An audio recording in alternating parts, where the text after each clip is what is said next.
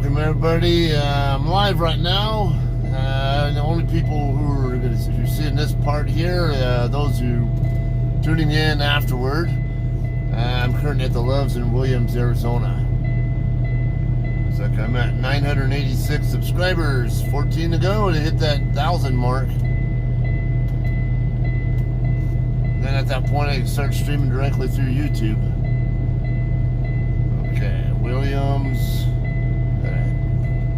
Set up the name of the video and make it public so it can be seen. Williams, Arizona. Put a freaking apostrophe in there. I didn't tell you to put it in apostrophe. I hate autocorrect. So just type what I tell you to type. Don't freaking put stuff in there that I don't tell you to put in there.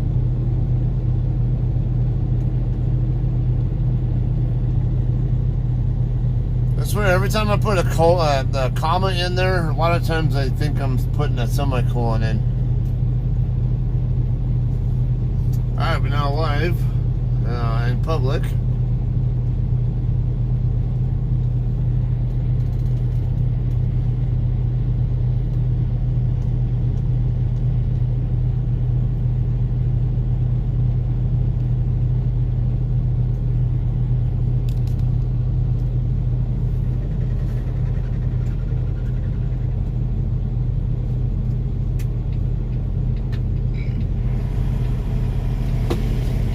Look outside.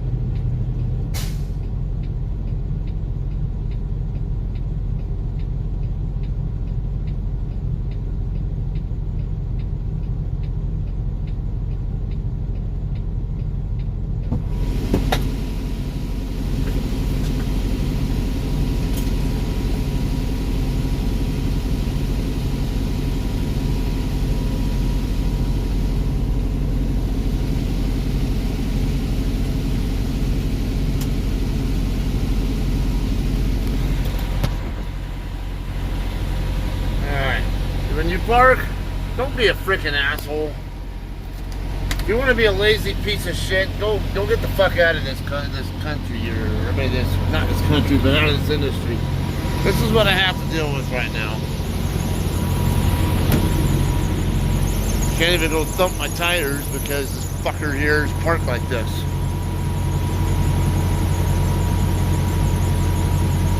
Going into my spot. I can't get back there to check my tires, so now I have to either move my truck and check them somewhere else, which kind of defeats the purpose.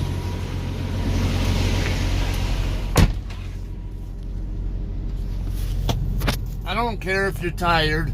Don't fucking park like that.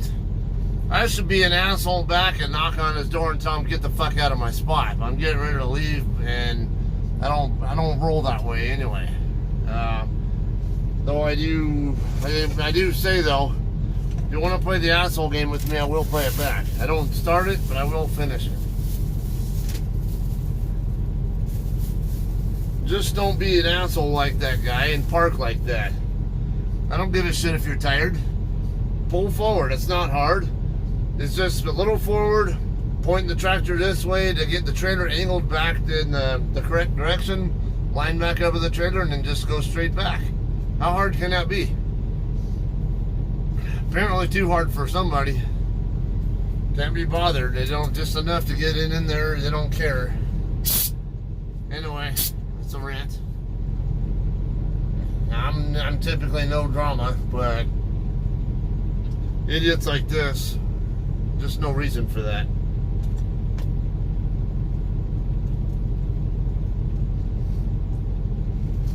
Alright, so I'm gonna reefer check and then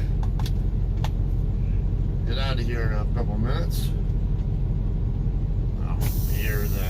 Put some air through the trailer.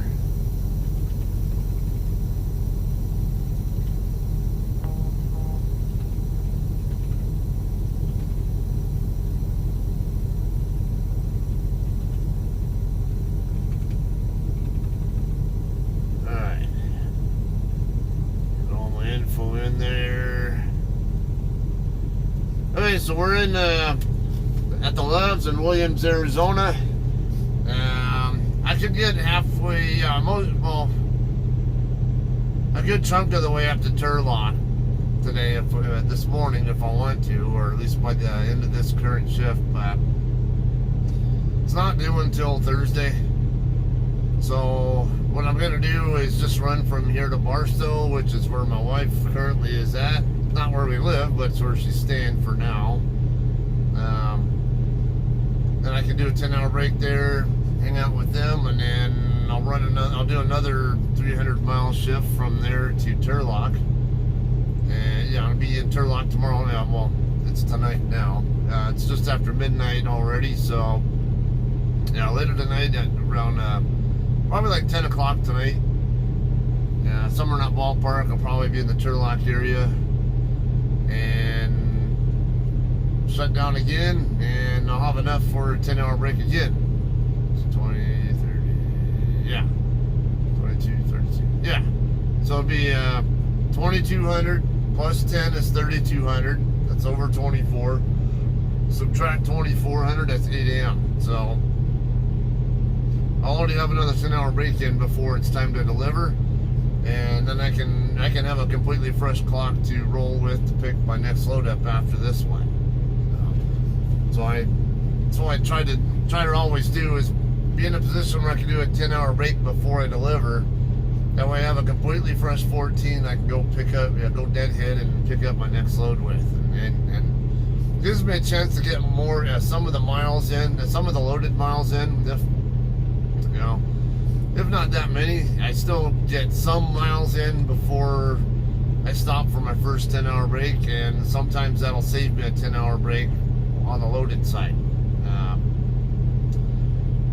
Whereas if I have to run, I don't know, if I run in, in the middle of a shift to go pick up a load, and then I have to shut down soon after I pick up my load, then I have to run longer shifts with, when I'm actually loaded. Or I might have to take an extra 10-hour break with that load than I might normally then I might need to, if I have a fresh clock to work with, can run, maybe a couple 100 miles of deadhead, pick up the load, and I can usually still get at least a good 300 miles out of it before the end of the shift. So, let's say you have a 2,000 mile shift, I mean 2,000 mile route, 300 loaded miles on that same shift will get me down to 1,700. And 1,700 I can do in 3 more shifts after that. No problem at all. Well, then again, even 2,000 miles, I still would need a 10-hour break, but then I might need three full shifts, and then I might need a part of a fourth shift, a very small part of a fourth shift to get it there, because 2,000 miles is 666 miles per shift, if I'm not mistaken. Yeah, I can run that in a shift, but sometimes it's a matter of what stop options are available along that way. Now, what is at least that distance away from my start point, and can I reach that point where I can actually stop? And not to mention, there's certain areas, maybe traffic, weather, terrain, or something. Maybe they'll slow you down where you can't run 666 miles. I can do it on flat terrain, but I can run 70 miles an hour the whole time. Not a problem. I just did 654 yesterday, and still had a good, actually over an hour to go on my clock by the time I shut down here. So that's no problem at all when I'm running mostly flat area. But let's say you got, if you run into traffic or terrain or weather or whatever, it slows you down, then you can forget about hitting those kind of miles. Anyway, I'm gonna go ahead and get moving.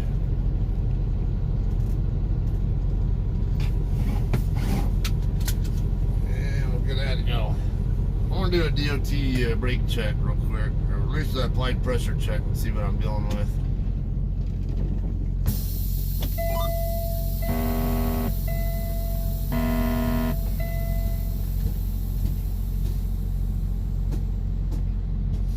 Because I want to see if that trailer's losing anything.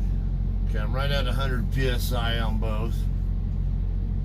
So I'll hold it for about a minute. What I'm looking for is a pressure drop of anything more than 4 PSI. Okay, there's my primary.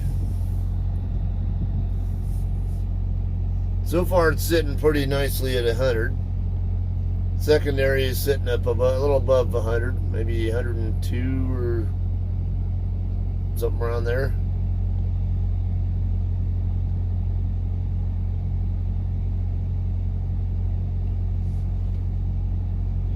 Now normally I'd be also doing a governor cut in, cut out check, and then warning lights and pop out check. That's all part of the DOT check too.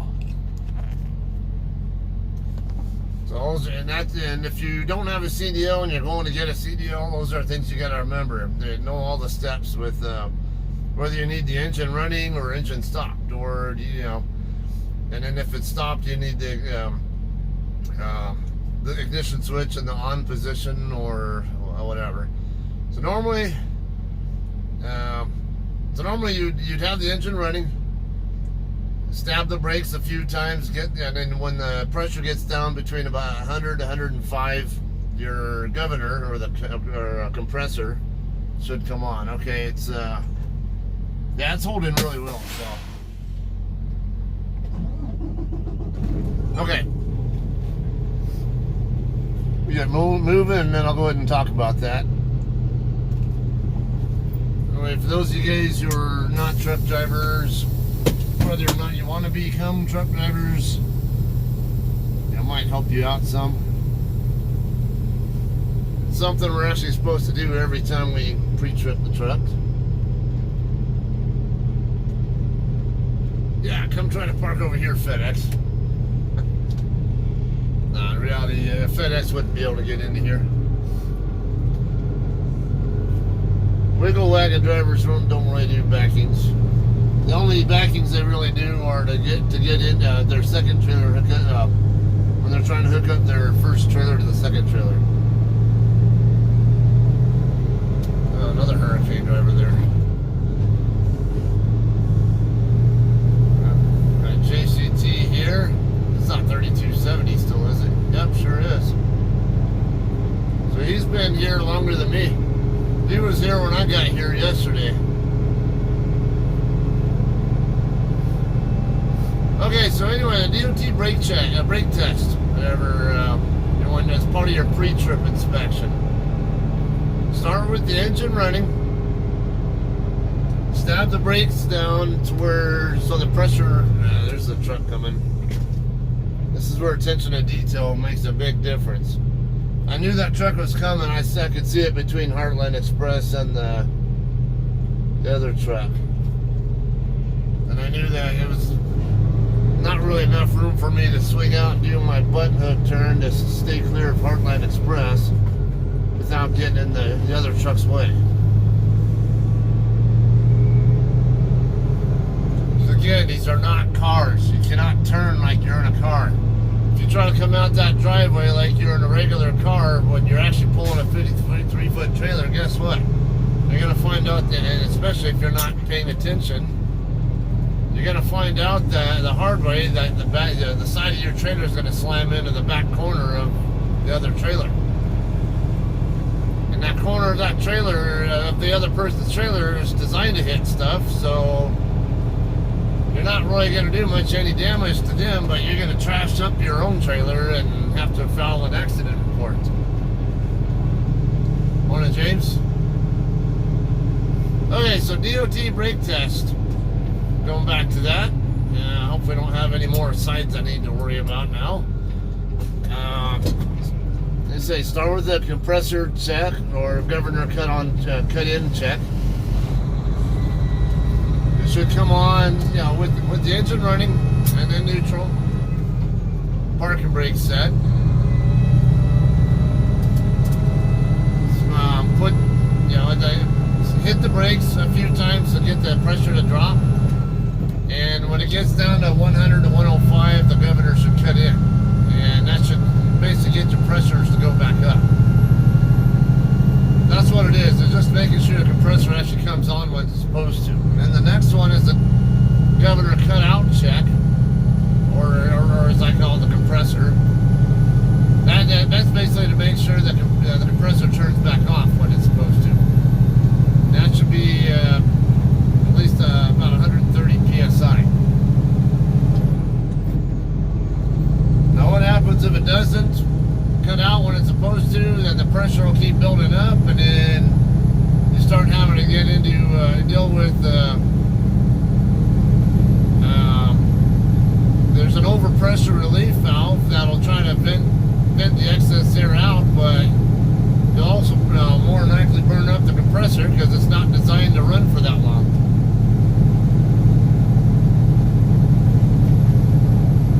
Anytime you got a motor like that, you usually have a duty cycle on it where it's only meant to run for so much time, and then there should be so much interval in between each time it runs too, ideally.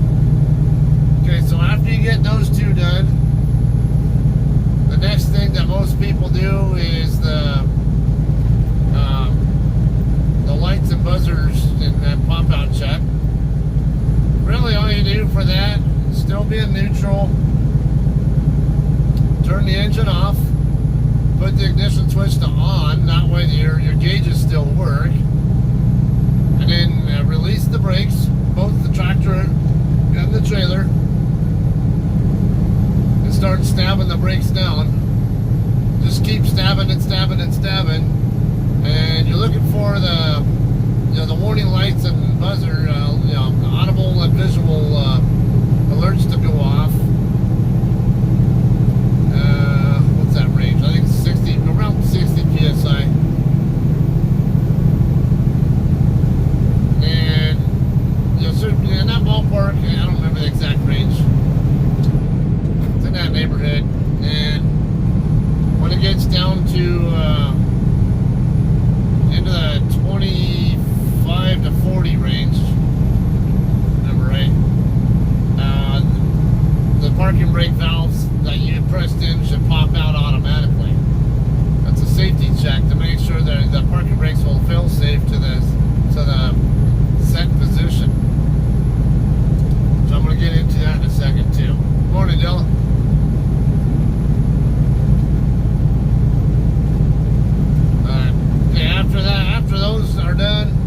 verify that the warning system and the fail-safe system work. Start the engine back up, let the pressure build back up. Once the pressure's built all the way back up, do the applied pressure check, which is what you just saw me doing a second ago. And with that, you turn the engine off, have the brakes released.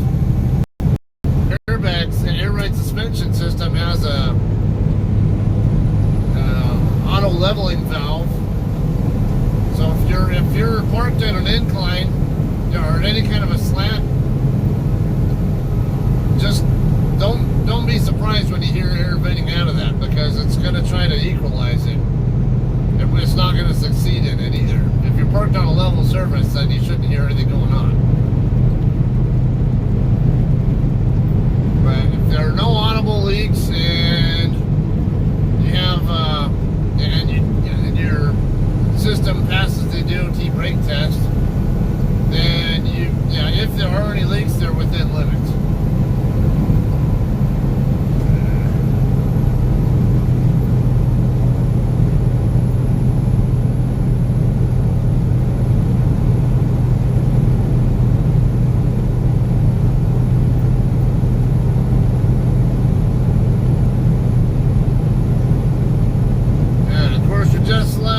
Arizona, starting my way down Ash Fork Hill now, which goes down into Ash Fork.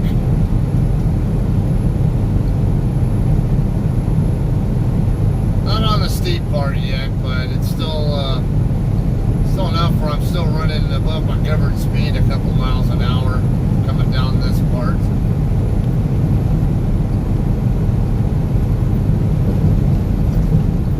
Once I get near the brake check area, I'll drop down into about 8th gear. I'm in 10th right now, but when I get near the brake check area, I want to go down into at least 8th, if not 7th, to make sure I don't have to touch my service brakes at any point in time going down the 6% part of the hill.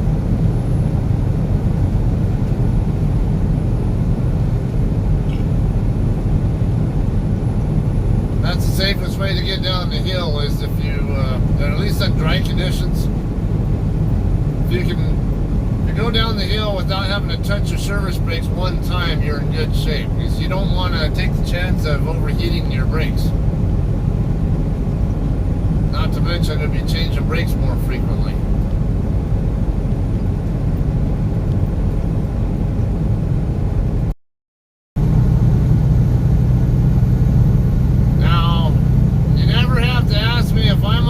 Because and I gotta give you a little hard time for fun here, Dylan. Because obviously I'm okay if I'm streaming and driving my truck and interacting with you guys, and I don't have a dry cough or diarrhea and all that kind of stuff going on, so that's a plus.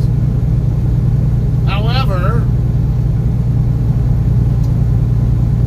I do want to bring up a point though with the safety thing, because I can't stand when people ask me if I'm okay or feeling okay or whatever. Now, when I actually, Della, you probably can relate to this with your situation there. It would drive me nuts when I was going through chemotherapy, and I would still go to work almost every day. And every day I'm at work, I'd get a freaking 100 people ask me, "Hey, are you okay? How you feeling today?" It's like, give it a rest. Just treat me like I'm normal. Just treat me like just like it's any other day. That's what that's just me. I know there are other people who like the attention of that, whatever. Me, I don't. I just treat me like I'm normal. Like it's any other day. We're just hanging out. Okay, now I'm down into 8th gear. I'm gonna drop down into the lower range. So this isn't a very long hill, so I'm not gonna put it down. I'm gonna have to get to that safety thing in a second after I get to the bottom of the hill.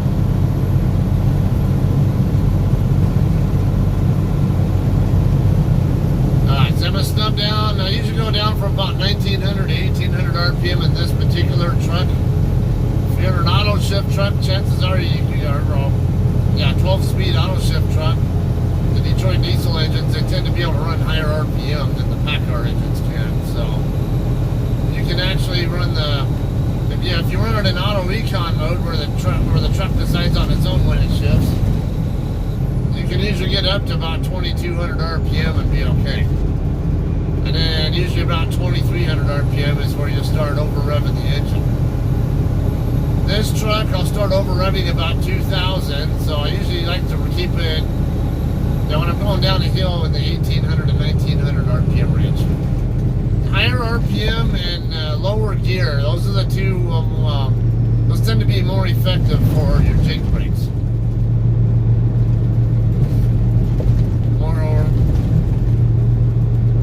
Now if you're at too low in RPM, the jake brakes are not going to work so well. Yeah, dude, you go ahead and pass me. So I'm back up at a 9th now, but just going to let it gradually pick up speed going down. I'm only at 55 miles an hour. I'm hovering at 70. I don't want to get up above maybe 75 by the time I'm to the bottom of the hill. So I'm slowly picking up speed right now, but not a problem. It's not going to take me that long to get down this, and I don't need to be in a hurry to hurry up and stay at 70 miles an hour to get down this. The way I'm doing this right now, I don't even have to touch my service brakes at all. In fact, jake brakes, actually third stage, just slowed me down a little bit. At this point now, I can probably go ahead and speed it up some. I'm going to leave it in 9th gear though, not put it in 10th. The 10th is my top gear.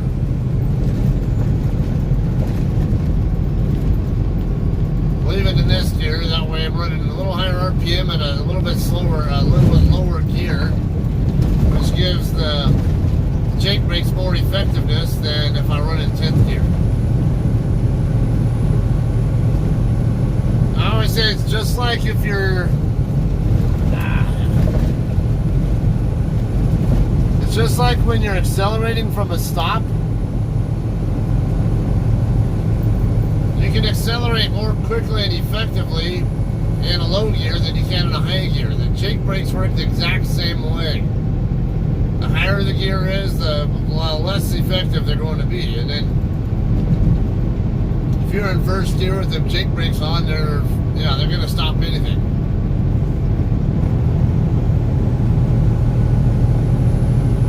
Okay, so anyway, I don't know how many people are aware yet. Unfortunately, JCT had only one fatal accident in the last 2 years until yesterday. Yesterday in Midland, Texas, there was a JCT truck going westbound on I-20, just about into Midland. There were 2 people in the truck. I don't know if it was a team, they were co-drivers, or if it was a solo driver with their spouse or somebody else on board as an authorized rider or something, who knows. Could have even been an unauthorized rider. Anyway, they're coming into Midland, and they failed to notice slowing traffic as they were about to get into Midland. So they end up with a garbage truck that is going very slow for the slow traffic, and right in front of the garbage truck was a Ford F-250. JCT driver failed to notice the slowing traffic, and they went to hit they hit the brakes hard, and then they tried to swerve to avoid hitting the garbage truck. They did not succeed. They hit the garbage truck really hard. The garbage truck ended up going into the ditch in between the interstate and the service road, and flipped over. And the garbage truck also hit the Ford, the F-250 on the way in the process. Thankfully, those 2 guys, the garbage truck and F-250 drivers, were okay. Unfortunately for the JCT occupants truck, both of them died. TikTok showing it, and it is not pretty. I'll tell you, the hood of the JCT truck was caved in all the way to the sleeper berth area. You can tell just by looking at it. There's no way the driver of that truck survived. Don't know whether the second person was in the passenger seat or in the sleeper berth, but it didn't end well. And it didn't have to end that way if they were paying attention. So, given I don't remember what time of day it was during the daytime hours, so not so inclined to believe that fatigue had anything to do with it. And if you fail to notice slowing traffic in front of you, that is more of an indication that you were probably not paying attention to the road, and you were probably paying attention to something else, whether it's your phone or your passenger or something else, like maybe the other side of the freeway, your mirrors, doesn't matter what it is. You're paying too much attention to it, and you're taking too much time to look at it, when you should have been looking further down the road. There's a thing called the Smith system that gets taught in trucking. If you're going to drive a truck for a living, you better learn it.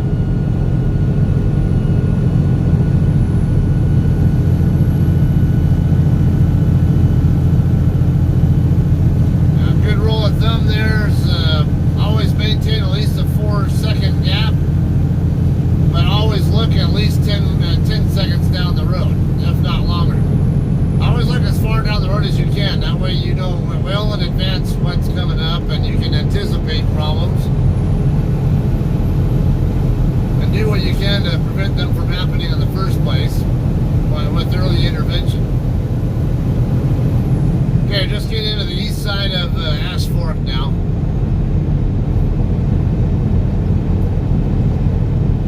Go ahead and get back into 10th gear.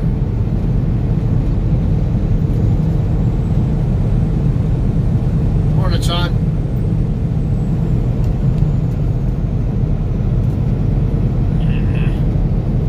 Keep that thing straight. Okay, again, for anybody who's tuning in more recently or maybe watching a recorded side later, I'm only running to Barstow today, which is only about a 320 or so mile shift, and I'm going to stop for 10 hours. And yeah, because my wife is there in Barstow right now. We live in Victorville, but she's currently staying in Barstow with a friend to help keep family members supplied with their needs while they're basically self-quarantining to make sure they don't get that they don't catch it now. Some of the family members were quarantining because they thought they might have been exposed and didn't want to get other people exposed if they were, but not heard anything about them having any symptoms, and it's already been at least 2 weeks. So now now what it is they just don't want to get it from anybody else, so they're gonna stay in, basically keep sheltering in place as long as necessary or as they can before they go venturing out to do stuff.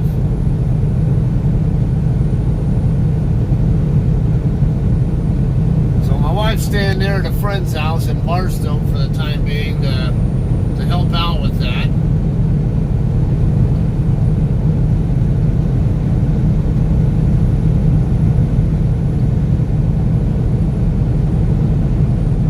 And I have enough time where I can do a 10-hour break there.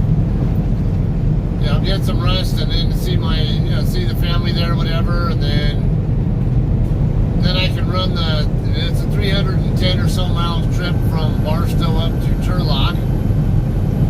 Turlock in California is off Highway 99 in between Fresno and Stockton.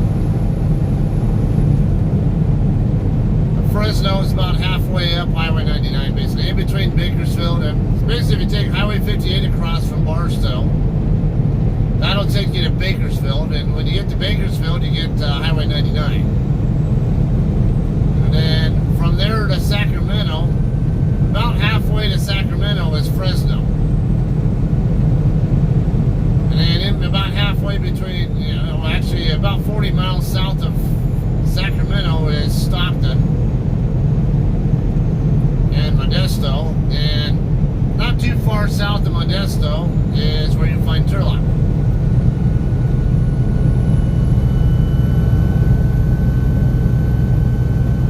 That'd be on State Highway 99. Just in case anybody wants to look that up on the map.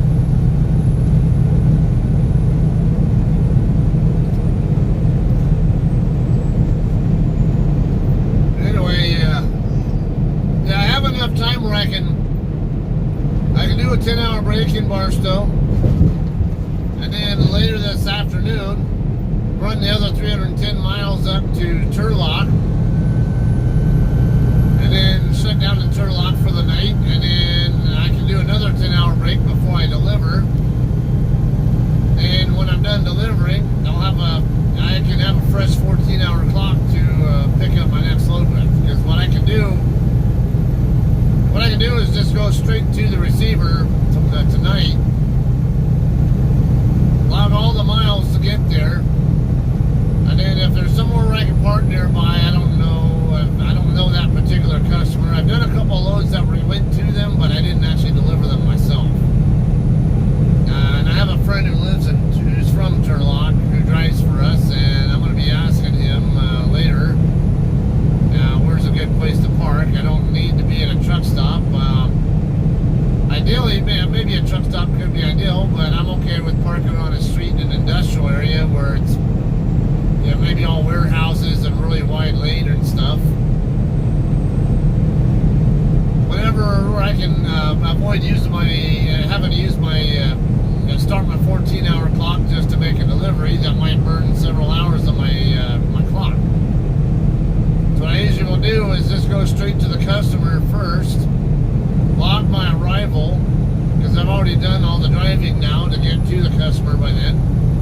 And then once I'm at the customer and I've sent my arrival call on the computer here, then I can PC or personally convey from there to wherever I might need to go to shut down. And then since I only moved the truck away for personal reasons, I can move it back for personal reasons. And it's kind of a cheap way to do it, but it's one of the tricks of the trade if you want to get miles.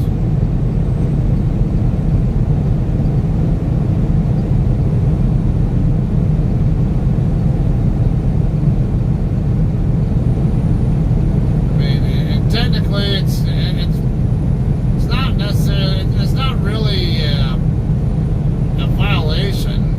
Like I said, if I'm only moving the truck, if I've already put the truck there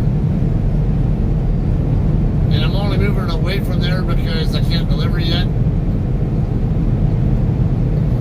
then it's totally legit for me to personally convey, because I'm moving it for a personal reason, and because I moved it for a personal reason away, I can move for a personal reason back.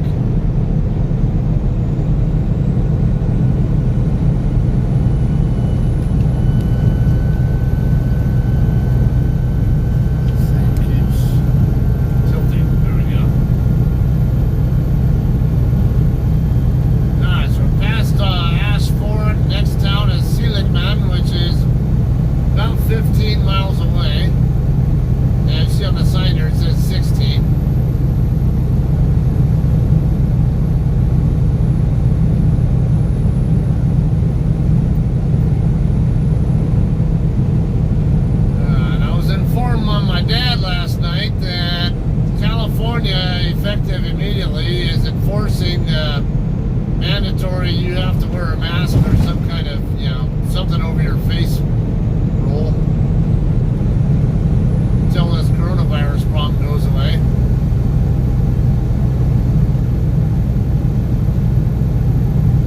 And I'm like, yeah, that's not going to happen.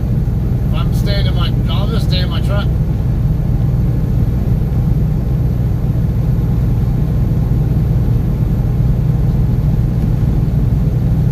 I use a shopping bag, a plastic shopping bag, and put it over my face.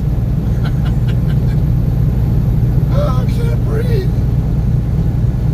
Yeah, if I can't breathe, I can't contaminate you either, can I? Fuckers.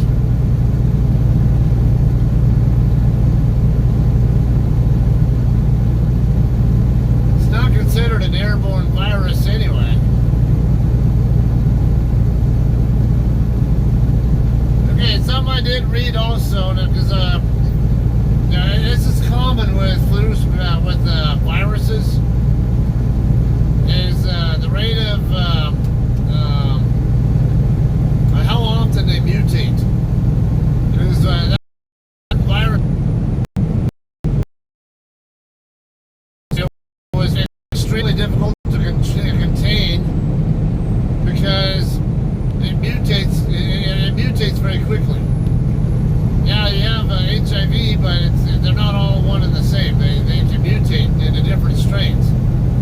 And when they mutate into different strains, but basically what it is the virus can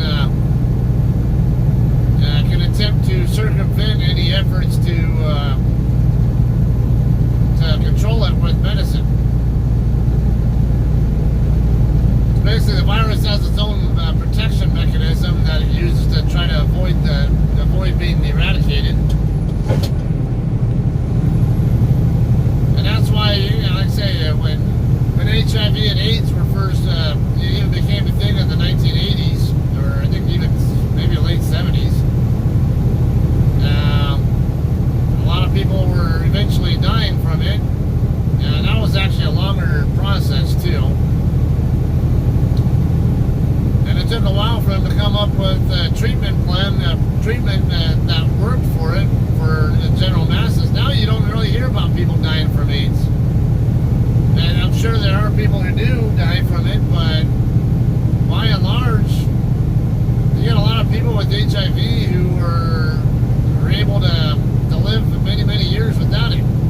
Look at Magic Johnson, for example. He got it, he announced that he had it back in 1990, I think it was. Somewhere around there, and now it's already been 30 years since he announced that he had it, and he's still as healthy as an ox today. Versus back in those the days around the time he got it, before they really started coming up with the solution that worked. Most of the time, the virus would mutate and basically circumvent whatever medicine they were trying to use, and eventually it would spread throughout the body, and end up the person would end up developing 10 years after infection. The person was usually dead. And with they that they use, I think like 4 or 5 drugs that they use for that. It's almost like doing chemotherapy. That they use, I think they have the patients use to control it. And it seems to be succeeding. Now COVID-19, which is basically a strain of the SARS virus, which is a type of coronavirus. So I don't like to call it coronavirus myself, because it's a type of coronavirus. That's like calling my wife Hispanic when she's of Mexican ethnicity. Of course, there's a concern about how quickly does COVID-19 mutate, or SARS-CoV-2 is what they call it technically, I think. And they're saying that so far it looks like it has a slow mutation rate, which will make it a little easier to get the upper hand on. Something else that they're believing will help is the fact that people who've already had it and who no longer have it and who have the antibodies for it. Oh, their blood is in hot supply. It's a hot commodity now, because if you get blood with antibodies to COVID-19 in it, and no active COVID-19 in there with the blood, then it's a really good. It could potentially be a great treatment option for people who actually have COVID-19.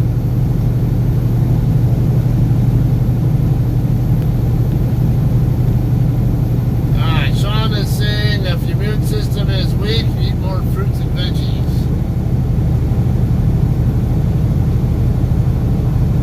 I think a balanced diet actually will help a lot, because like cancer, for example. Cancer is really just a mutation of a healthy cell.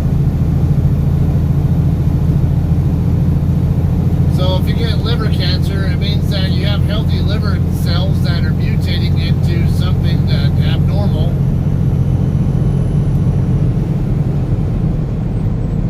And so on.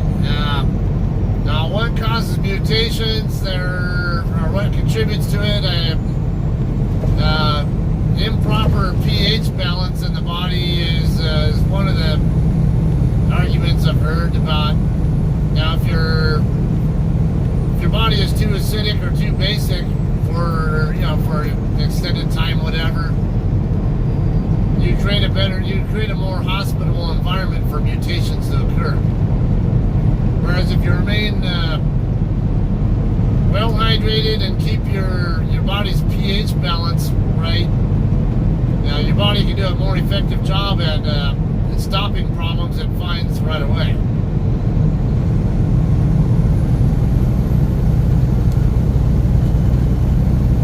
Only takes 80 degrees to kill coronavirus. I've not heard that particular tip. I have heard that I did see a video. I've not fact checked it, but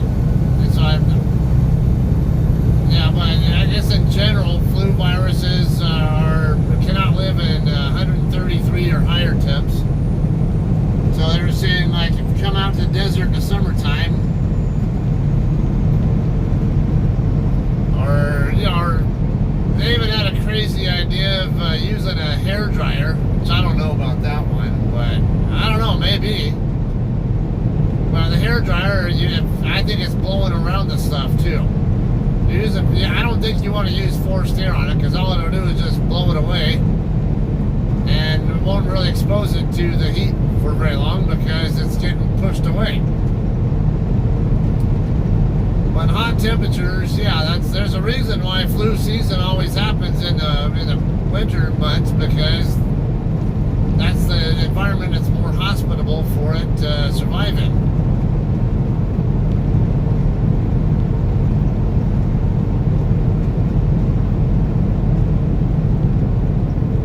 Now, if all it takes is 80-degree temps, and damn, it won't be too much longer before a lot of areas will stop having it.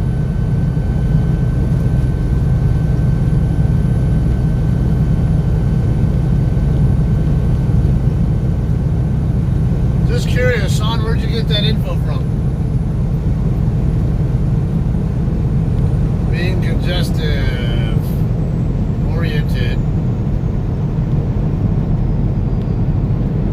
One would think steam would help. Yeah, and I think that was one that was mentioned in that video that I saw, that a bunch of people sent me on Messenger.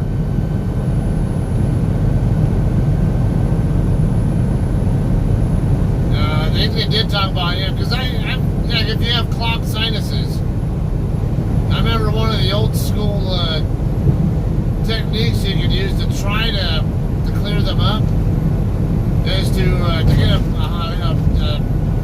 thing of boiling water on the stove, and then drape a towel over your head, and then put your face over the top of the pot.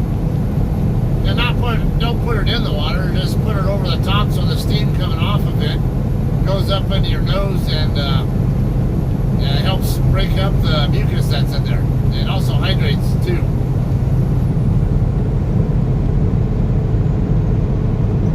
Your doctor at the VA has already told you that. Okay.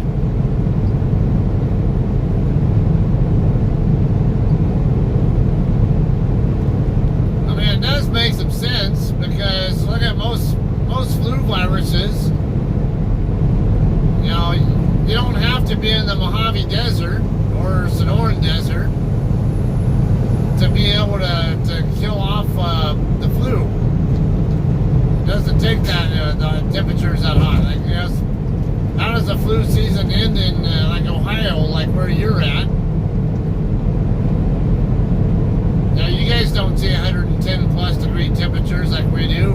You guys might see what, 90s or something, or maybe if you're on a really hot time, maybe 100 degrees over there by Lake Erie. Imagine your summer months are probably more like 80s, 90s, or whatever during during the regular times, and then during the heat waves, you might get. Hang on. For some reason, my battery's down to 15%. Oh, I know why. I never plugged it back in after. Yeah, that's kind of an important one.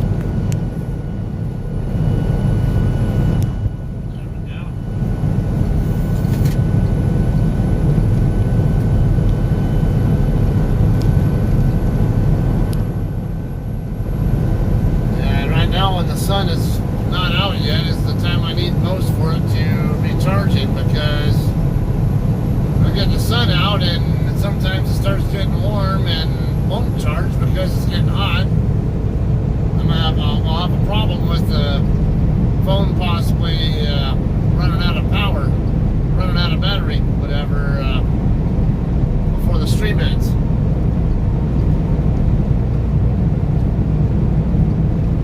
Never 100 degrees. Cincinnati gets to 100 plus. Okay.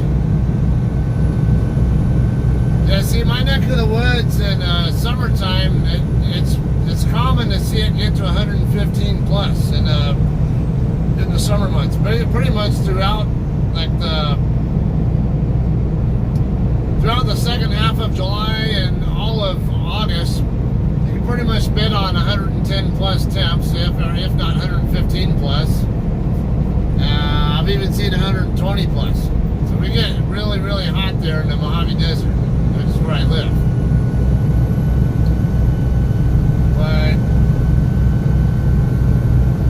anywhere in the U.S., I mean, flu season is the same pretty much everywhere in the U.S. and just food. I mean, your body, every time it accelerates to digest food, it supposedly takes it actually burns about 200 calories. So if you're always eating like 200 calorie snacks or something every 2 or 3 hours, then, or actually a few hours, whatever, basically all the calories are getting burned on digesting the food.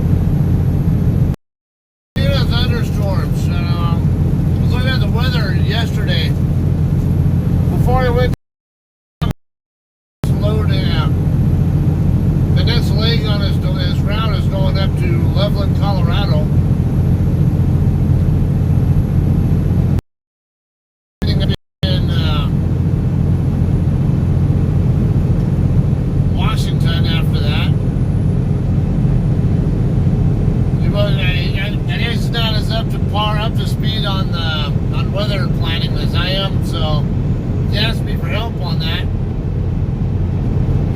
I took a look at the forecast, the precipitation moisture coming up after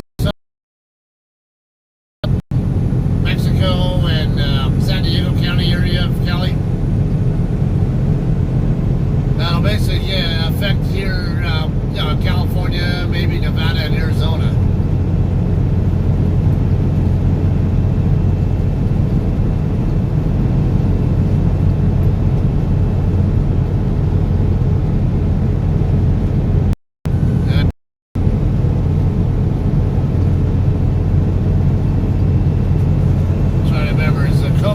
County crossing into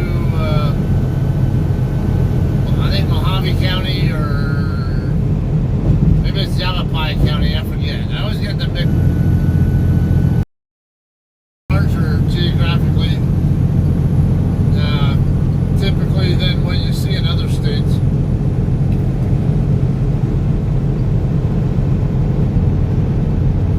A lot of states, your county might only be about maybe 30 miles long in either direction. A large number of the counties here, or at least in California, you might spend at least 100 miles in a county before you get into the next one. And then, of course, San Bernardino County is geographically the largest in the entire country.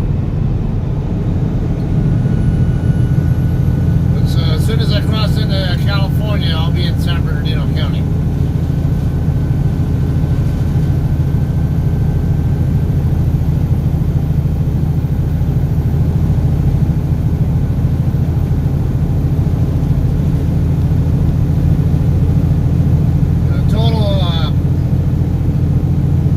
San Bernardino County, I think it's over 20,000 square miles. By comparison, in a 30 by 30 area, it's only 1,000.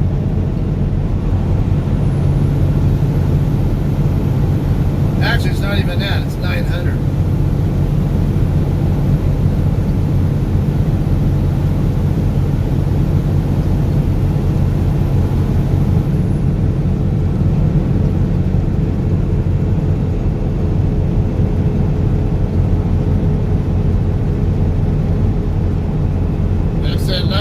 Fort Rock Road, westbound I-40 in Arizona, by the way, anybody just tuning in.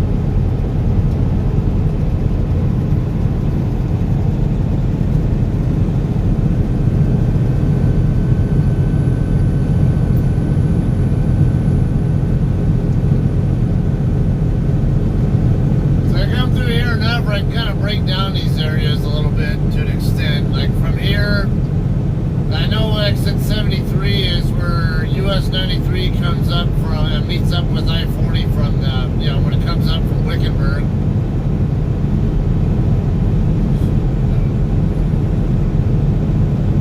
And that's less than 20 miles away. And then it's another 20 or so from there to the core of Kingman.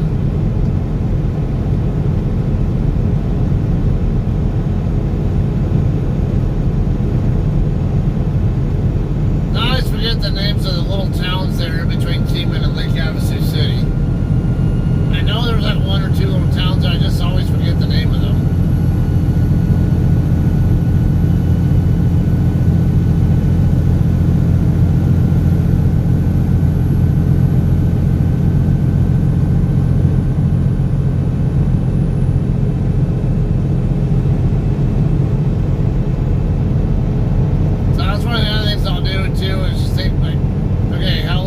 Get to the next city. Okay, now I'm here and I can get to the next one. And and then the next one. If I think in terms like I'm still like 600 miles away, then it'll be more agonizingly long. It'll feel like it's more agonizingly long at times. There have been times where maybe if I'm a little tired and I really want to make some distance, I just focus on, okay, what's the next town to get to? And then once I'm there, okay, well, now that I'm here, I only have 20 miles from here to the next town or something. And then I can knock out 20 miles easily. But there are times, of course, like you saw yesterday, I get tired, especially if I have time to work with, get off the road. I don't need to stay on the road and take extra risks like that. Get off the road and take a short nap and get refreshed, and you'll feel better, be more alert, and be in a safer position to drive too.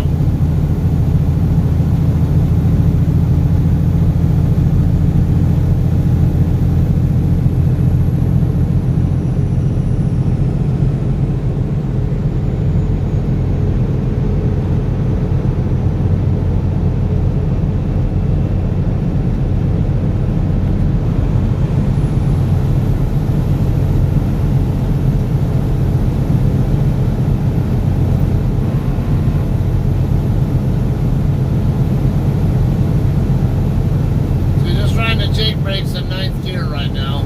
I might have to use the service brakes down here a little further. Again, won't have to use them much. Was at 72, now I'm at 73, 74 now. A little bit steeper here, I'll probably get to 75, maybe 76, and then it's going to flatten a little bit. And it'll bleed some of that speed back down more next. Yep, down to 74, 73, 72, 71. I never even touched the service brakes.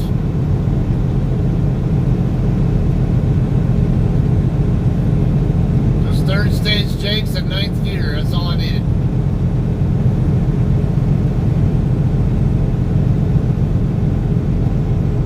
The key there to not having to change gears or use the service brakes needlessly is to start going down the hill at a lower RPM.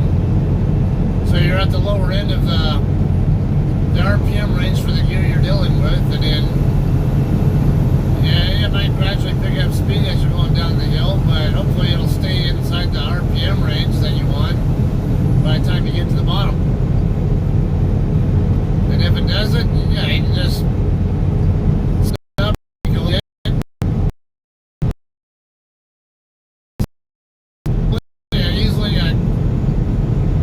about a 5 mile an hour change in about at least 3 seconds. It's a good rule of thumb for snap braking.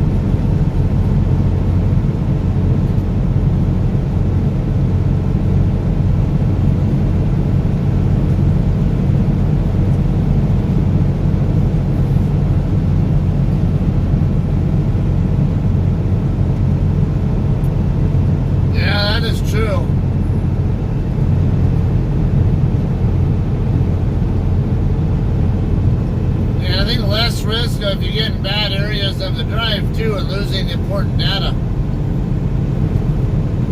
Because of course that's one of the concerns with regular like serial ATA drives and IDE drives, whatever, is the platters on them can sometimes get bad sectors on them, and you can sometimes lose data that you really don't want to lose.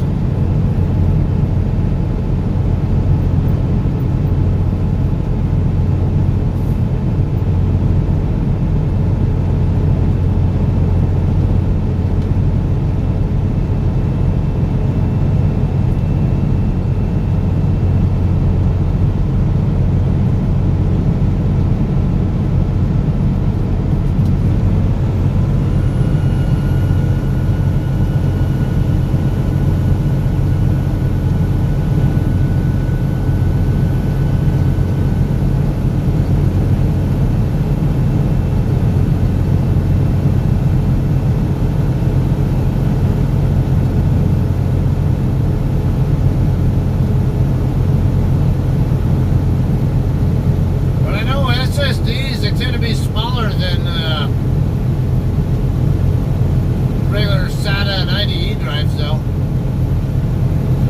Well, I don't even know anybody uses IDE drives still, except people in the dinosaur era, but I know most everybody uses SATA 3, SATA 6, or SSD now.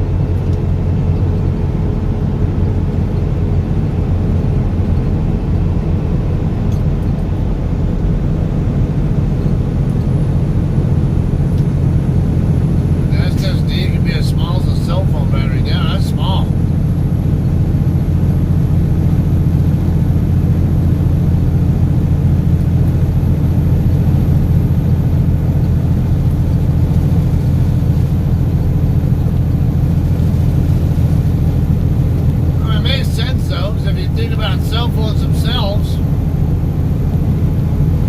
they usually have an internal memory on them.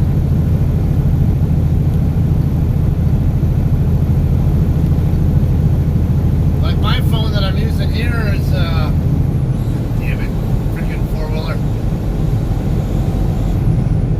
Come on. I can't tell if you'll let me over or not, damn it.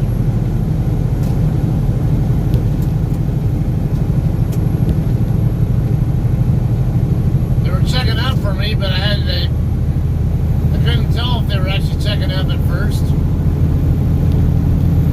I started checking up first to try to let them get by me first, and then I was going to move over, but it's not always that easy to tell when someone back behind me in my mirror is actually checking up.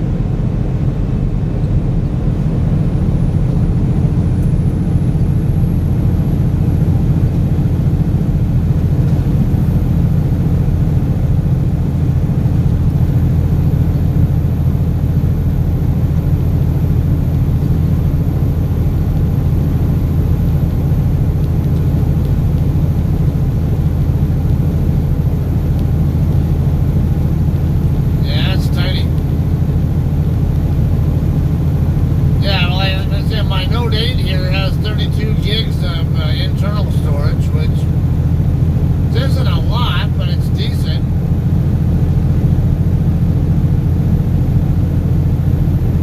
And look how small I'm not even talking about the battery, it's actually inside the phone itself.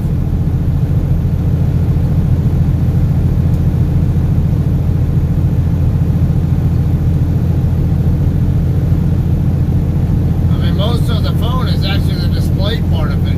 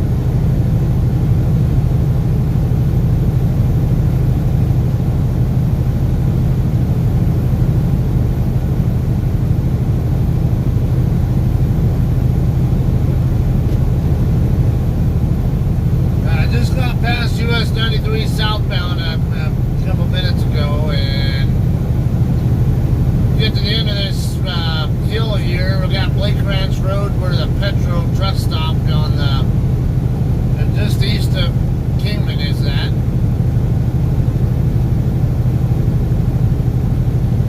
It's technically Kingman, but we're still about 20 miles away from Kingman itself.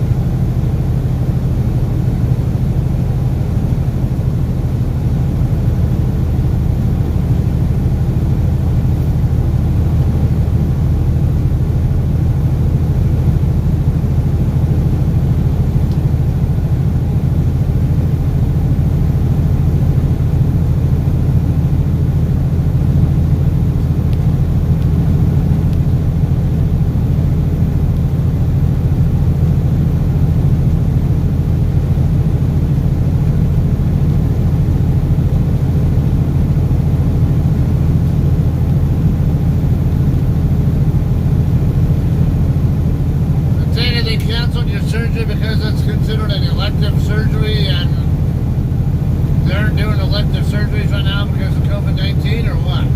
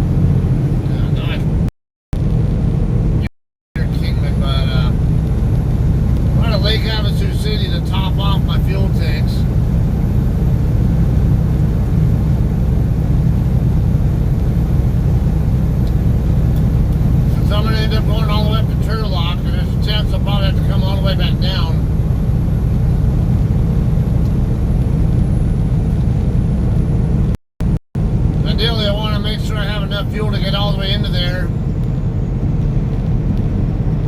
and come back out into Arizona before I have to refuel again.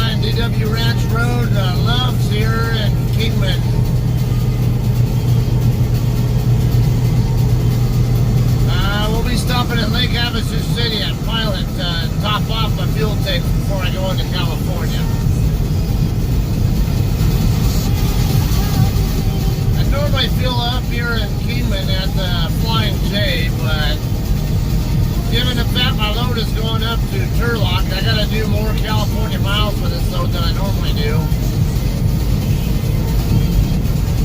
I want to make sure I have that extra 50 miles worth of fuel in my tanks while I'm in California to give me a better chance of getting back out before I need to get fuel again.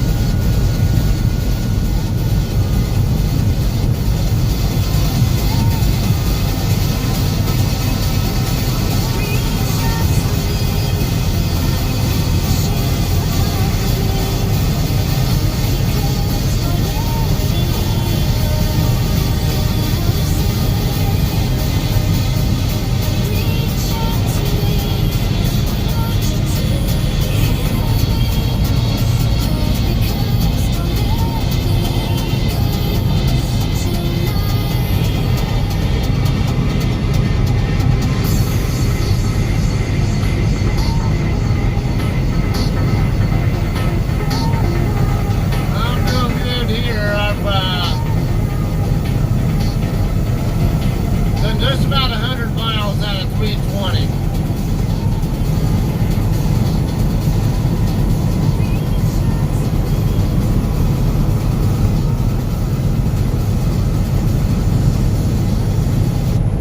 Actually done just over 100 now.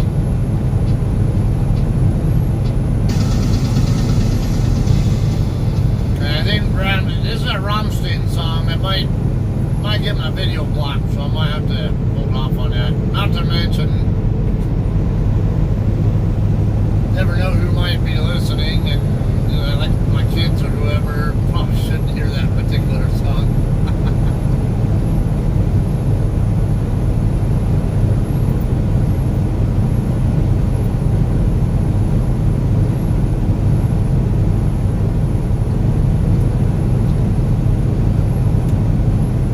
Say it makes a lot of use of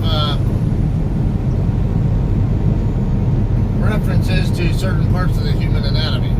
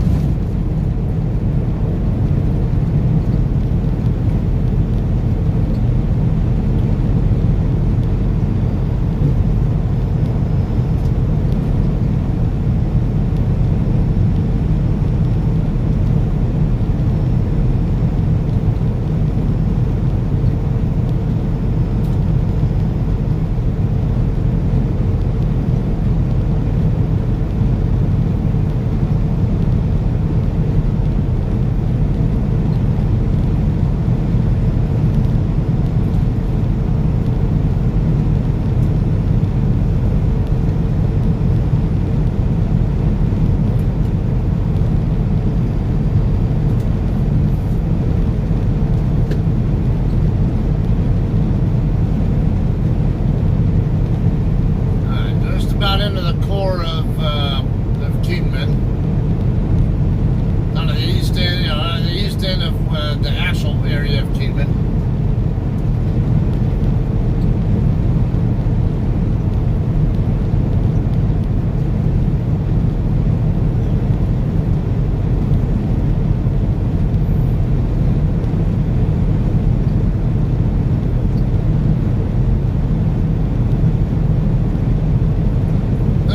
It's stupid that California even has that gas tax, and what's sad is that stupid voters actually approved it.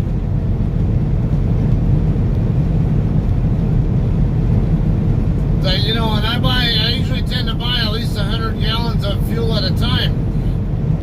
Well, not always, but I frequently buy over 100 gallons of fuel. And when all of the business is going into Arizona and Nevada instead of California because of it, tell me how that's doing any good.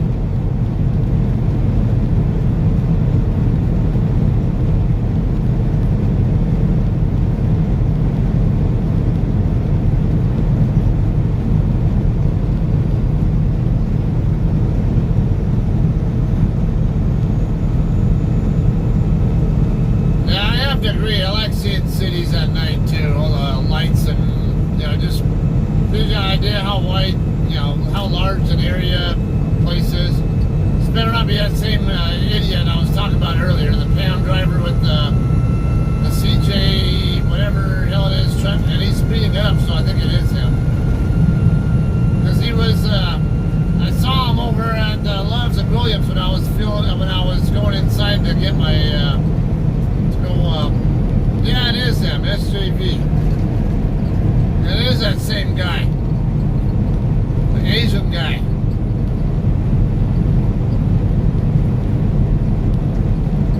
That was that same idiot who was playing that stupid speed up and slow down game with me on Highway 287 going toward over by Decatur, Texas about a month or so ago. I knew it was probably him because it was somebody pulling a Pam trailer, and I remembered that company name, and I remembered it was an Asian male driver. Like a Japanese look guy or whatever, I don't know. Korean, I'm not sure what his background is, but I remember the guy was a freaking idiot and was pissing me off over there on 287, where he was capable of running faster than me, but he wasn't. Then after I was in the middle of trying to pass him up, he decided to speed up while I'm already in the middle of passing him to get in my way. I hate drivers like that.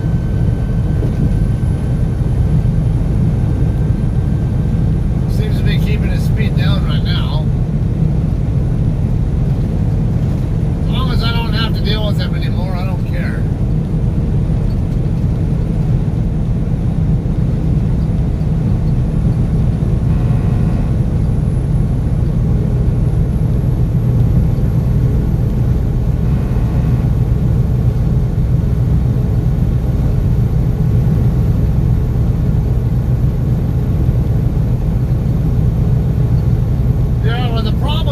It's poor money management because they don't understand that when you tax too much, it actually has it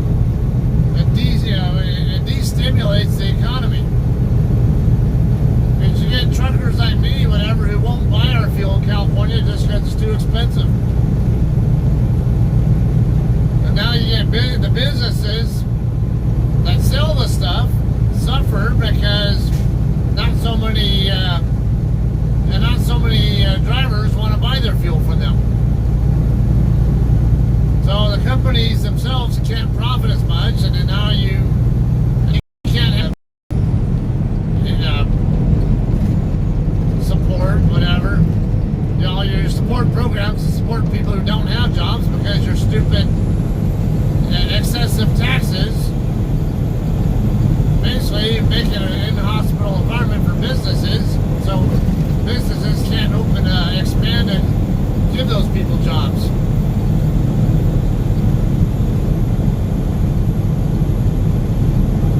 There's nothing wrong with some taxes, but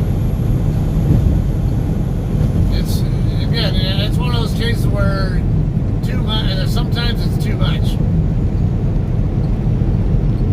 Now, there's one thing to help your government programs and stuff, but sometimes you gotta have a balance between what's actually stimulating the economy where you don't need the programs versus having enough to pay for essential things or emergency backups and stuff like that.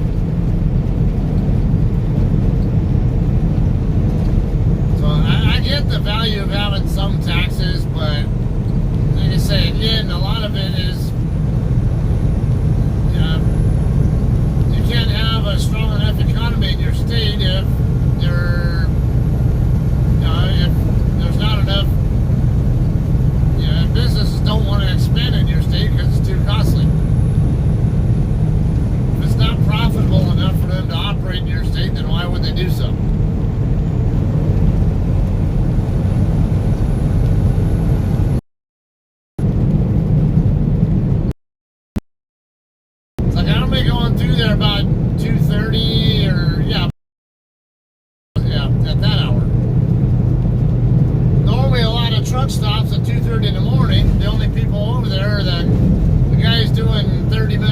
breaks or 10-hour breaks, you just can't find a place to park, and even then, there's still usually open lanes.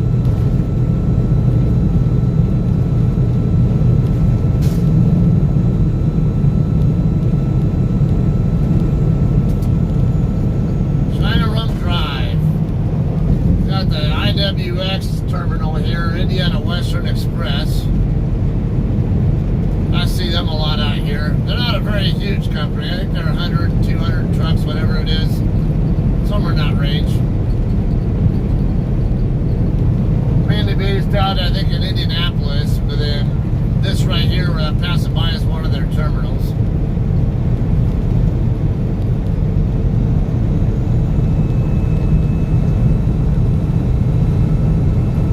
I think they're bigger than one or 200 trucks, but I gotta look them back up again. I thought I remember their FMCSA data only showing 100, 200 trucks. Which is weird because they have like 3 terminals. 3 terminals for a company that size, that's a lot. JCT, we have 800 trucks that I know of. Yeah, probably even more. Yeah, we only have 1 terminal. We have several drop yards, but only 1 actual terminal.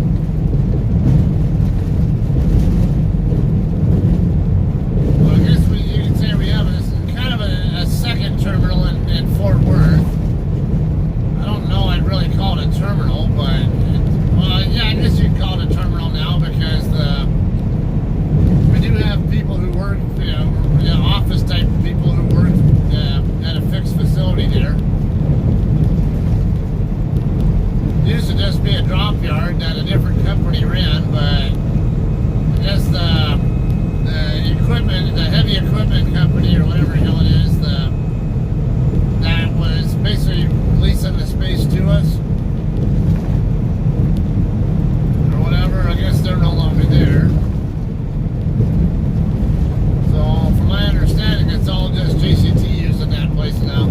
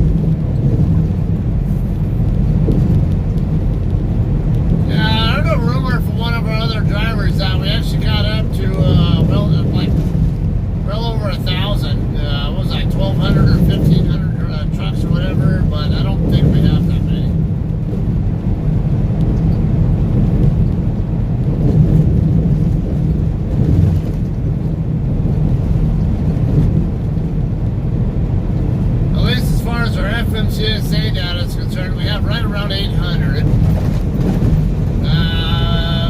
Heard people at other terminals say more like 900. So yeah, we're not small by any stretch, but we're not huge either. I mean, well, I guess, I don't know, huge I would say is more like CR England having like 4,500 to 5,000 trucks, or JB Hunt and Schneider having like 13,000 or something. And again, Swift having, I think 17,000.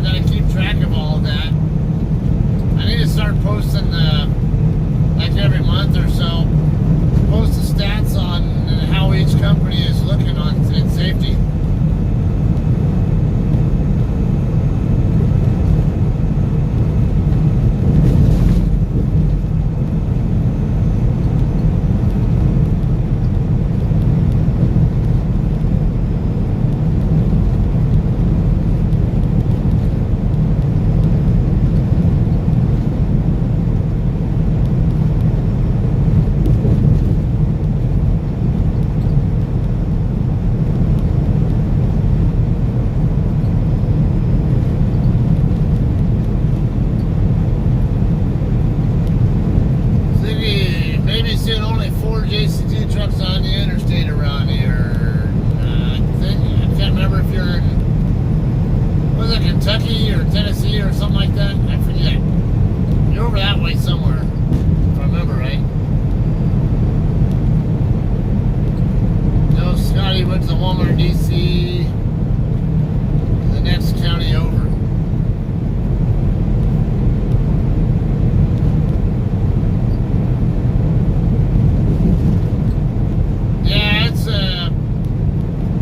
Sean, your area, yeah, it's not, we hardly have anything at all in Ohio. Definitely not a good place to find us. And usually if you do see us, we're just passing through from while we're going from one place to a different place. We might have customers in Ohio, but I've never personally done one there.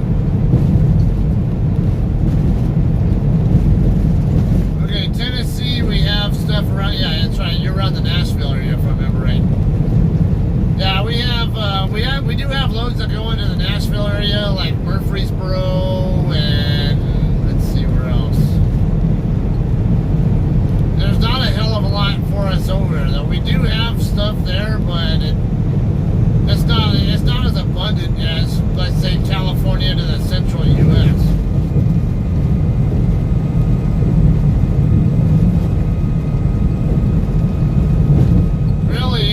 West of the Missouri River,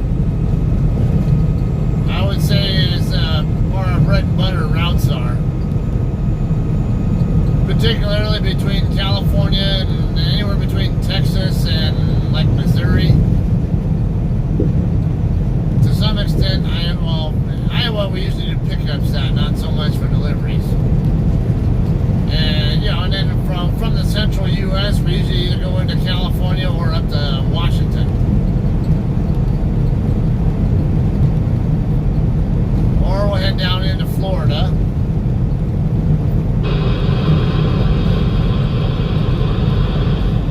And John Quistner himself, he's still regularly at our terminal. Actually, in fact, last time I was there and upstairs talking to somebody, he was there in his office.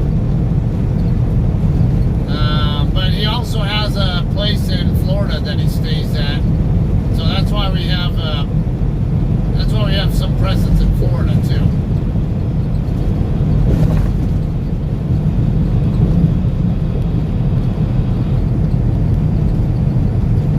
Now, for anybody watching, if you're not too familiar with the Nashville area, Murfreesboro is what is it, about a half-hour drive or so from Nashville.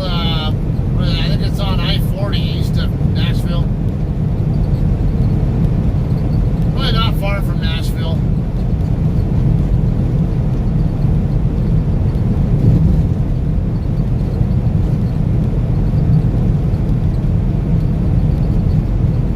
Monson Trucking isn't around anymore.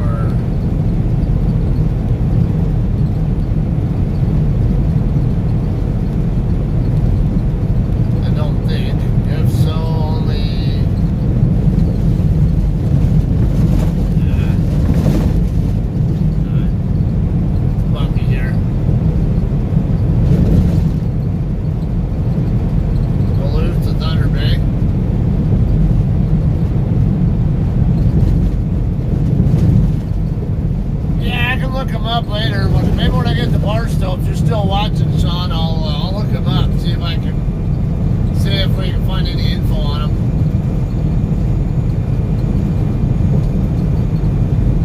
I thought I remember hearing about them though, and yeah, I don't remember if they were part of a larger company or what. Of course, I'm never in that area of the U.S. anyway, or very seldom, so. The only time in the 2 years that I've been with JCT have I ever been into Ohio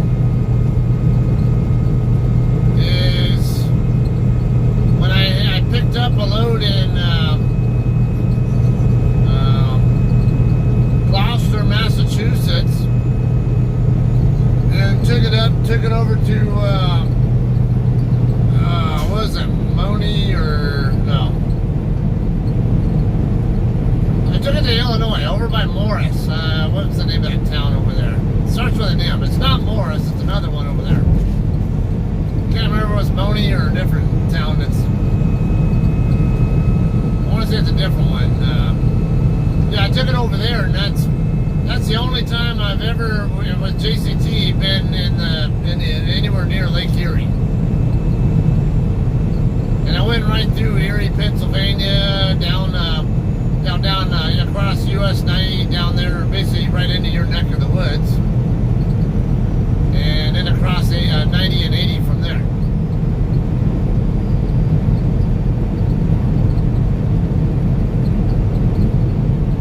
Oh, I-24, that's it, yeah. I get it mixed up. I-40, I know, see, there's another place I know we go to over there, like a Maricold or whatever the hell it is. Not Murfreesboro, but Lebanon. I want to say Lebanon. Sometimes we might do pickups there.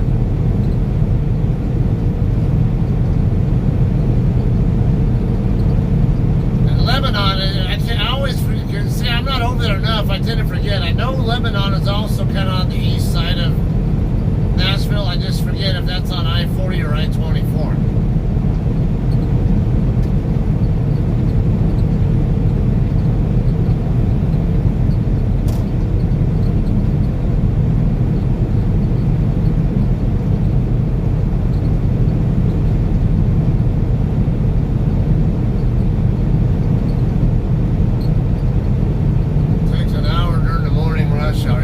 Surprise me. I know over there by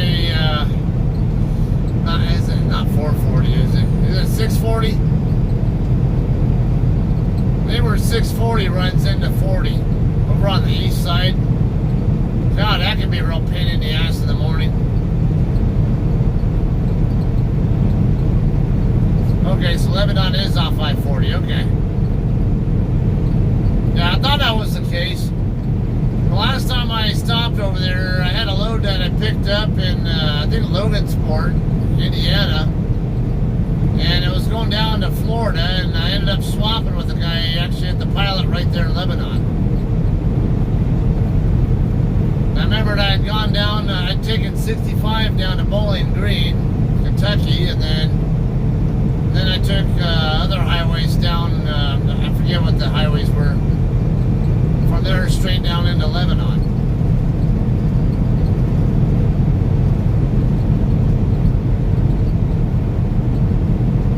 Ohio has a town called Lebanon as well.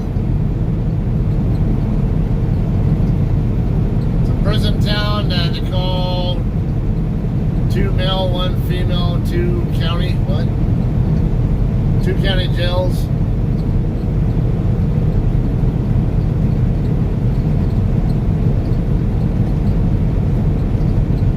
So basically, most of the city's economy in Lebanon, Ohio, is people who are employed by prisons. That's what it sounds like. That's really refreshing.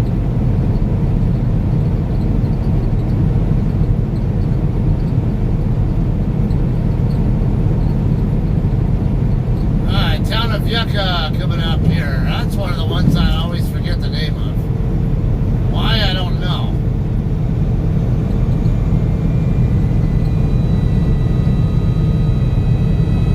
Yucca is basically the halfway point between Kingman and Lake Havasu City.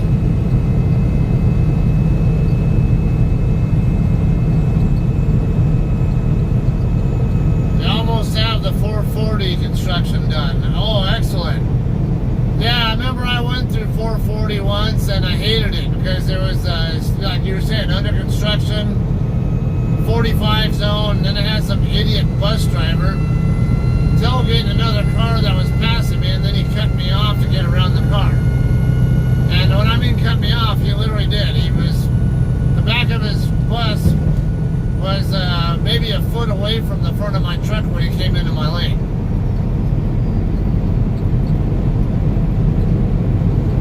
I wanted to report that guy, but I couldn't get clear enough info on his DOT number or bus number or whatever.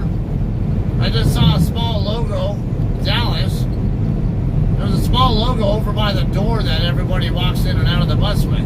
That's it. That was the only thing I saw in there. I don't normally snitch on people, but when you put me at risk like that, I will do it.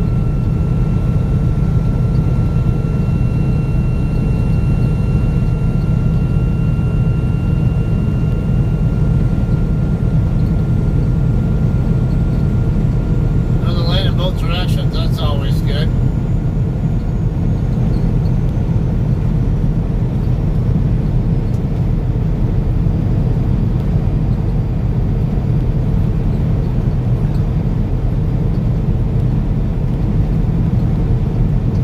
About 15 miles to go to the pilot in Lake Havasu City.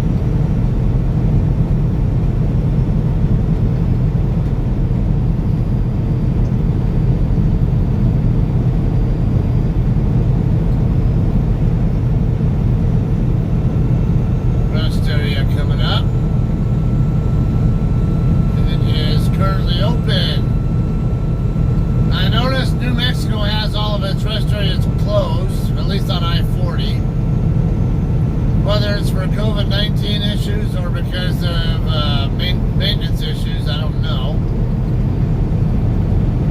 But all of the rest areas here in Arizona up here are open. As far as I know, the ones in California are also still open.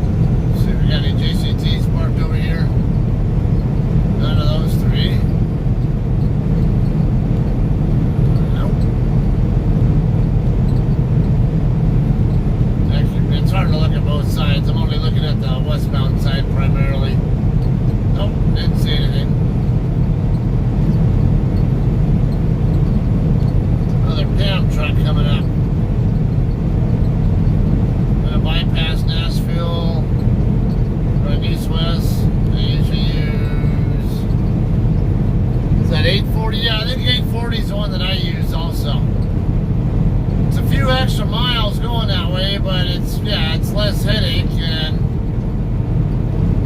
less traffic problems and less likely to run into delays taking 840.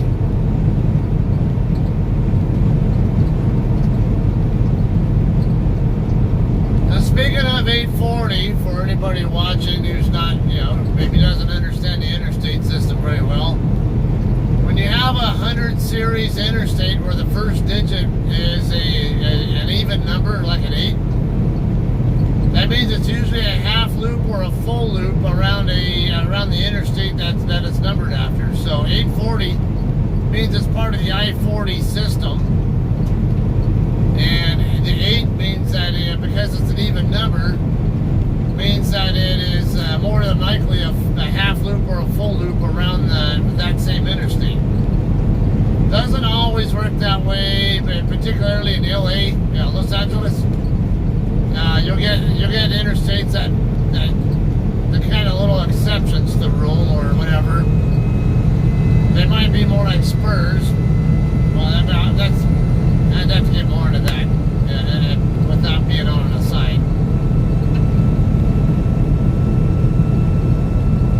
But generally speaking, anywhere in the U.S., if you see a 100 series interstate like that, like 240, 440, 640, or 840, that it's it's along the I-40 corridor, and both of its terminal points are. Yeah, you'll have usually an east and west or a north and south terminal point, and usually both ends will be along I-40. If it's an odd number, so let's just say if there was like a 540, I can't remember if there is a 540 anywhere. There's not one here in Arizona. There's not one in Cali. There's not one in New Mexico.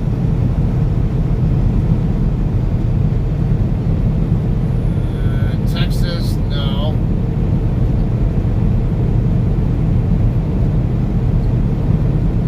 Yeah, I can't think of one. It's actually on the 40 corridor, but anyway, if it's an odd numbered 100 like that, if it's a one, let's say 140, 340, 540, 740, or 940, that's usually going to be a spur route that basically connects to I-40 on one end and goes to somewhere else on the other end.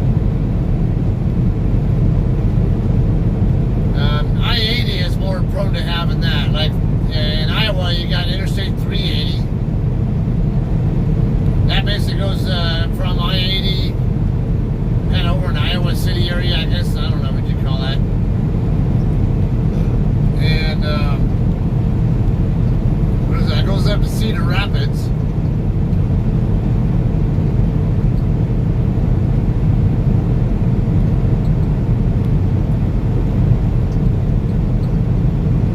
There's some others up that way too. I'm trying to remember.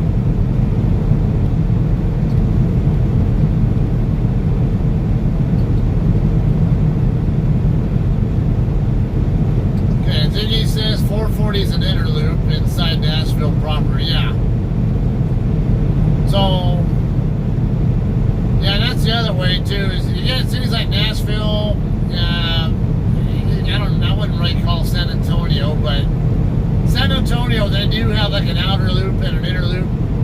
But the outer loop is a state highway, not an interstate. And then you got Interstate 410 would be like the inner loop.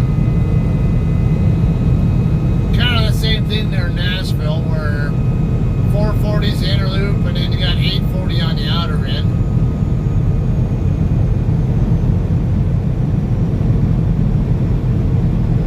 And normally, how that works is they go from west to east.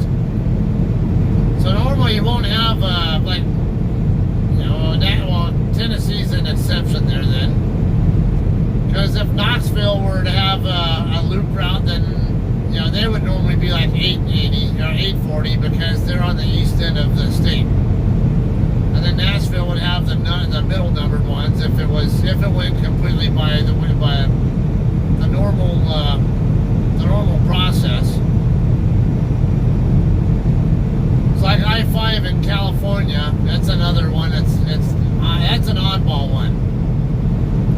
Normally, if you had like let's say 205 should normally be down in San Diego, but it's not. And then 405 would be like more in the LA area. It actually is there. Now 405 is one of the few in the LA area where it actually does connect on both the north and south ends from I-5.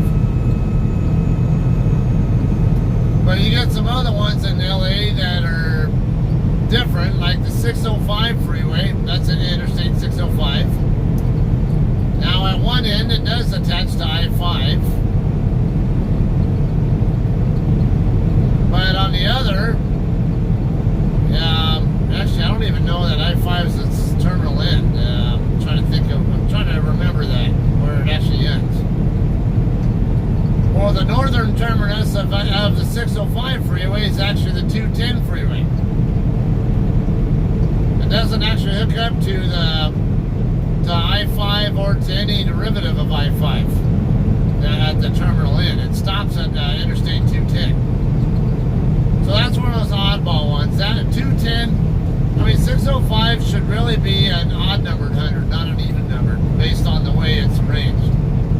Unless they have some plan in the future to extend that out past the 405, up past the Santa Cruz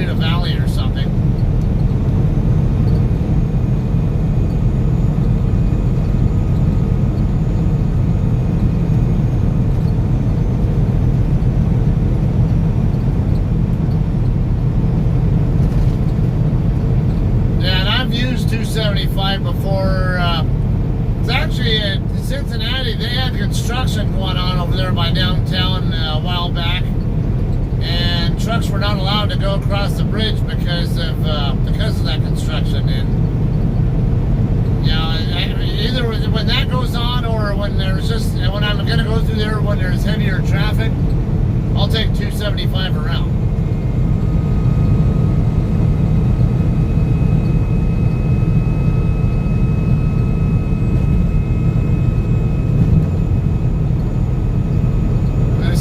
Be a little more miles, but I also don't have to deal with it's nice not having to deal with stop and go traffic at times. Sometimes the longer mile route actually is occasionally faster.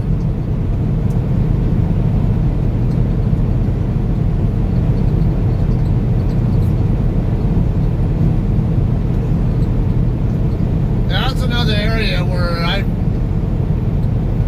I'm rarely at. I think I might have been through there one time with JCT, and that's it. I used to go there fairly commonly with Sierra England, but with JCT, no. I've only been through there one time.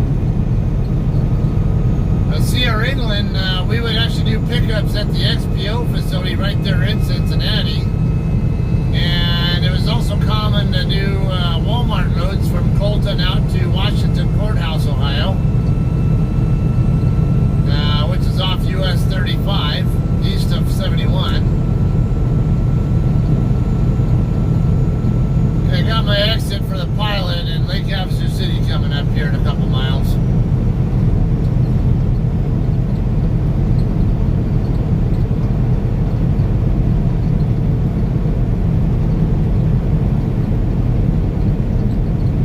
Ziggy always likes going around Atlanta on 285 at night. Wherever I go to visit family in South Carolina.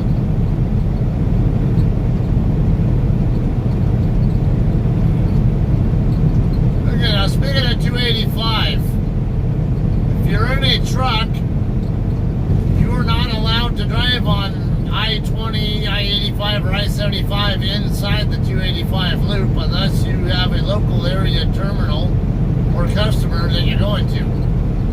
So through trucks like for me, I'm never over there just to go to a terminal or a customer. And well, the customers we do have over in the Atlanta area are outside the 285 loop. So for me, I have to take 285. I'm not allowed to go inside that loop. At least not with a truck. And the cops, they tend to know who's normally in the area for legitimate reasons and who's not. So, and yeah, and if they see certain companies or whatever there who they know normally isn't there, now they'll pull trucks over just because they see them there, and that's it. And then they'll question you on why you're going through, why you're in that area. And, if you're in that area, you better show them something that proves that you're either going to pick up a load in that area or your terminal's in that area, which they know better, or you have a BOL showing them that you're on your way to a customer inside that loop. If you don't have some kind of proof of that, it's not occupied, but all of the others are occupied.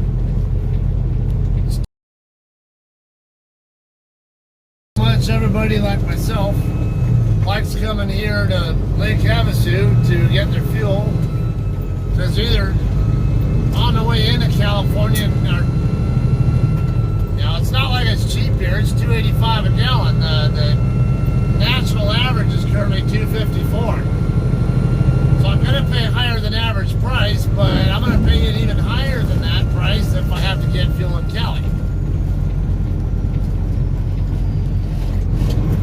I can only go so, I can only get my fuel so far away from Cali before it gets to the point where I have no choice but to get at least something while I'm in Cali.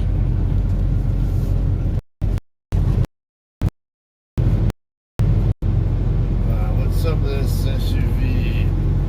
Hope he's not blocking the last lane that was open. No, yeah, it's open. There's a JCT here, 3945. He's been in here 3 years.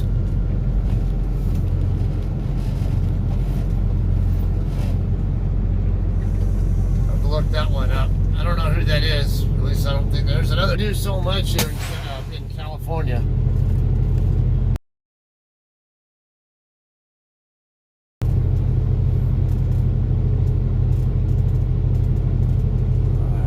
Get my fuel set up, and I just want to get my fuel.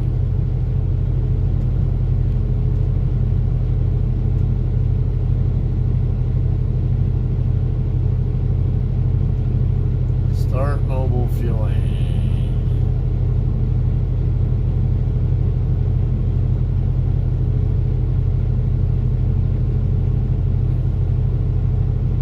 Okay, yeah, now diff, I usually get 155 to 160 miles per gallon with. But to be the last load of the pay period, I don't want to spend an extra $30 on diff and have paycheck. Because I'm going to deliver it Thursday morning. That's going to get tractor, and which tractor I wouldn't even want to be getting. I have enough to get to the receiver with what fuel I have, but I'm only getting fuel here, so I don't have to buy fuel in Cali.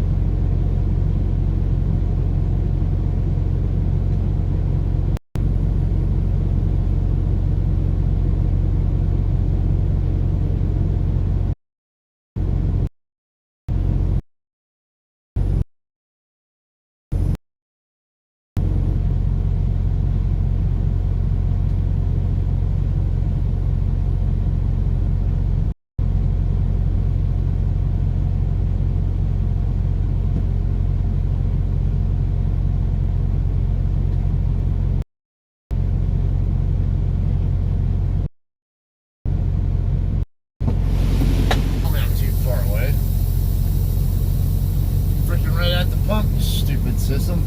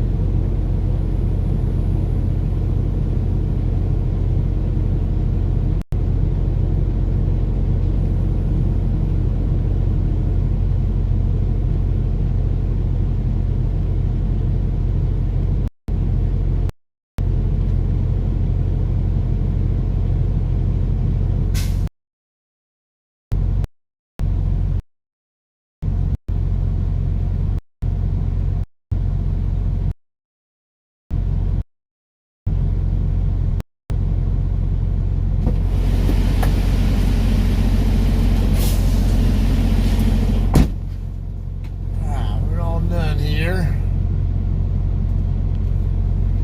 Come on. So I got someone behind me wanting to get fuel too, so I don't want to spend too much time getting out of here. What's this guy doing? He is leaving. Yeah, I want to make sure. It's a good practice. Don't try to leave at the same time. Don't pull forward at the same time a guy in the next lane over. This guy's probably following the guy in the sleeper. Anyway, the reason why I say that is because you don't want to assume that the person in the next lane over knows that you're coming that way. I mean, that you're coming. I mean, someone with that kind of truck, I'd be less concerned about, because if they have a truck like that, they're definitely an experienced driver, and they know what it's like to having to deal with a really long truck. But a lot of other drivers out here, I would never make that assumption with. I would assume that they are inexperienced idiots until proven otherwise. And people will cut the corners and take the nose of your truck off. What's this? 4321. I didn't even bother to look at the one that was over up against the freeway side.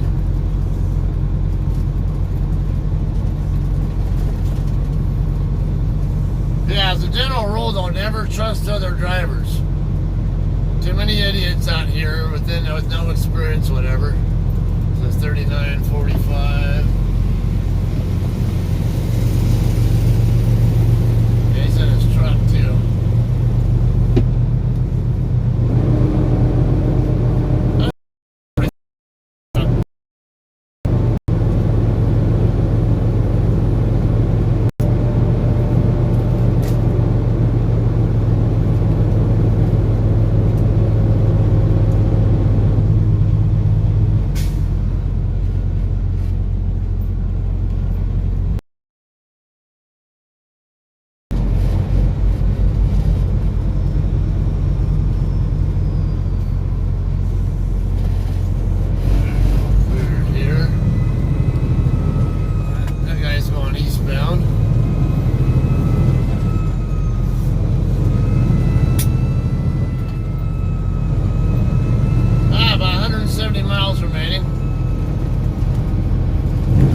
Ballpark of 3 hours to go.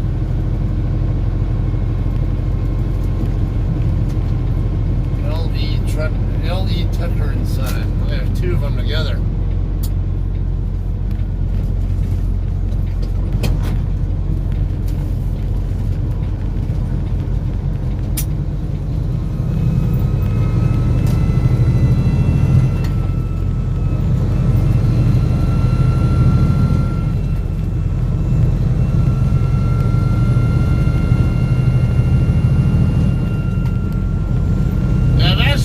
Video footage of a truck pulling forward to the courtesy lane in the fuel island.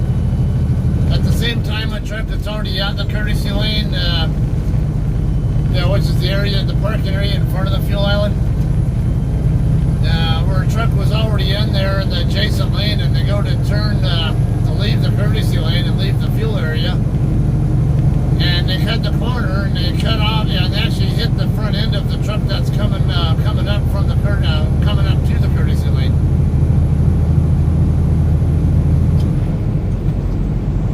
And really, both drivers involved when that happens play a role in that. It's ultimately the guy who's pulling out of the courtesy lane and leaving, and their fault. But if you manage to get your truck hit in that position while you're pulling forward, you're just as dumb as the other guy is.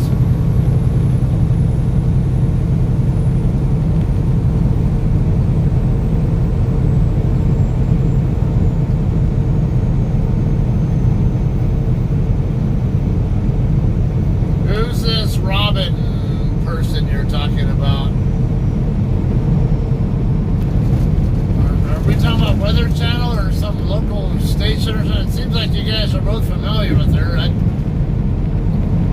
wouldn't know who you're talking about.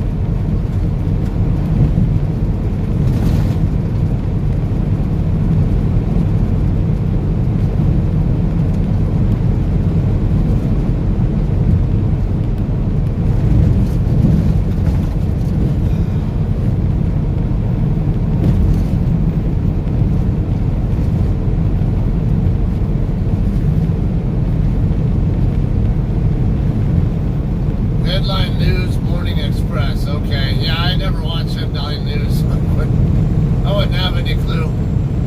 I would just as soon Google her later on or something before. I don't have a problem with watching Headline News. I just don't have the time for that.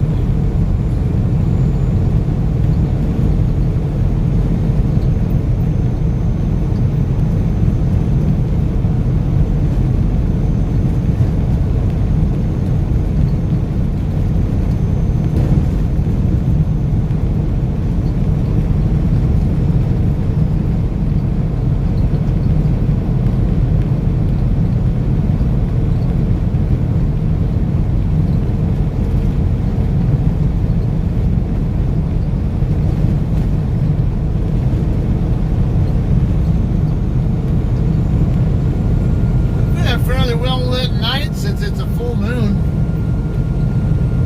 See a full moon mostly directly overhead, just a little bit here, a little bit toward the west side of me, but it's for the most part right over the top of my head and slightly to the south.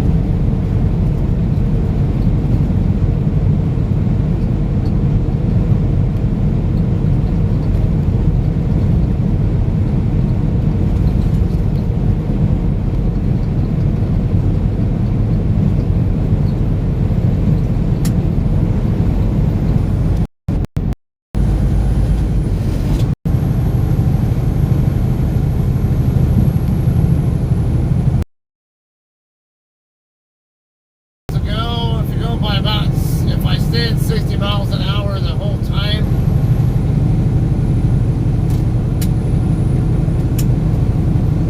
wasn't sure if they were not. I don't usually expect four-wheelers to allow me to do that. So, but they were, yeah, they flashed the brights on me a couple times, like they knew I was going to want to come over. That's cool. Always good when you get four-wheeler drivers who are like that. They checked up a couple of quick little flashes of their high beams to let me know I could come on over. I love it when I see people in four-wheelers actually pay attention to what's going on and show courtesies, extend courtesies to us like that. He didn't have to do that, but it's great when he's promoting safety like that. We need a lot more people like that. The fact that the guy did that tells me there's a pretty good chance he's a CDL driver himself. Because I don't normally expect the average, ordinary four-wheeler driver to do that.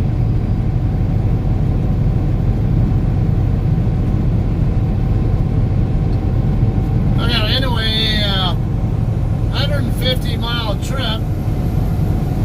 You're gonna make about a 5 or 6 minute difference in the amount of time it takes me to get there. But you always get some guy who's letter of the law type and might be more apt to just find any kind of stupid bullshit to pull a truck over for. You never know. I mean, I think they know most of us are generally safe, but a couple miles an hour difference actually makes for better fuel economy for me, and it's only about a 5-minute difference from here to Barstow. Not really a big deal.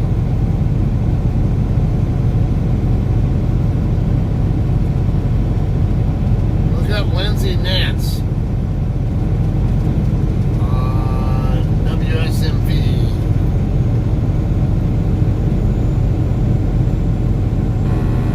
Traffic girl, okay.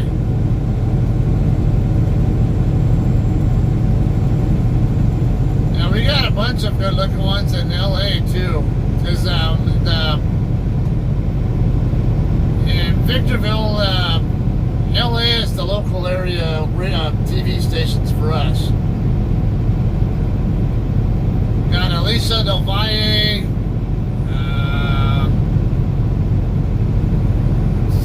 Vera Jimenez, I remember her, but now some people like her, don't, and others don't. And I know some people don't like her bushy eyebrows, but she's a cutie.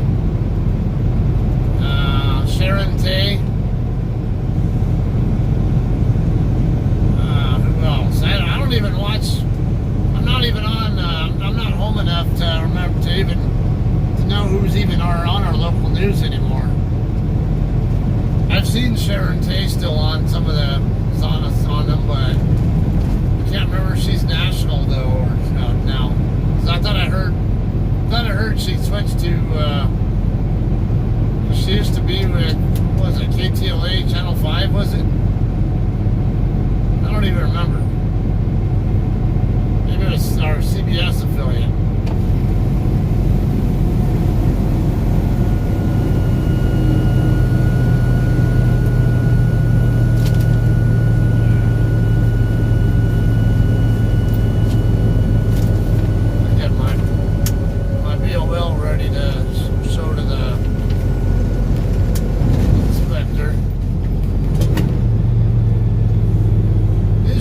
Wave us through because they know we're never hauling produce through here, but you never know. Sometimes you get an inexperienced person who's totally by the book and actually want to look at stuff. Usually I get people here who actually have experience dealing with us, and they know every time they see a JCT truck that we're never carrying produce coming in, so most of them have common sense. Yeah, it's an agricultural checkpoint.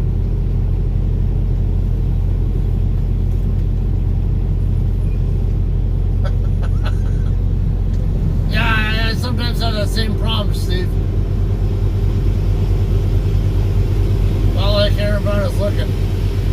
kidding. Thanks, everybody. Yeah, I've seen that. I've seen that lady here before. Ah, come on. I hate it when sometimes when I go to shift gears and the shifter doesn't want to come out of the gear I'm trying to get out of first, and then it screws up my whole shift process because I'm kind of expecting it to come out of gear right when it does. It's just a simple little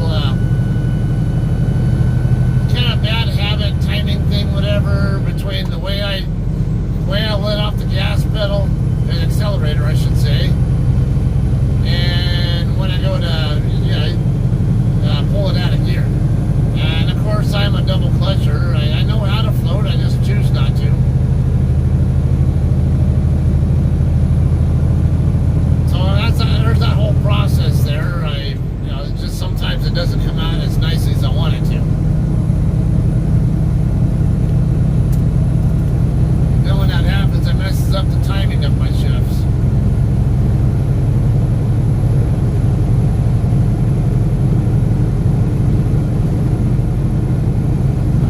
Getting into Needles, California here in a few minutes.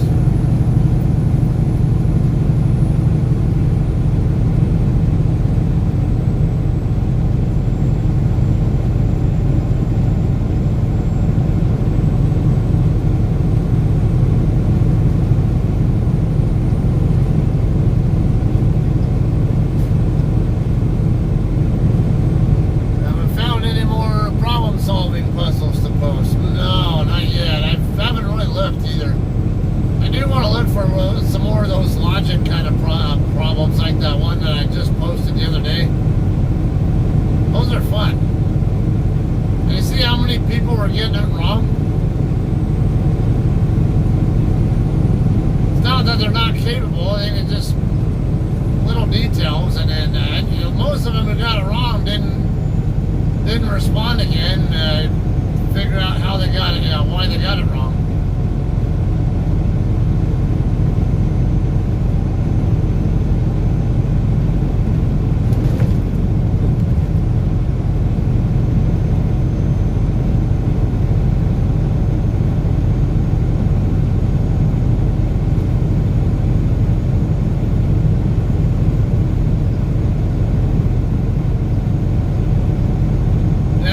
Been one of my pastimes is actually doing logic problems. Like when I remember doing like the penny press or whatever the hell that is, the Dell or penny press, whatever the hell they are, assorted.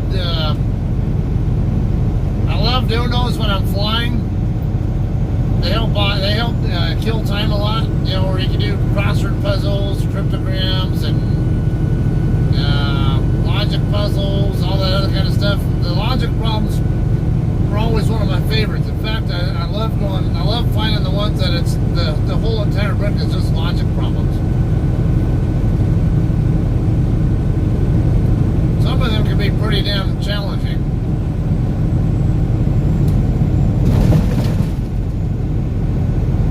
Times I notice if I have trouble with them, it's usually just a certain little missed detail, like maybe something not extra or dotted that it's supposed to be, that I should have noticed, is the whole reason why I have trouble solving them sometimes. And then I figure out, oh, I missed this little detail, and then that makes all the difference in the world.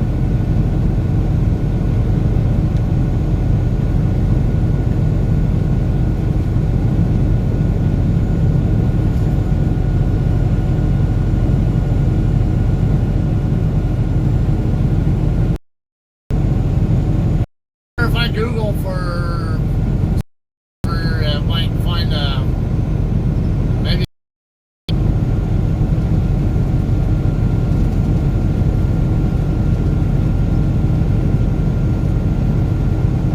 And then there's like the one that I had just done, that I posted on my Facebook. That's one of those where it's one clue by itself isn't always enough. Sometimes you got to put two clues together. And and figure out how, like, hey, the same number in two different clues, they conflict with each other or contradict each other. How a lot of people got that the answers wrong on that one.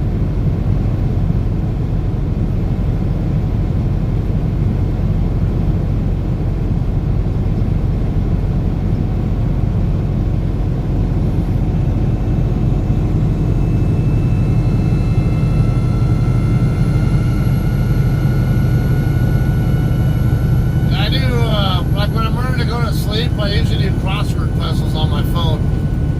I have which one is it? Shorty's crossword puzzles or whatever it's called. I have that app, and I usually do crossword puzzles when I'm trying to get myself to go to sleep. I enjoy doing those, and they actually do help me get tired. And I have another app for those penny saver, penny press, whatever the hell they're called, logic problems. I don't play that one enough, actually. I hardly ever play it, and it's funny because I love doing those. And then I also like doing Sudoku. I'm pretty fast at Sudoku, but it's been a while since I've regularly played that. I guess out of sight, out of mind for me lately.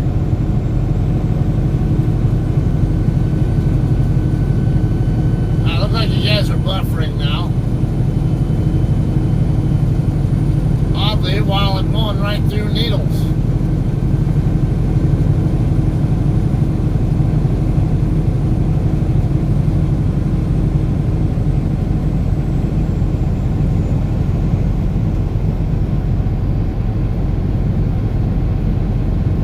Ziggy does at least 20 crosswords a day.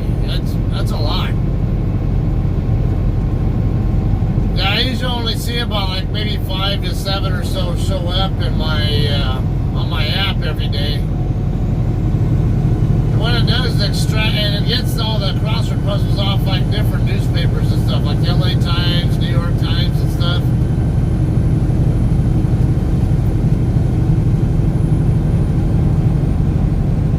And I notice like Mondays are the easier puzzles, and then it tends to get progressively harder through the week, and then Saturdays, there's always one that's that they call Saturday Stumper. That's always more difficult.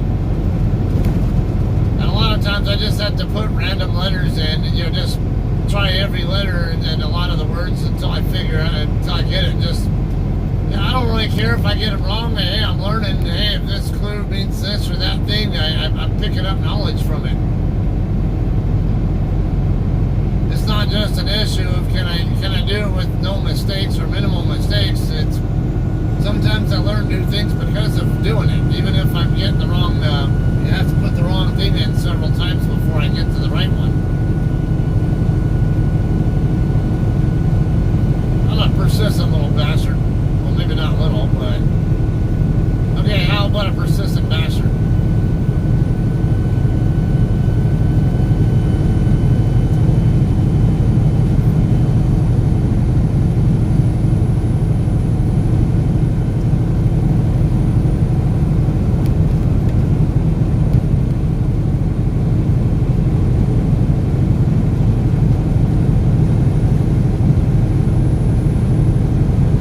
Bunch of them I like doing. Kakuro is another fun one. It's basically like a crossword puzzle, but it's all with numbers. And the clues are basically at the top or side of the row or column, and it basically tells what the numbers add up to. Those are always fun to do too. Then I kind of made a process on that where, if I know how many squares are and what the number adds up to, then it's, I actually at one point made a list of, okay, these are the possible combinations that you can have with that number of boxes adding up to that amount. It's like a three box one that adds up to 24, is always going to be 7, 8, 9. And that's the only combination possible. Or a 3 box that adds up to 23, you know it can only be 6 at night.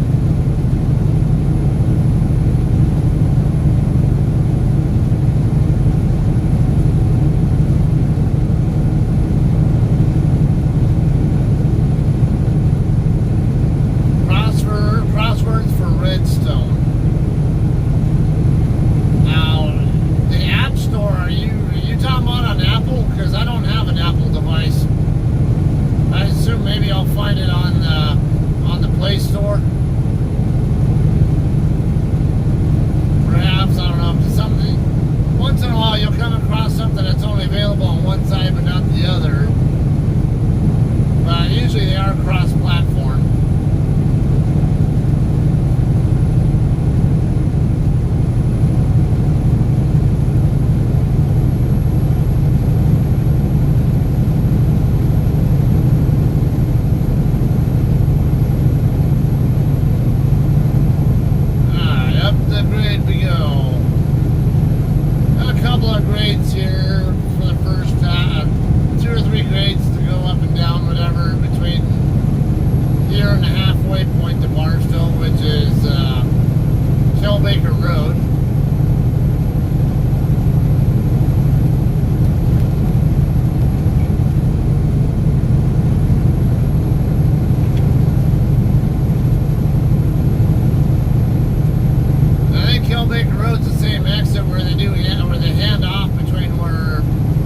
Barstow CHP covers the west end of, everything west of Kilbaker Road on I-40, and then Needles CHP handles everything east of it.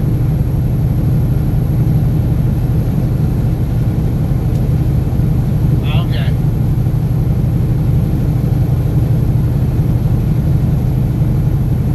Yeah, I'll take a look at it.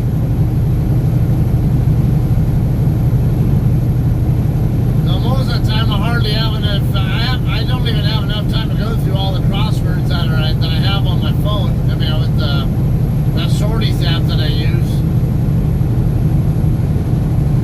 So I might go through all of them on some days, and then there'll be other days where I'll download them but never actually get through them. And then I have a persistent list of crosswords that I can always do at any time if I have nothing else going on.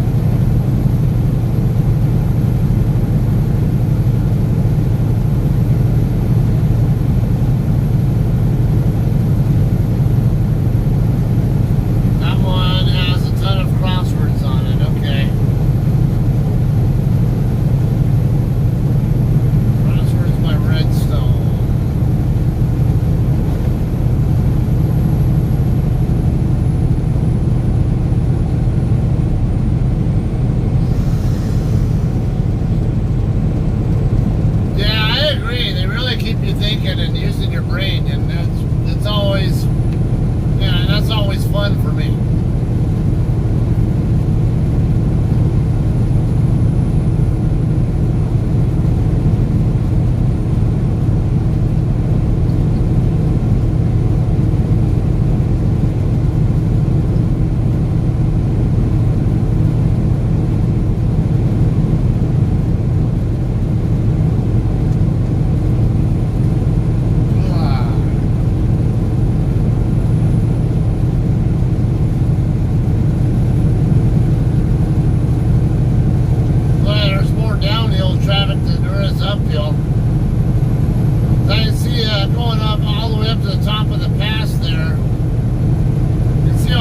bikes or cars coming down the hill, mostly probably all trucks.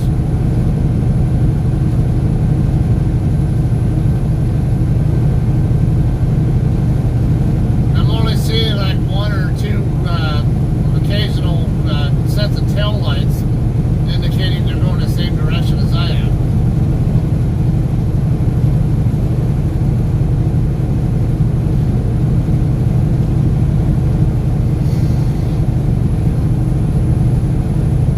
Sudoku I'm pretty good at. I'm not like record speed on it, but I'm definitely I catch a lot of things quickly because one of the things I do with that is I look more for patterns than I do for, because a lot of people have trouble with that. I always teach my wife some of that stuff too, or I get her into it. I don't catch her missing things that I catch very quickly because she's looking at certain details that, you know, she's not looking for the same details that I'm looking for.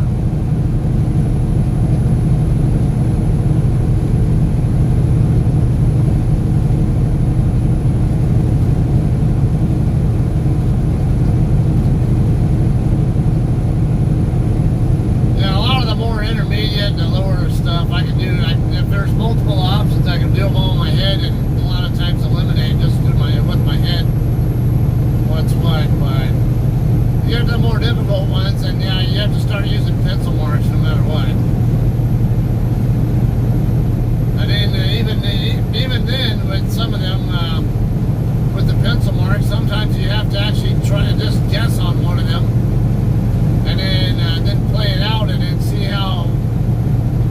what's. Yeah, if it works out, then great. If it doesn't work out, you have to back your way back out of it, and then try a different approach. So what I'll do is, like, if everything that's left has more than at least two options, two possibilities. Say some of them have two, some of them will have three, some might have like 5 or 6 numbers that can still fit in it, whatever. I'll go for one that only has 2 numbers left first. I'll just go ahead and try one and then play it out if I can, and if I come to a definite conclusion that it either works or doesn't work, then I can play on from that. Whether it's back out of it if it's the wrong one, and then go back and then put the correct one in and go through it, or if I can't come to any kind of complete conclusion, then I'll just back out of it and then go to another cell and do the same process over again until I find something that'll actually get me to a conclusion.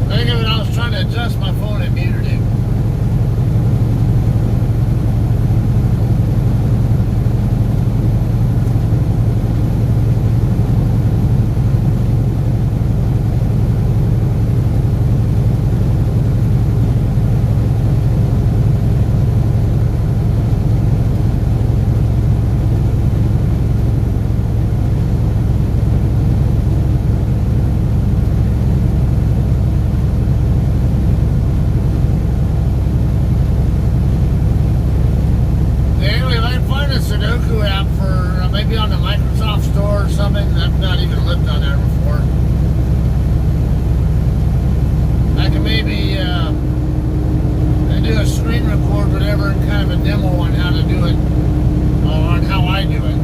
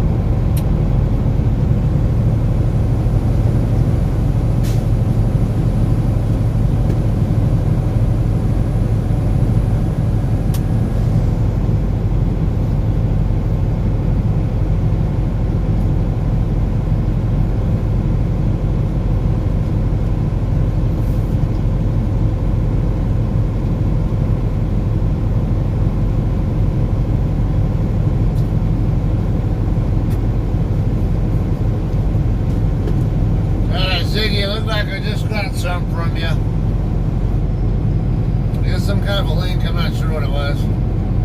Check it out when I'm parked. But whatever it is you sent, I did get it.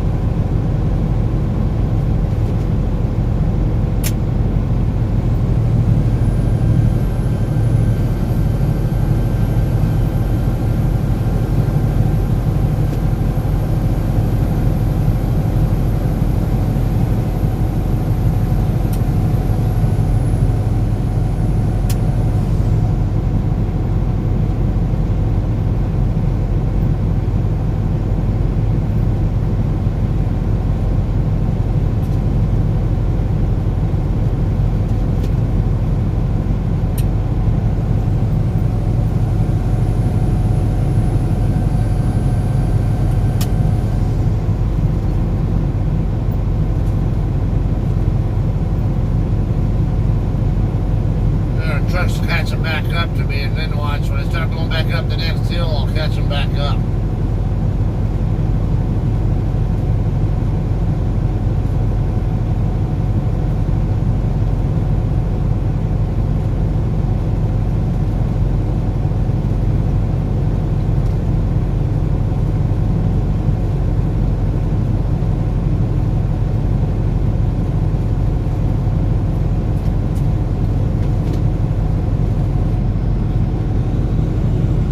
Yeah, if I didn't let you share it, it's probably because their post is a friends only post.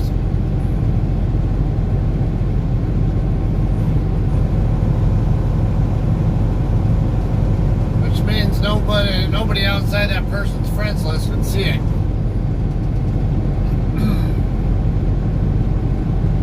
I notice a lot of people on Facebook have that difficulty. They try to share stuff and they don't understand how Facebook's privacy setting works.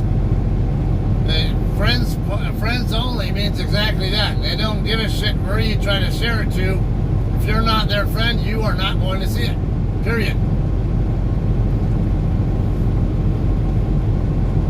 Not without taking a screenshot of it and reposting it as your own, basically.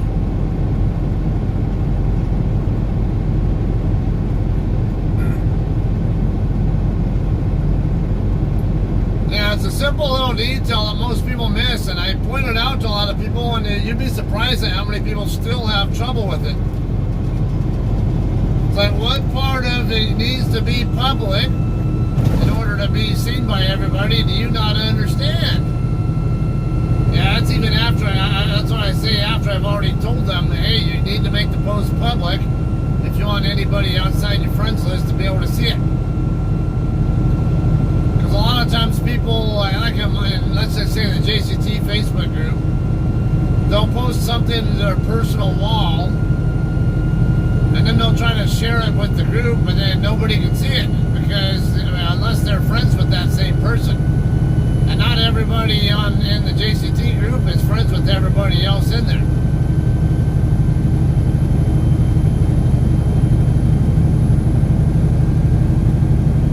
Yeah, a friend of mine who also drives for a living, not for JCT though, he drives for a smaller company, and where are they based out of? Ontario, I think. He pretty much exclusively hauls between southern and northern Cal and over to Vegas or Phoenix or whatever, or Tucson. Doesn't really go any further out. He and I are also airplane nuts. He used to be an air traffic controller, and then of course I used to be an aircraft mechanic. So we're in a lot of mutual aircraft related groups. Yeah, he likes to post stuff in there, like share stuff, and then fairly regularly, I'll see that he posts something, and hey, it says it's content unavailable, dude. You're trying to post something that is not everybody can see. It's either something that's posted to a group that is a private group that unless you're in the group, you can't see it. Doesn't matter if you share the link to it. Unless you're in the group, you're just not going to see it. Yeah, this guy's a little slow through here.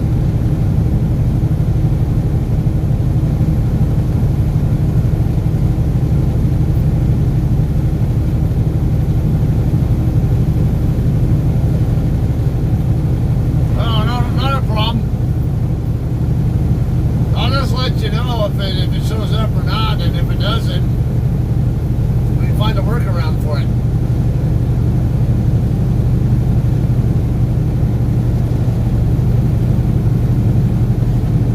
As long as you don't send me political crap, because I can't stand talking politics. I don't want to see anybody's crap about politics.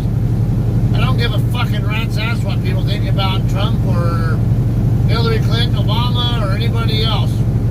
That's your problem, not mine. I don't do all the political peanut gallery bullshit. I have zero interest in it. Those are the ones where you'll piss me off if you have a habit of constantly sending me that kind of stuff. But thankfully, nobody ever really sends. Well, there are a couple people who sometimes send that kind of stuff, and I do get a little annoyed. But it's not always that kind of content.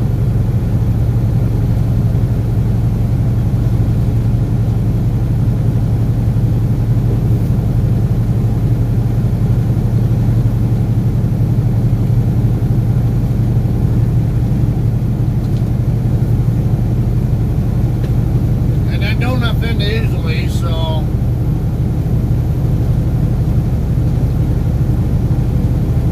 I mean, sometimes people post stuff that's it's just like there's a group that I'm in that another trucker I know actually created like a chat group, and a lot of times it's like sexual related stuff, and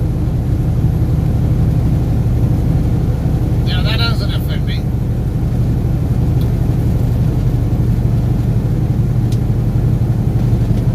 A decent amount of that, it's just some of it's like how gross it can be or whatever, or just it's things like midget porn or whatever.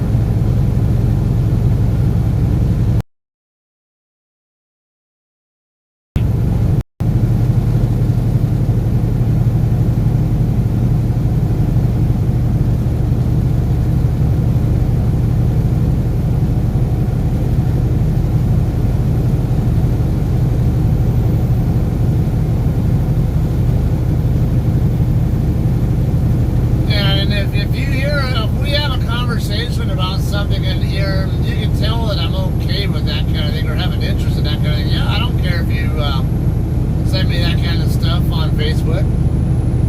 That's what it's for.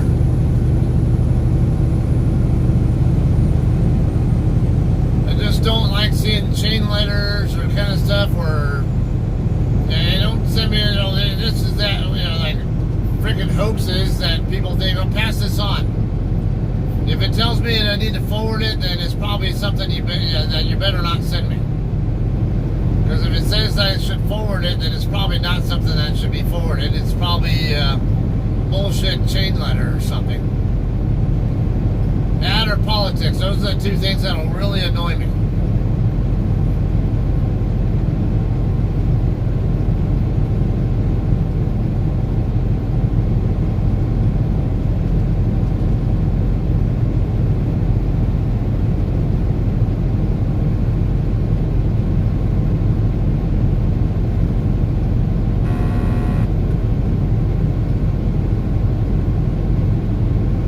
To be a little bit of comical. Yeah, everybody needs amusement. Yeah, some people don't have a good sense of humor. They find some things too they offend too easily. And for me, it's not that way. It's more of a, does it interest me or does it not interest me? It may not be my type of humor or whatever, but I try to look through it and again, like, okay, get into the psychology of why is this humorous to some people and not to others or something. It may not interest me, but the analytical side of me still like, hey, I like to understand the human mentality, however it is.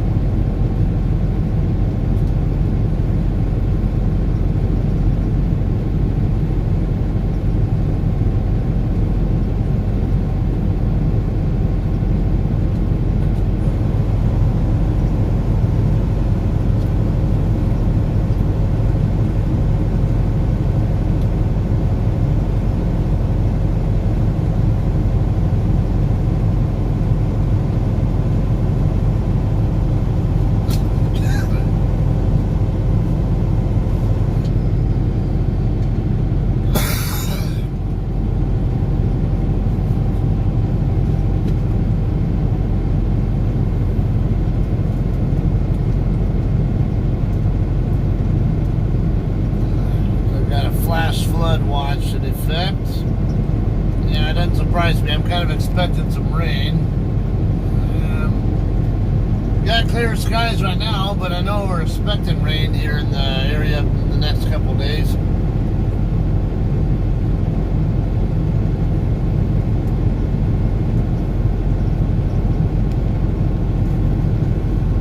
White cop purposely coughs on residents at a project. Wow.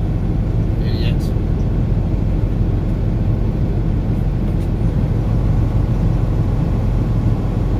Yeah, he'll probably lose his job over that. Why do people do that shit? You know when you're in uniform and everybody's looking at you, doesn't matter if you're a cop or in the military or a fighter or whatever. People got their eyes on you when you're in uniform like that. They have a higher expectation of you than everybody else. And there's so many people get into that and they don't understand that. Racism will not be tolerated in any of those areas.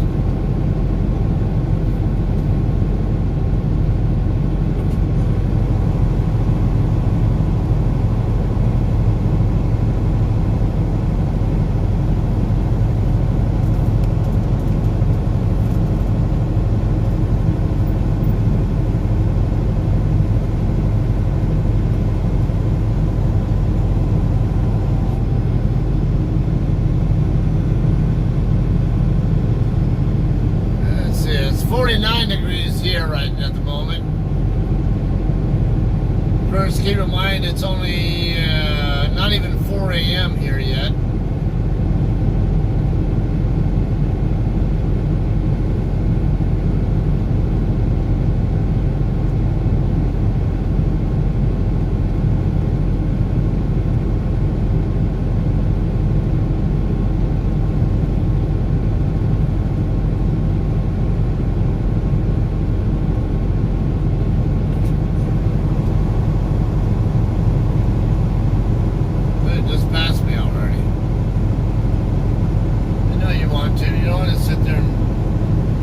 Tailgate me.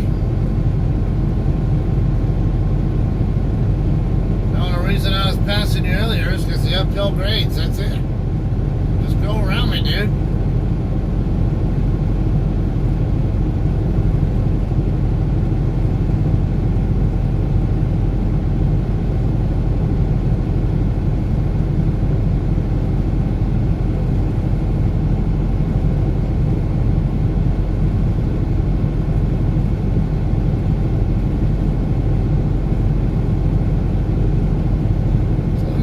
Guy's gonna hang out behind me until he gets to the bottom of the hill, and then he'll finally decide to pass.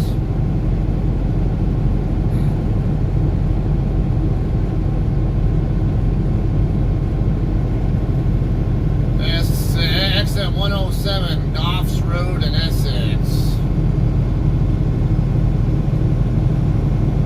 I hate stopping at this place here. They charge for parking, even though it's a shithole and a dirt lot. I can kind of see charging for parking when you have too many trucks parking there. But when nobody wants to park there because you charge for parking and nobody wants to come to your business because of it, it's kind of counterintuitive.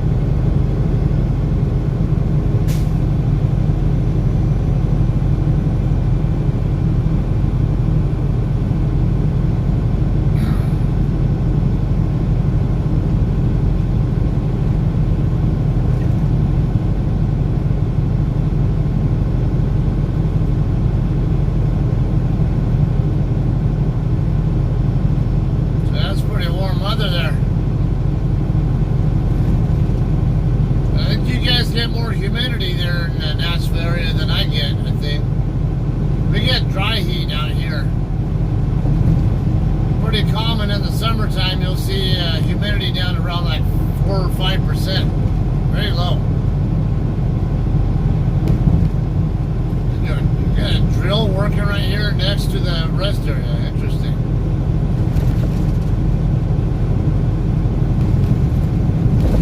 First spot, Dollywall, Sunrise, Prime, CRST. Yeah, I can't see half of those other trucks. The guy's still hanging out behind me.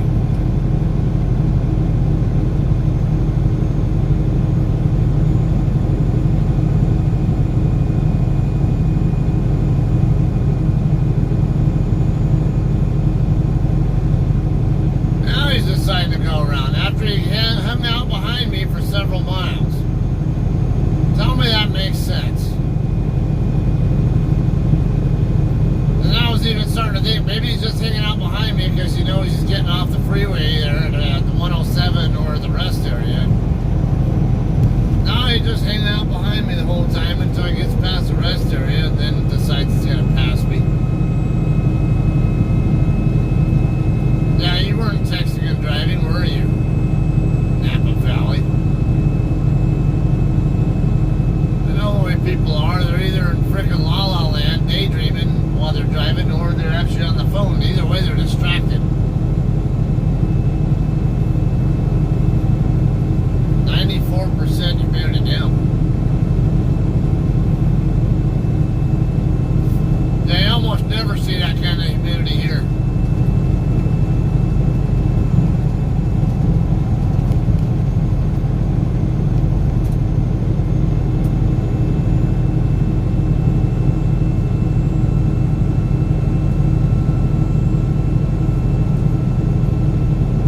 It has to be raining for it to be that humid out here.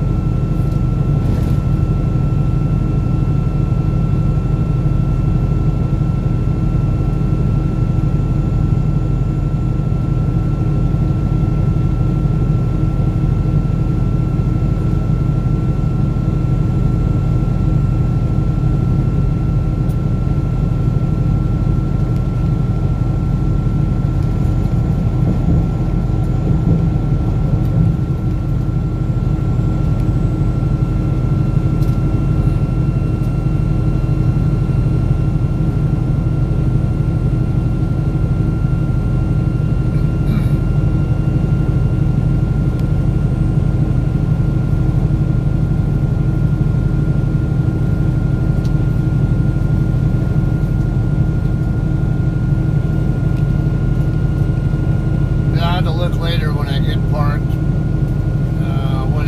what the humidity's like out here right now.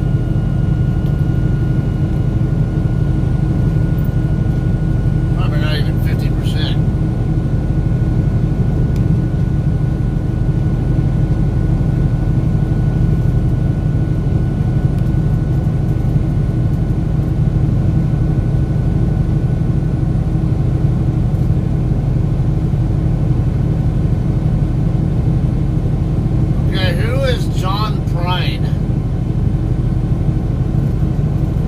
Some singer-songwriter or something.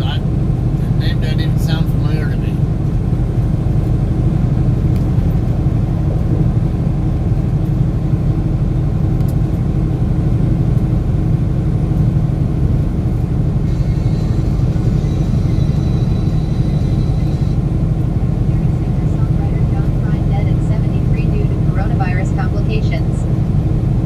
John Prine, widely celebrated as one of the most influential songwriters of all time, has died due to complications from the coronavirus roughly 2 months after he received a Lifetime Achievement honor at the 62nd Annual Grammy Awards. He was 73 years old.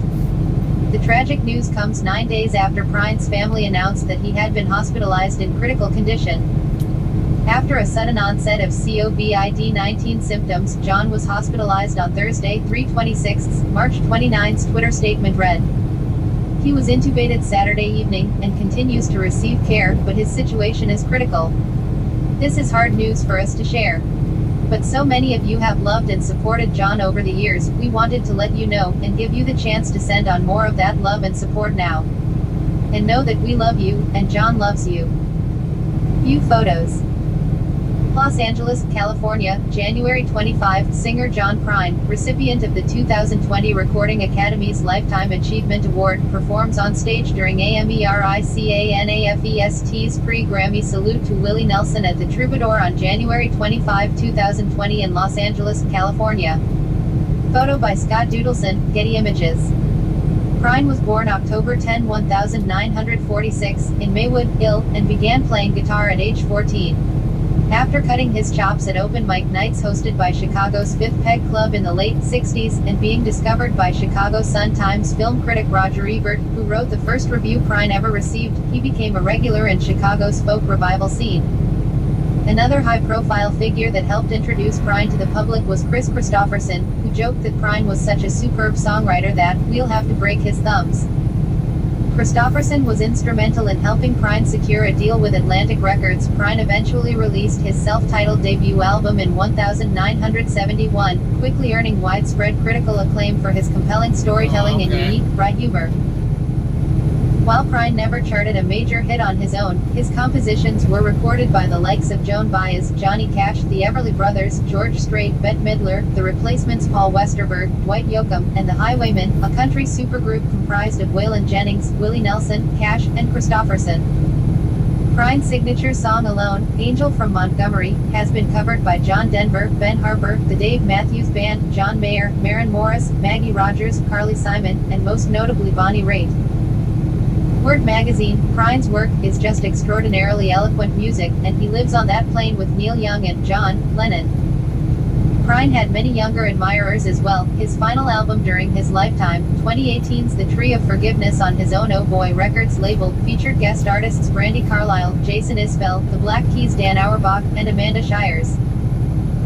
Among the many illustrious honors Prine received during his 5-decade recording career, besides this year's Lifetime Achievement Grammy, were 3 Grammys, 6 Americana Music Awards, including 3 wins for Artist of the Year, and a 2019 induction into the Songwriters Hall of Fame. In 2019, he was on the shortlist of Rock and Roll Hall of Fame nominees. Prine overcame cancer twice in his life, first in 1998 when he was diagnosed with squamous cell cancer on the right side of his neck. His subsequent surgery permanently altered his vocal tone, and he required a year of recuperation and speech therapy before he could perform live again. In 2013, he underwent an operation to remove cancer in his left lung, but he returned to touring just 6 months later. Prine is survived by his third wife, Fiona Whalen, and their 3 children. Following the news of Prine's passing, stars from all walks of life took to social media to express their grief. Over here on E Street, we are crushed by the loss of John Prine. John and I were New Dylans together in the early 70s, and he was never anything but the loveliest guy in the world. A true national treasure and a songwriter for the ages. We send our love and prayers to his family. Bruce Springsteen, at Springsteen, April 8, 2020. And then I'm gonna drink a cocktail, vodka and ginger ale, yeah, I'm gonna smoke a cigarette that's 9 miles long, I'm gonna kiss a pretty girl on the Tilt-A-Whirl cause this old man is going to town. When I get to heaven, Tilda John Prine Broken Heart Cigarette pic.twitter.com/4latarpaus4j. Brandi Clark, at the Brandi Clark, April 8, 2020. My heart hurts learning that John Prine has passed away. He is singing with the angels. You will be missed, but your songs will live on. Fred Hart. Sheryl Crow, at Sheryl Crow, April 8, 2020. The great John Prine has passed away from the virus. He showed me how to let it rip when it comes to songwriting. There's a huge hole in the music world tonight. John did it best. Rip T. Toby Keith, at Toby Keith, April 8, 2020. The great folk singer and songwriter, John Prine, passed away today due to the coronavirus. So many great songs. Here's one about the loneliness of growing old and a plea for us not to ignore our elderly. Hello in there. Please watch. Michael Moore, at Flint, April 8, 2020. Coronavirus has taken one of the great ones, John Prine, dead at 73. So many memorable songs. Stephen King, at Stephen King, April 8, 2020. I hope everyone can stop and listen to their favorite John Prine song right now. What an enormous loss. Sending love out their pensive face. Olivia Wilde, at Olivia Wilde, April 8, 2020. John Prine. He done gone over to the other side with Bill Withers, two of the great ones. How fortunate we all are to have witnessed the humanity of these great men. We're gonna miss these two. Slightly frowning face KMO at johnprinemusicpic.twitter.com/KO what5B3. Kev Mo at Kevma Music, April 8, 2020. Can confirm HST loved him some John Prine. Bill Murray explains how he pulled himself out of a deep, lasting funk. He took Hunter S. Thompson's advice and listened to the music of John Prine, Open Culture. John Cusick at John Cusick, April 8, 2020. As if we didn't have enough devastating news. The great John Prine has died and I am heartbroken. I always saw him as a sort of Mark Twain figure. A humorist but mainly a humanist. He could make you laugh one moment and rip your heart open in the next. He always very nice to me. rspic.twitter.com/kukerkurge. Ron Sexsmith at Ron Sexsmith, April 8, 2020. Better at it than pretty much any of us. Decades of service to song. This is a loss with no upside. Goodbye John Prine, your voice will live on as long as there's people who need help, which is to say forever. The Mountain Goats at mountain_goats, April 8, 2020. Rip John Prine. Thanks for being so much more than we could ever deserve. Dawes at DeWest the Band, April 8, 2020. Read more from Yahoo Entertainment.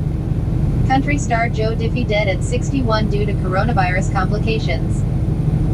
Crossover country superstar Kenny Rogers dies at age 81. McCoy Tyner, jazz piano legend, dies at 81. Genesis Breyer P. Orridge dead at 70. Follow Lindsay on Facebook, Twitter, Instagram, Amazon and Spotify. Okay, I'm not personally familiar with him, but it does sound like there might be a few, perhaps some songs that he's written for other groups or performers outside of, particularly outside of the country genre that I might be familiar with. I'd have to look it up though. I don't know. 'Cause I don't listen to country music, so I wouldn't have any idea about the songs that he's done on, at least on that side, how impactful they are or whatever.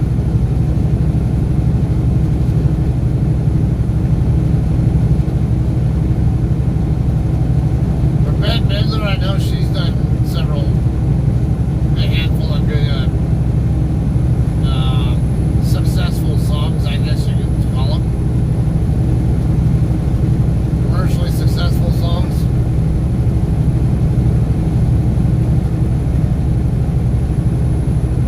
The Replacements, they sound familiar. I know. 500 Miles song, is it?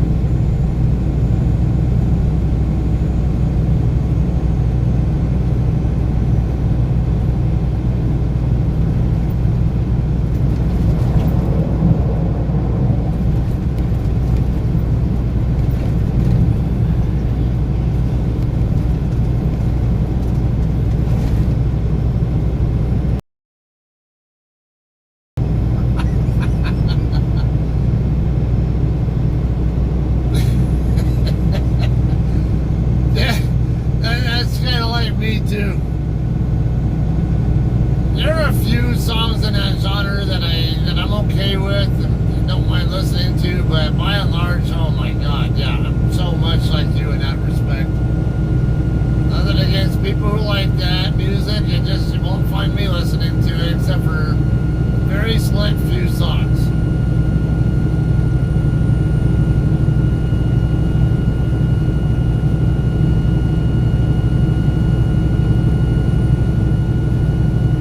We got some clouds up in the distance. Oh God. Hills is crossing over me. Is this a streak of clouds or are these contrails? I can't tell. I think it's just a little streak of clouds here. And then further to the west, going more toward Barstow, looks like might have some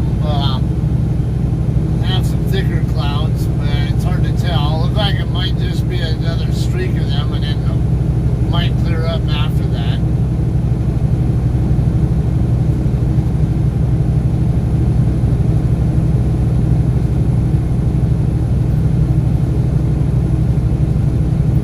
All right, 60 plus miles in to Cali and 90 to go to Barstow.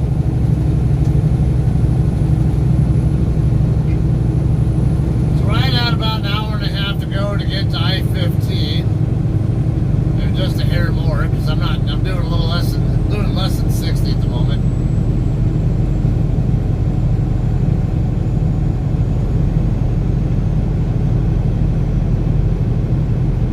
Charles, I do like some rap, not so much the newer stuff. There is certain rap music, modern rap that I'm okay with, but more so, I'd rather listen to like the 80s and 90s and early 2000s rap, if at all. Ziggy, hardcore rock and roller.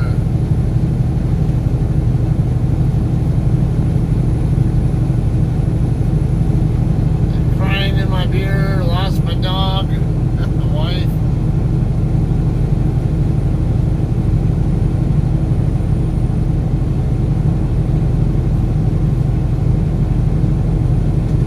Yeah, see, a lot of the country music, I can't relate because a lot of it stuff talks about like too much rural stuff and like horses and cows and frickin' shit kickers and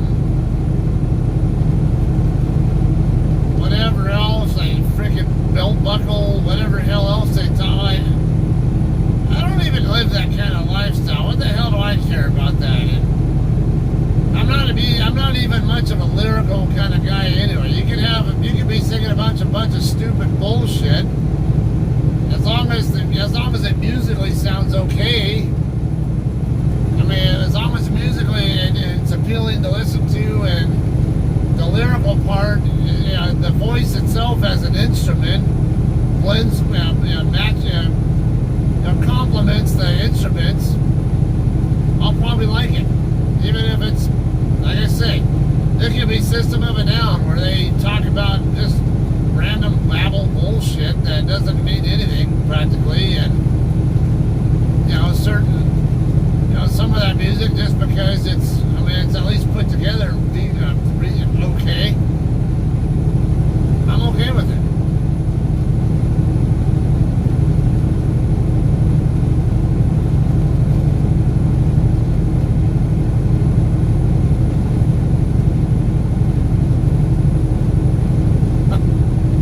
Belt buckle, you call them hubcaps? Yeah, I guess that suffices too.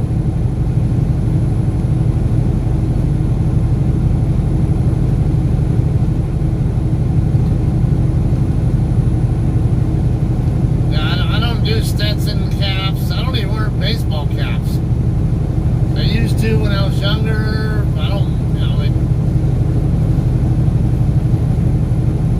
I would be wearing a hat right now if it wasn't for the fact that I'm retired military and can actually go on the damn military base to get my hair cut right at the moment. 'Cause I was going crazy not being able to get my hair cut where I normally could very easily, and had to make a special trip to the Marine Corps base in Barstow last time I was home. Well, man, we ended up going to the commissary on base to get food supplies too, but I had to go on base just to get my damn hair cut.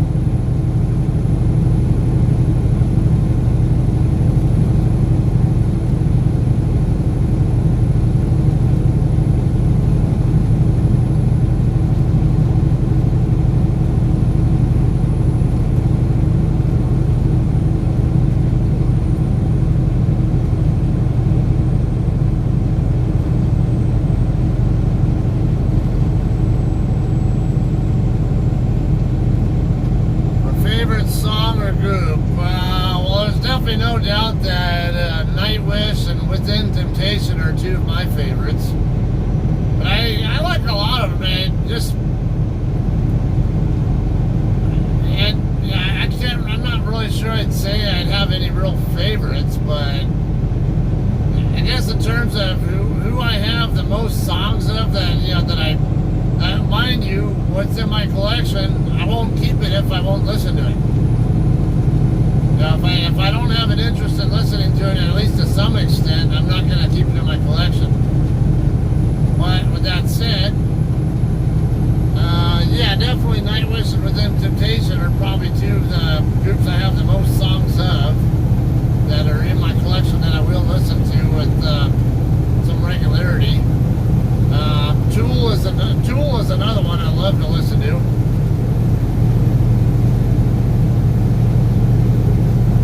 I have a lot of Armin van Buuren.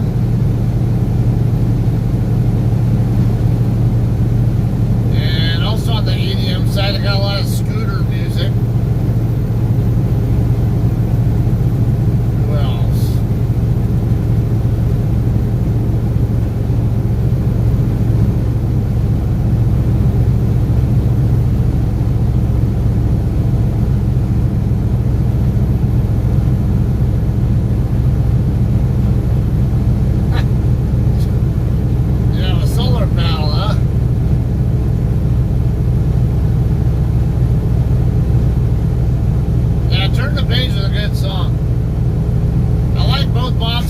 Version and Metallica's. Although I have to admit, I think I like Metallica's version better, and that says a lot because I do like Bob Seger's version of it.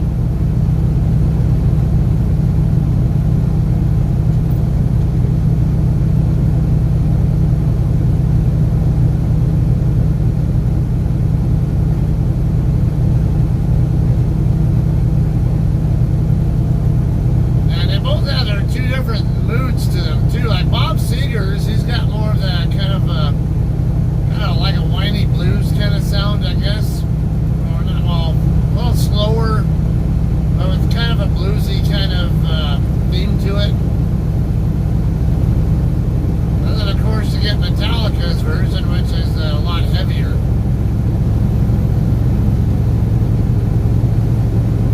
Yeah, it's interesting. That's something else we can talk about is cover songs. Like, there's some where there's cover music where,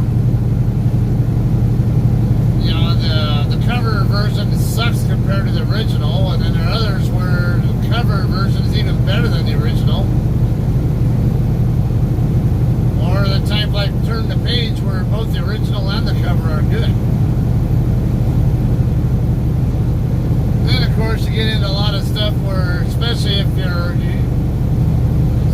you're from a younger generation, you might hear something and have no idea that it's a cover song of something that was put out years ago. I even find that some of the music I grew up with or whatever listened to was a cover of something older that I never knew that it was a cover of.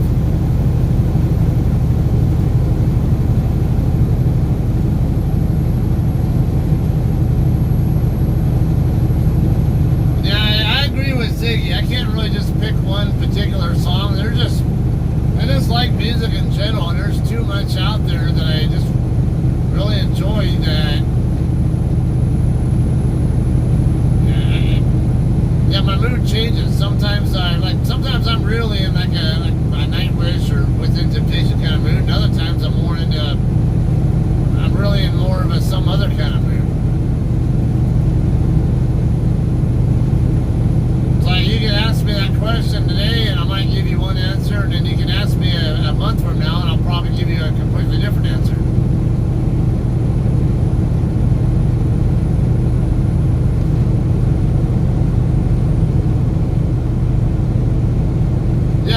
Both the Rolling Stones and AC/DC. Now, the Stones are, of course, a little bit more before my time, mostly, for the most part. They do have some songs, where maybe I was at work and they would have classic rock playing. You know, maybe someone else was listening to the radio and I'd hear classic rock and I'd hear some of theirs, but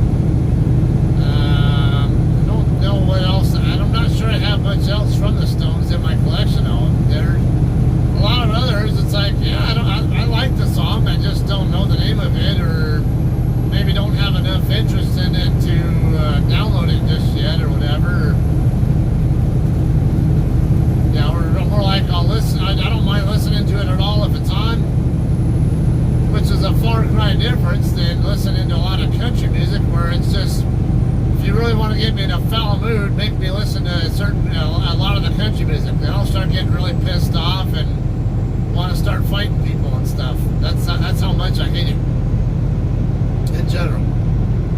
Rolling Stones, though, they have a number of songs that I like a fair amount, or I don't mind listening to at all.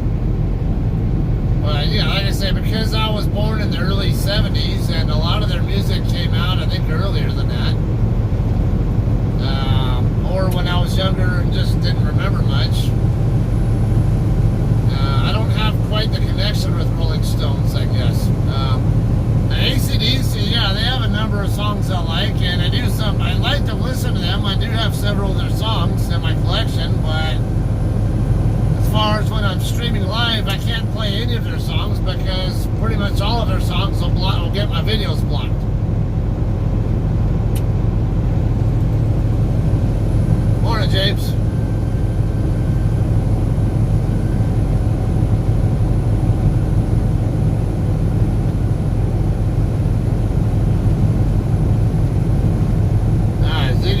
Also like the old doo-wop songs from the 50s and 60s. Yeah, there's some of that. There are some of that older stuff that you would, damn, you listen to this? You'd be surprised at what I actually like. Well, you guys know, those of you guys who watch me regularly know that just how very diverse my musical interests are. I've seen a couple of you guys comment, in fact, about how, damn, you're jumping from this to that to something totally different, and it's like, man, your music tastes all over the place. So it does show on here occasionally.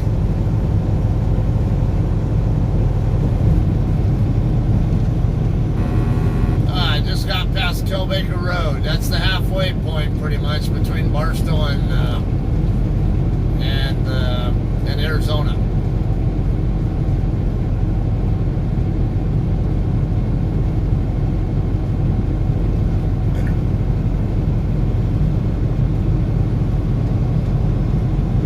Ziggy saying, as far as his favorite singer, Sam Cooke. Parents played him all the time. Sam Cooke sounds vaguely familiar. I don't know. It doesn't jump out as somebody I know, but I don't know. Maybe I'm familiar with them and don't realize it.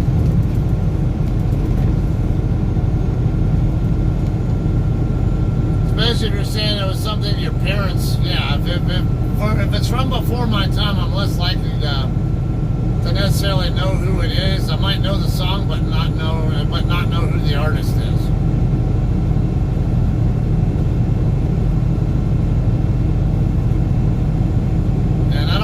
Sam Cooke being one that my parents listened to at all.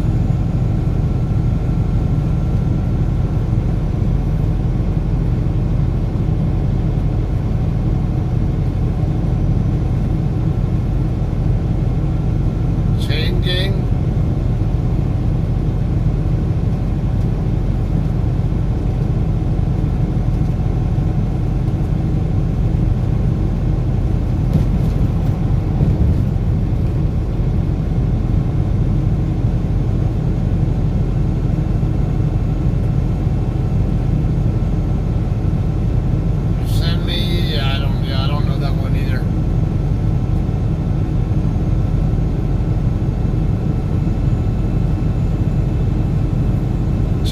Sounds familiar, but that's probably also because I know the Pretenders song, Back on the Chain Gang.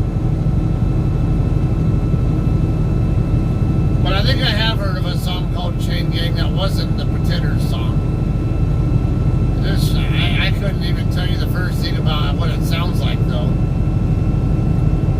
I think I've seen the name of it before or something, but I'm not sure I've ever even heard it.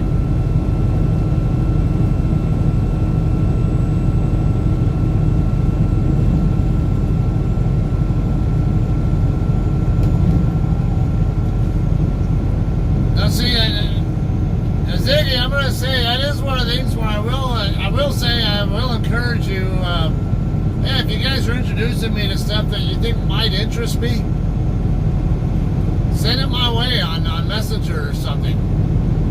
Text or Messenger or whatever. Send it my way. I'll check it out.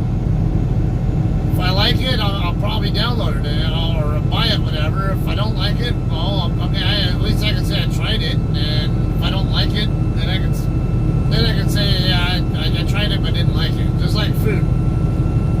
Get the kids to try food a lot. Where hey, I always tell them, at least give it a try once. If you don't like it, then we're not going to force you to eat it. But you never know. Like, hey, give it a try. You might like it. I'm okay with that. And I'm always for expanding my music collection.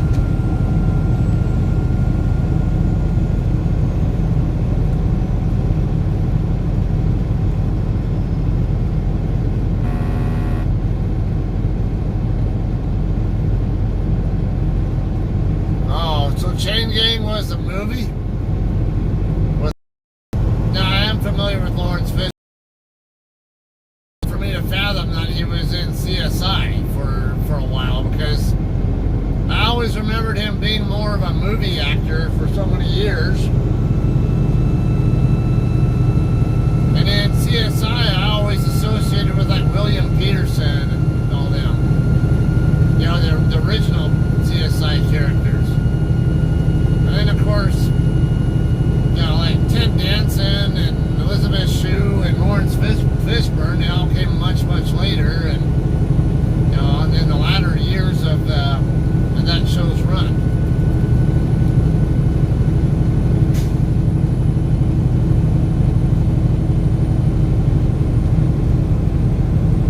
Charlie Sheen may have been in it too. Okay, song was in the movie. All right.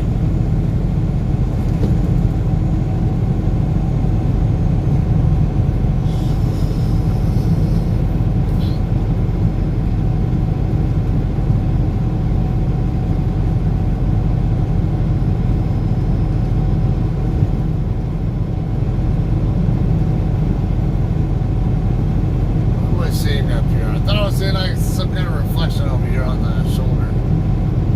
Maybe not. It looked like it was something other than these delineators. That might have been something else.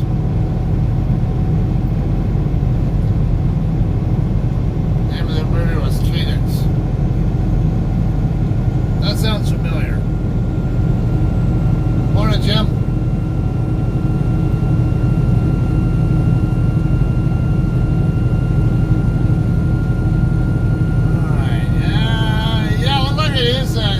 System there that I'm getting ready to drive into, and I am expecting a storm to come in.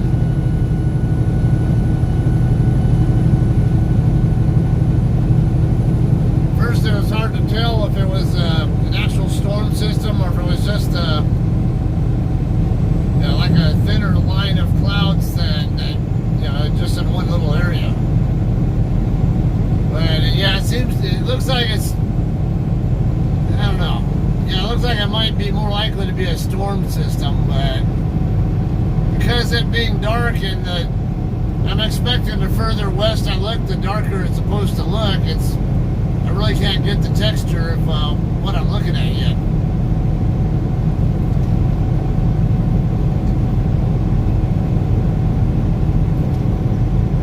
Damn it, Killjoy. Thought I'd have an opportunity to have my high beams on for a bit. Always going to be someone coming the other way when I get an opportunity.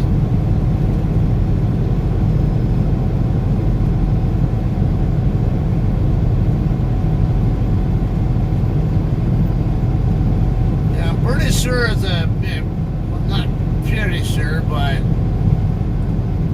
I think it is a storm system I'm looking at, but I really can't tell.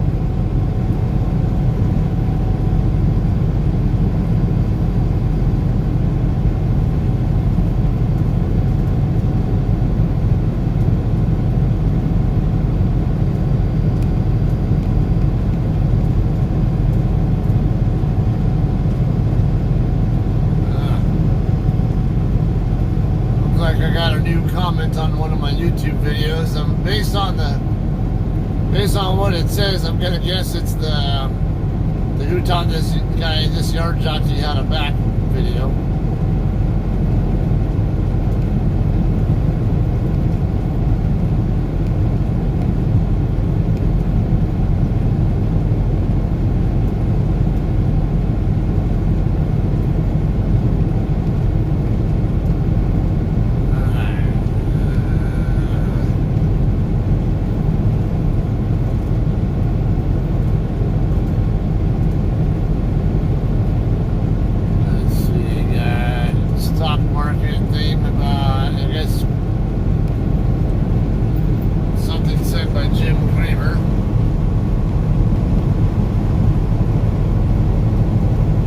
Jim Cramer, big fear, is gone, but the market is not ready to roar. Jim Cramer, the VIX shows big fear, is out of the market, but stocks aren't ready to roar.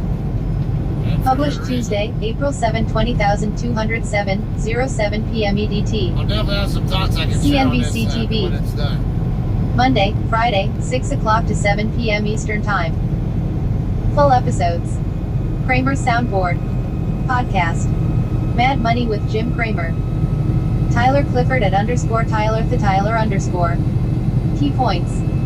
The charts, as suggested by Mark Sebastian, the big fear, a total collapse of the economy and the stock market, I think has been taken off the table, CNBC's Jim Cramer said.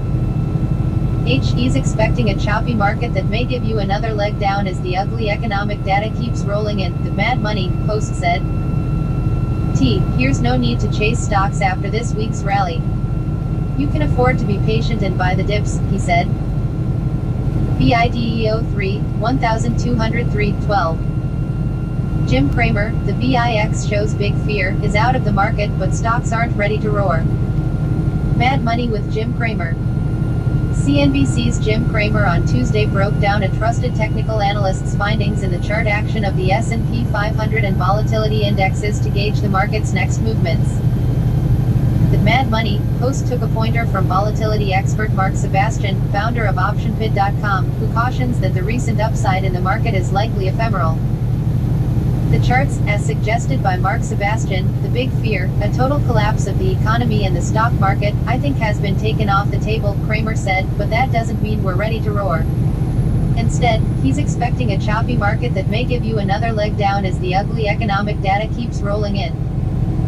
The CBOE Volatility Index, known as the VIX, has been trending downward since mid-March, coming from its peak above 82 to under 46 at Tuesday's close. In that same time period, the S&P 500 has risen nearly 12%. The VIX, which typically runs inverse to the S&P 500, is dubbed the fear gauge and is used to forecast market volatility, measuring risk against investor sentiment. Looking at action in both indexes last week, the S&P dropped 5% and the VIX declined more than 10 points for an 18% decrease. Cramer said that is a telltale sign for Sebastian that peak volatility has been reached and fear is easing. Most of the time, when the VIX moves in a tandem with the S&P, it's a sign that the trend could be about to reverse itself, the host said. So when they're both going down at the same time, Sebastian thinks that's usually a great buy signal. Yet the S&P 500 surged 7% in Monday's session, followed by a mild dip to 2,658.85 on Tuesday. Despite that big rally, the fear gauge fell just roughly 1 point on Monday and ticked up again Tuesday, a sign that the rally is fleeting, Cramer said. He pointed out that the VIX never fell below 43 during the session, even as the S&P 500 was up more than 3% at one point. Here's the problem for Sebastian: it was a good sign when the VIX nosedived along with the S&P 500 last week. It meant the decline in stocks might be temporary, but by the same token, it's worrisome when the market explodes higher and the VIX does next to nothing. The action reminds Sebastian, who is a risk management expert, of the volatile environment of 2008 when the VIX climbed above 80 months before the market bottomed during the financial crisis. The same, Sebastian suggests, could apply this time around, Cramer said. The fear gauge peaked near 83 in March of this year.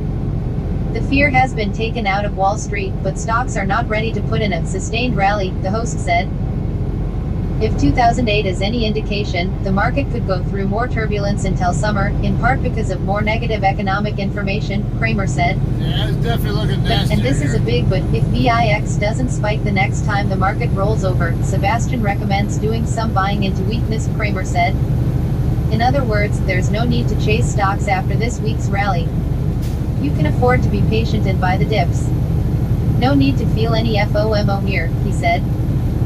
BIDEO 9, 4909.49. Jim Cramer goes off the charts to gauge investor sentiment in the market. Mad Money with Jim Cramer. Disclaimer.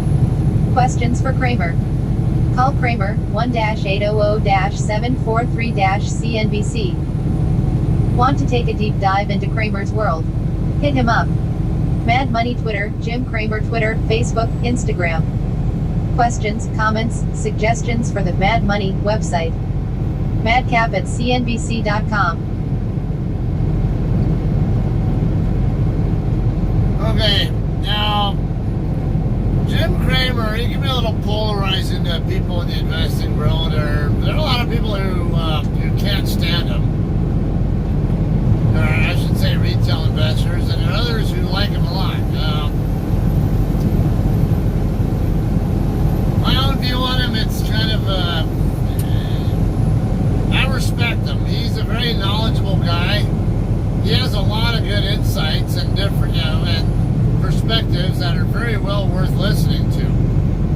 However, I also keep in mind I don't necessarily have the same strategy as him, so what he would do with his own account is not necessarily what I would do with my account.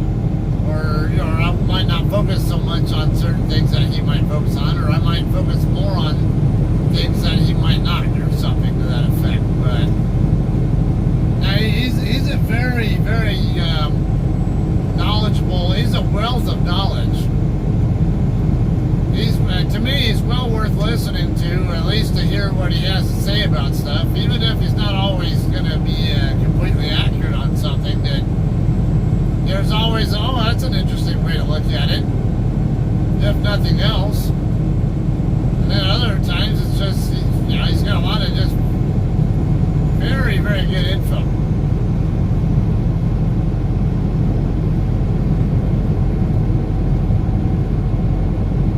Alright, so if you don't know much about stocks, they were talking about the VIX, that's the CBOE Volatility Index. VIX is an indicator, just like they said, it's considered the stock market fear gauge. What am I seeing up there? Am I seeing smoke, or is that just low clouds or something? Off to the right of that radio tower with the flashing light on it, I see. I can't tell if it's just low clouds or.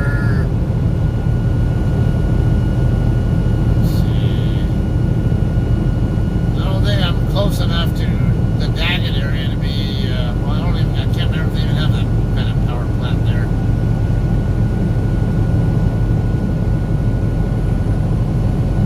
Okay, so anyway, the VIX, what it does is it measures the amount of bearish put contract, basically it's an options contract. It tells how much options traders are buying or selling put contracts. So the higher the VIX goes, the more options traders are trading put contracts, which are the bearish ones. In the options market, you buy put contracts when you're betting on the share price of the underlying security to go down. So if you buy a put contract and the price goes down, then you should be making money. There's more to it than that, because there are a lot of factors involved in the price of a put contract. But that's the gist of it. The price, if you buy a put contract when the price goes up, and after the price is already up, and then if the price drops, you should be making a profit off it if all goes right. And then the call contract is the bullish kind, where basically you're betting on the price to go up. Now, options contracts and general, what you're doing, let's just go with the call site. You enter a contract for the right to buy or the right to sell 100 shares per contract of the underlying security. So, if you buy an options contract for Amazon, for example, then you are actually buying the right to buy Amazon shares, 100 Amazon shares for a certain amount per share. So even if the share price goes up, well, let's use something lower prices. Amazon's at a really high price. Let's just say you're gonna have a strike price, and you'll have what's called in the money and out of the money. So if the current price is above the strike price on the contract that you bought, then it's considered in the money. Yeah, it's if you're on a call contract. And then if you're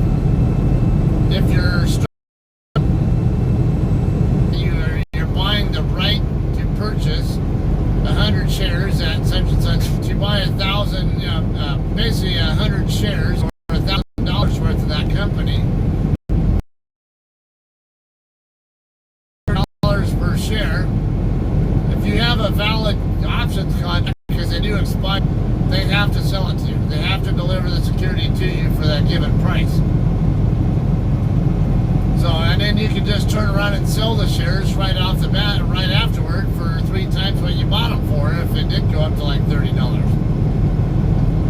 But what most often happens in that market is people will pay you extra for the contract instead of for the. They don't necessarily want to own the shares. They just want to make money off the contract. So maybe it's worth $500, and maybe it's the person buying that wants to buy it from you. You might have bought it for $200, and now you can sell it for $500. And the other person still has the right to buy the shares now for the strike price. Or they might have reason to think the options contract price will go up even higher, what you call the premium, and they can maybe sell it for a profit as well. That's kind of a nutshell what options contracts are. Now, put contracts the opposite way, where you expected the share price to drop and not go up. So you're basically exercising the right to sell the shares for a certain price, and then if the price does drop, you can turn it out. If you exercise it, you can, because you're basically selling them, you're short selling them for a certain price, and then you can buy them back to close the position for a lower price, and you make a profit that way too.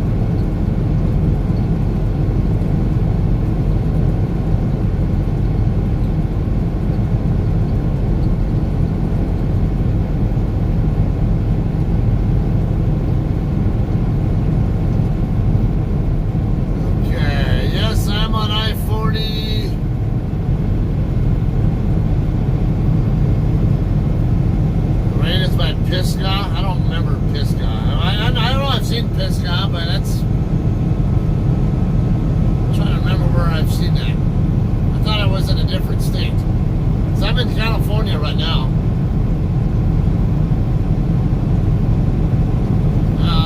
Charles, answer to your question there, when it comes to individual stocks, I'd rather hold them for at least a year. I like to swing trade my retirement account. Or, I like to do futures contracts, which I can hold for shorter periods of time. But they also have different tax rules. In individual stocks, I always recommend try to buy them and hold them for at least a year before you sell them. If you can hold them even longer term, great. Where they make you, if they do make you get enough gains over the, larger than basically market beating gains, that's worth holding on to. But I usually advocate hold on to them for at least a year. The reason why is because there are tax implications. Now, long-term versus short-term. Now, Charles is asking about that, and to explain to everybody else listening, the difference between a long-term and a short-term hold is 1 year. If you sell shares, okay, so let's just say you bought 10 shares of a company. Doesn't matter what the price is, you bought 10 shares. If you sell the 10 shares within 365 days, so if, let's just say you bought the shares on April 10th. If you sell the shares before April, on or before April 10th of the, or actually before April 10th of the next year, you have what's called a short-term position. And then if you bought it on April 10 and then sold it, let's just say on April 11th or later, that's a long-term position. There is a big difference on the taxes with that.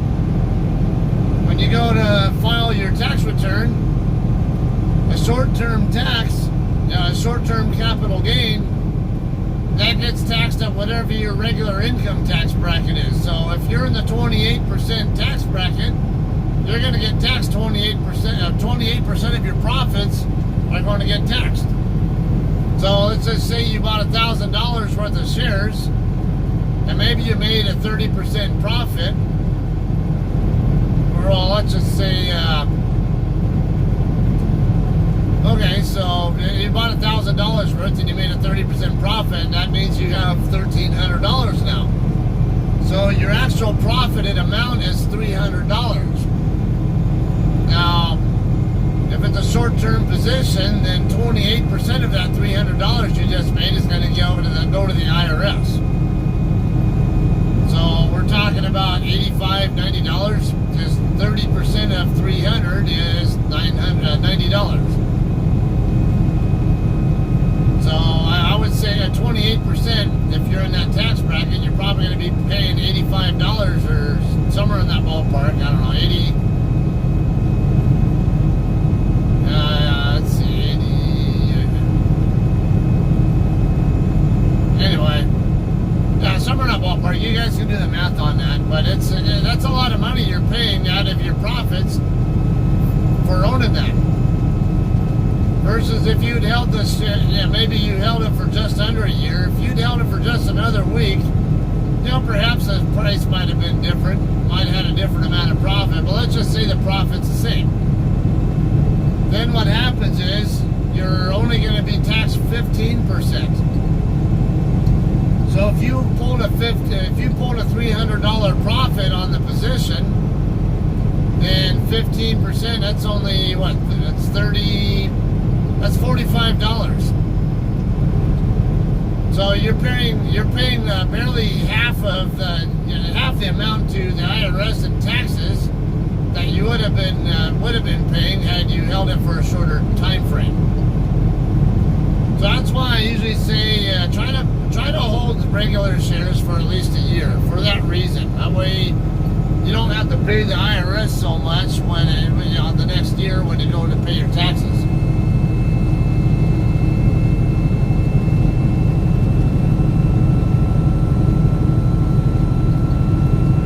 Okay, but now going back to the VIX, CBO volatility index I was talking about.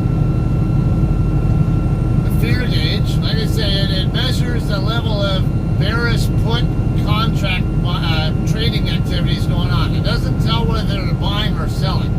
It just tells how many trades are going on. There could be more sell side, more demand on the sell side. It could be more demand on the, on buying those contracts. But generally speaking, it's when it goes up, it means people are buying put contracts and betting on the market to go down. And the VIX is a measure for the S&P 500 stocks only. All of the S&P 500 stocks combined. That's what it goes by. And usually when it spikes, when it hits a peak level, that's usually when you see prices bottom out. And then when the VIX starts to drop, that means that people are basically selling off their put contracts, and there might be more call contract buying going on or something.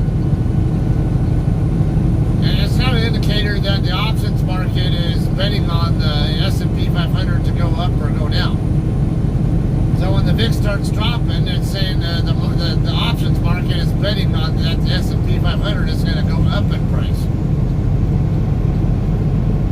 And that's what Jim Cramer was saying in that article is, if you see both the VIX going down and the S&P 500's price going down, then there's a pretty good chance the S&P 500's price is going to start going up in the near future, because the options market is starting to bet on that happening.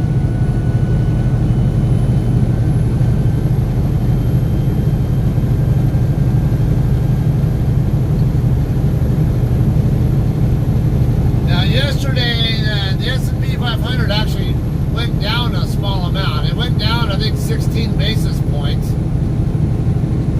A basis point is 0.01%. So 0.01% is a basis point. So S&P actually dropped 16 basis points, so small caps actually were up.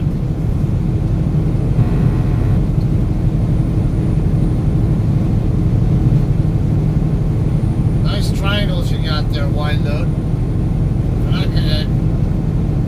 Should have triangles out.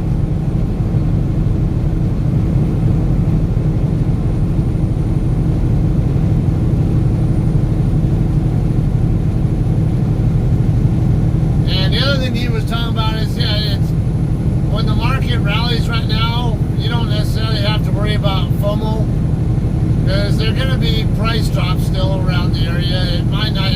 I wouldn't bet on it dropping back down to the 2,100 and something low that it hit not long ago, a couple weeks ago, whatever it was. That's pretty much out of the question. But prices went up recently, and if you pulled a profit on that, then you might be able to get away with selling the position and waiting for the price to drop again and get back in. Or vice versa, where maybe you're looking to buy in, you can wait for, there are probably going to be chances after it rises for prices to drop back down some. There's a lot of that's been getting asked in my TSP groups too. Like, should I just go ahead and suck it up and move back into stocks? And on the retirement planning side, I've been telling people, look, if you're swing trading, don't go looking for the rock bottom price. The only thing you should concern yourself with is, are you buying back more shares than you sold if you did sell out? So if you can't be reasonably completely certain that you're going to get your shares back at a lower price, which means you can buy more shares with the same money that you had than you previously sold, then you should not do the move. Or it might be times where maybe you sold out too low and you have no option but to buy back in higher. And then you do damage to your account performance that way. So, and I got a lot of people in my group who are, okay, the S&P 500 dropped 35% from top to bottom. And it's still not enough for them. It's like, even if they sold out somewhere near the top, that's not enough for them. 35% drop, or let's just say even a 30% drop in price from your sellout point, so what if it drops 50%? You're still getting back 30% more shares than you originally sold. So, or actually even more than that. So if you have like 1,000 shares, or let's just say 100 shares of a position, you can buy back 130 shares. So when the price gets back to its original point, you're pulling a big time profit. That's a monumental amount of benefit to you on both, whether you're looking at a taxable account or a retirement account. So what if the price drops more? You're still getting a lot more of it back, and there's two things that can be ascertained here. One, you cannot guarantee that the price is going to go down any further than it's already done. Two, I can guarantee you with 100% certainty that sometime in the long term, whether that means next week, next month,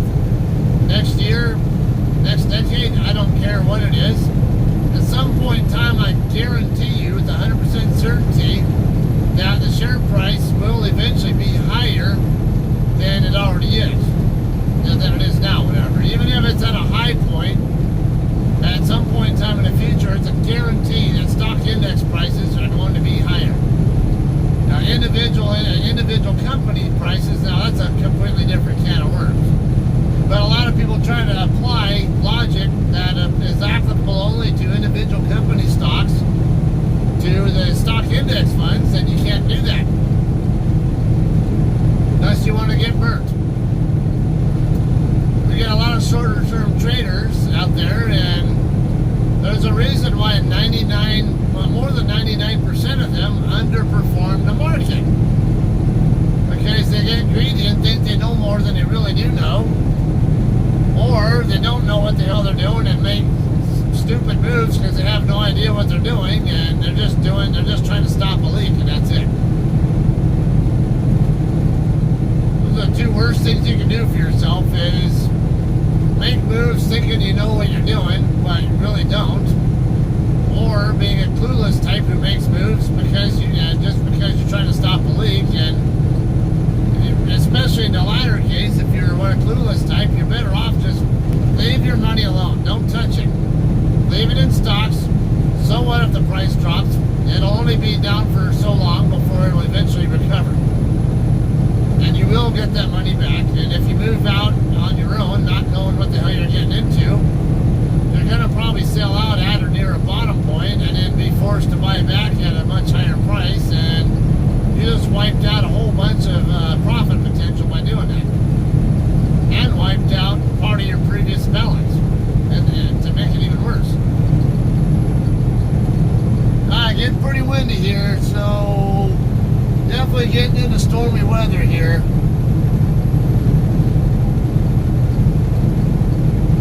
Until I'm getting into the leading edge of the storm here with the winds going on. It's not super gusty, but I can definitely feel it and hear it now. Morning, Corey. And Carl, of course. I think I forgot to mention the Carl. I knew you were on here, but I was busy talking.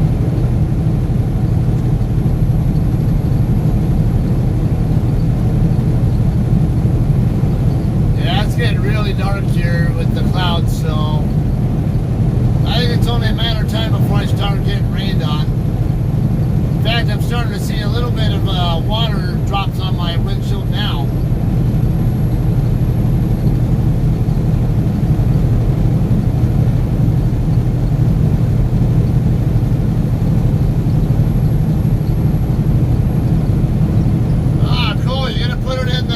Clear corner, Cheryl?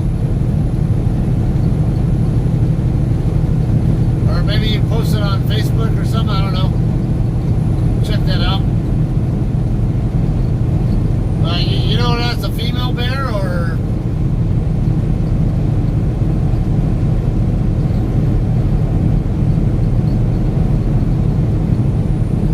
Assume based on the size of it, I don't know. So I know the male bears are bigger.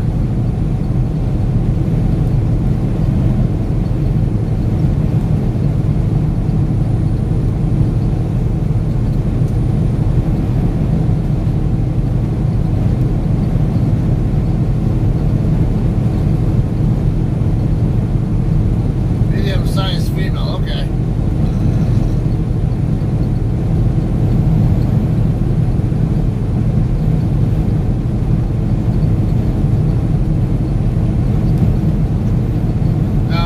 I keep telling people on my TSP group, so what if the price goes down? You can't be sure that it's going to go down. It might, but it might not. And if you have an opportunity to buy back like 20 or 30% more shares than you originally sold, go for it. So what if it goes back down? It will go back up, and when it does, you're going to be very happy with the results. You're going to easily be outperforming the S&P 500.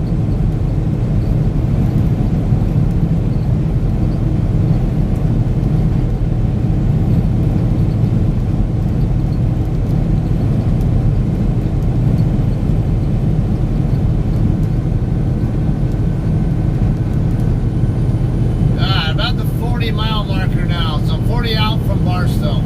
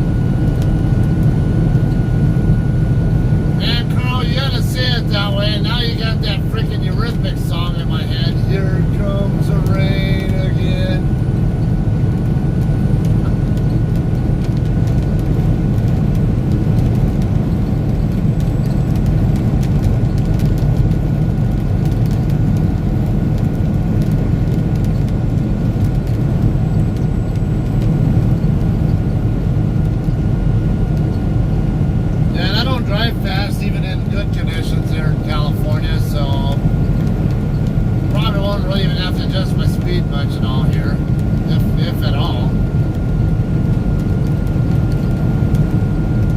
So I'm one of the few guys out here who, like Scotty, will just go ahead and do like 57, 58, whatever, something very close to the speed limit.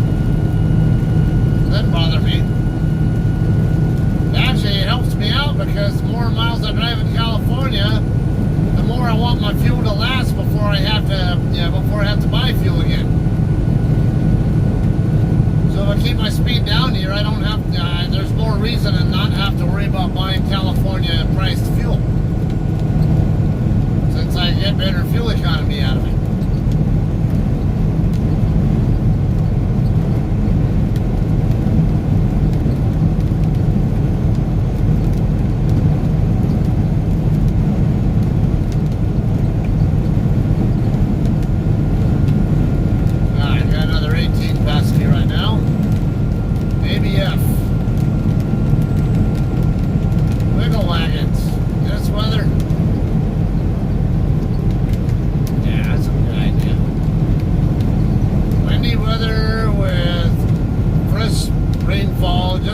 Started to fall. That's not a great combination. This road's going to be a little more slippery with the oil just coming up. But it is textured. It is textured pavement, so it's not quite as prone to hydroplaning as say like this. Maybe that's where smoother surfaces are.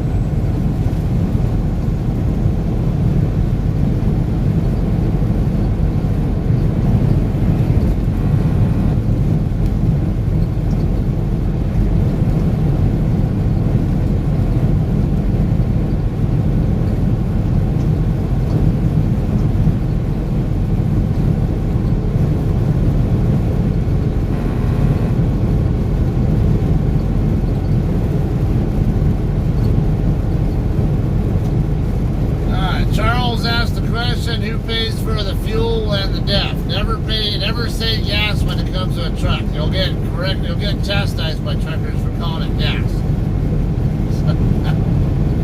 Good information, I know that. That's a good question. Because I'm a lease operator, leasing to purchase the truck, I pay for the fuel. I pay for both fuel and DEF. JCT pays for the reefer fuel. I don't pay that. But I do get charged for the fuel and for the tractor fuel and DEF that I buy. And a part of the money that I get paid is what's called a fuel surcharge compensation, or FSC.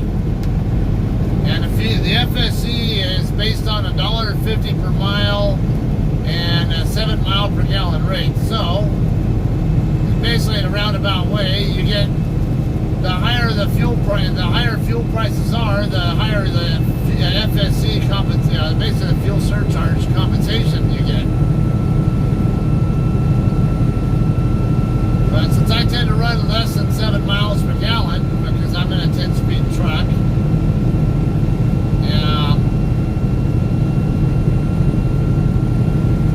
it tends to be it's going to be a little more costly for me than it would be for guys in the 12-speed auto shifts who might get like 8 miles per gallon in their trucks.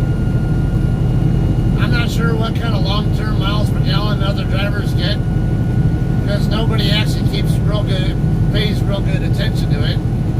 They think that looking at their fuel, their gauge on their truck, for a certain, at any given time is sufficient, and that's not. That's too short term. Unless you're pretty good on a spreadsheet or something, or on a notebook or whatever, and looking at long term. Just speed up so I can get away from this guy. So I clear the lane and get away from this guy here. I don't want to sit here hogging the left lane, especially when that guy's sped up to camp out next to me. Now you can have some of my spray, and then I give them encouragement to slow down.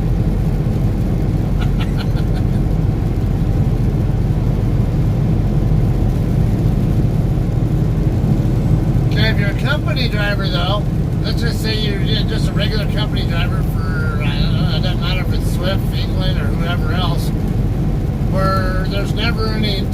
you to own the truck, and the company handles everything, then the company actually pays for it. You just drive the truck, fill it up with what you the fuel you need, and then the company takes care of the rest.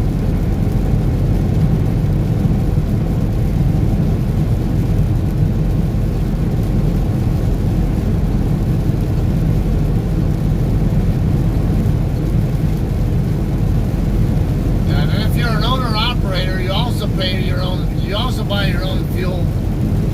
But if you're an owner-op, if you have a reefer trailer, you also have to buy your own reefer fuel as well. And you have to factor that into, hey, what does it cost of me to haul certain kinds of loads or certain distances? And you got to factor that in to what price you're willing to haul a certain load for. Because on the spot market, or when you're an owner-op, whatever, you don't get paid a certain rate per mile. Every load pays a certain dollar amount, and then you can negotiate a dollar amount that might beat a certain limit that you're looking for. Like a lot of drivers won't even look at the load if it's not going to pay them at least $2 per mile.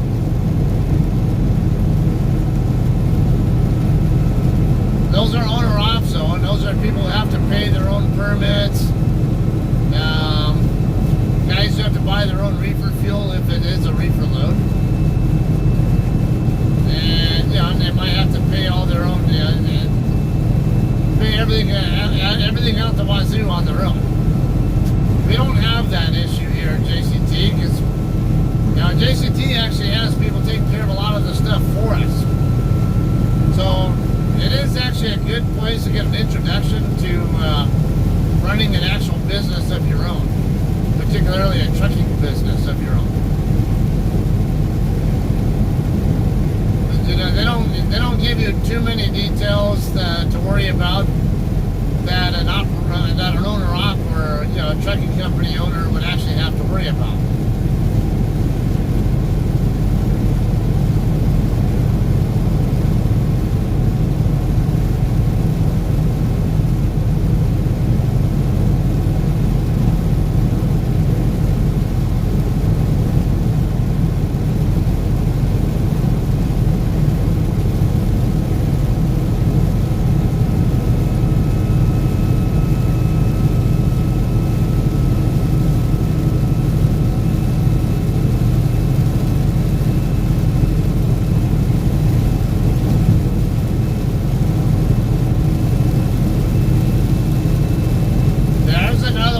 We don't have to worry about that an owner-op normally does, if the taxes.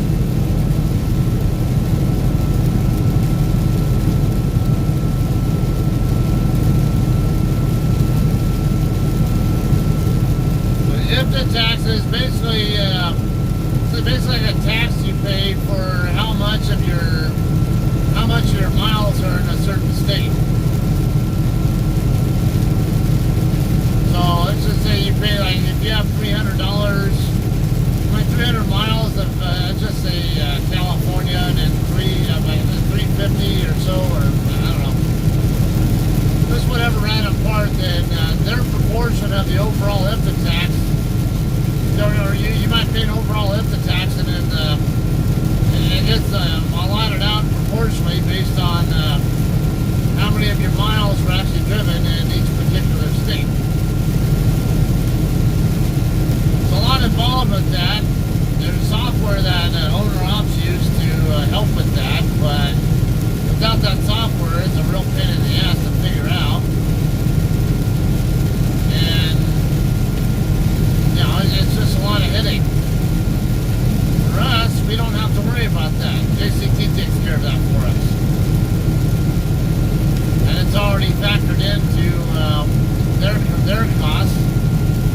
So that's why we get paid a little bit lower rate per mile than you might normally see from a lot of owner-ops will talk trash about it, or what our pay is, because they don't understand there are things that we do not have to pay for that an owner-op does have to pay for.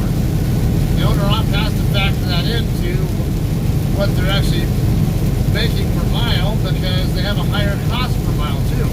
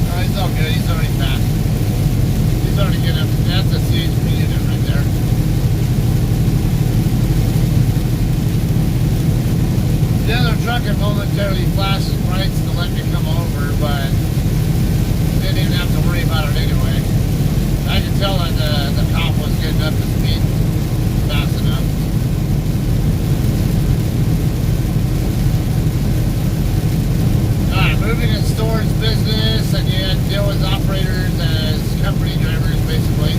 So yeah, you had to take care of all of that. The burden was on you to pay for the fuel and all that. It was really just pay somebody a certain amount per hour or per mile, whatever, to move the thing for you.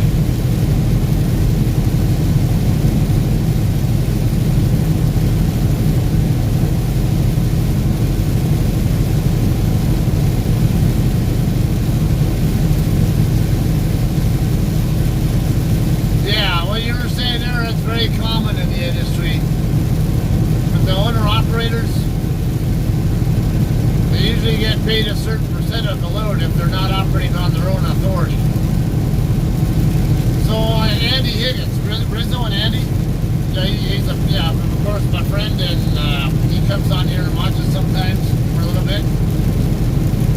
He has his own truck, he has his own trailer. He does not run on his own authority though. He runs on another company's authority.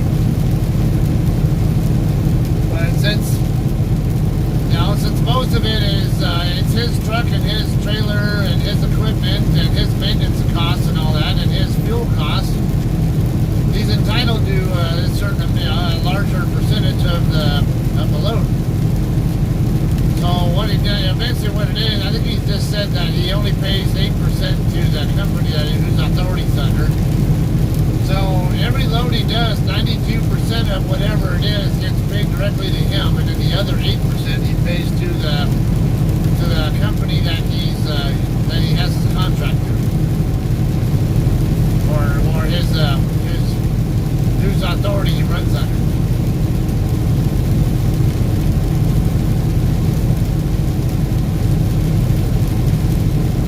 A lot of companies similar to JCT where they have lease contracts, whatever, lease purchase, or even owner ops, where they're actually carriers where where they actually have their own trucks, but they also have owner ops driving their stuff. A lot of them are going to be usually 65 to 75% of the load, because again, there's a lot of stuff that the company might handle that for the driver that they might not have to, that they might otherwise have to do themselves if they were on their own. Can't speak for every company out there because they're all different and they'll have little nuances that are different every way. So the only thing I can really do is give a bit more of a generalization of how it works.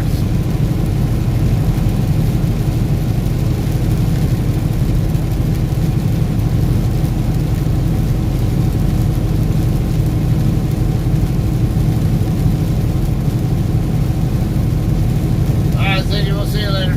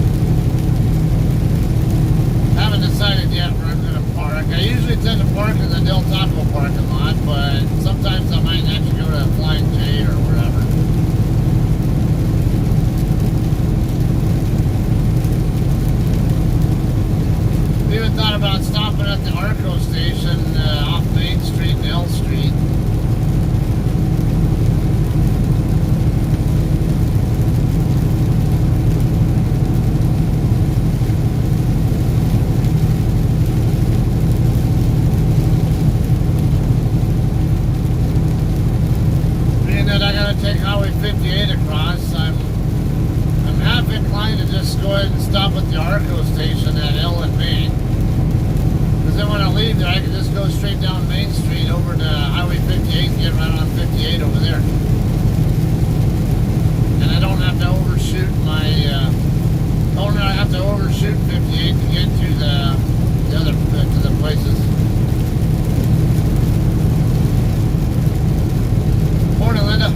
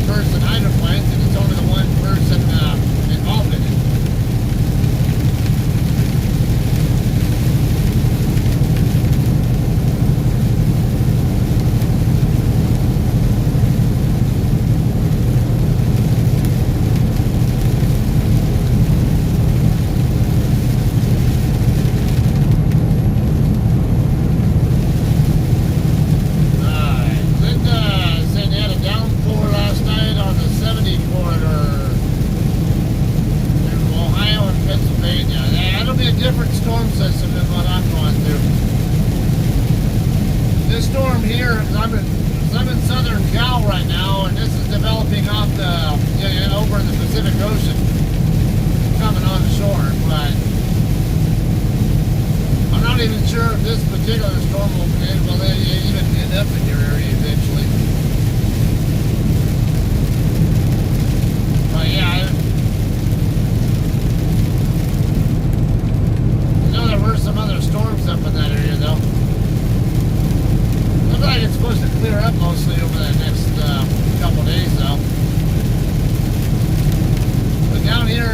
California, there's a big storm getting ready that's supposed to hit us.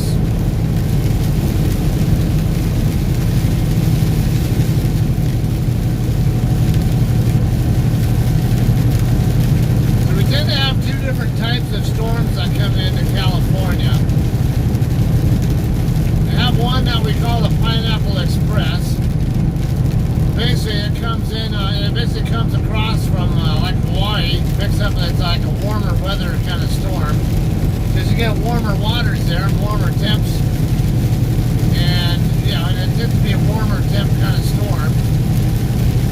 Then you get the other kind where you get the jet stream when it takes a trip further south, and you get a storm that comes down from Alaska. You pick up a lot more cold air.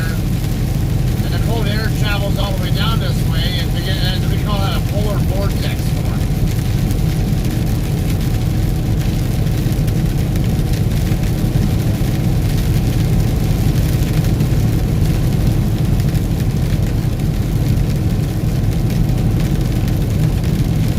There's some trivia.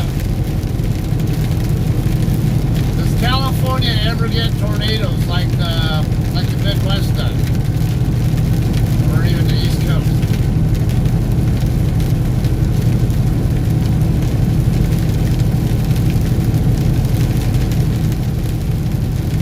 Morning, Judy.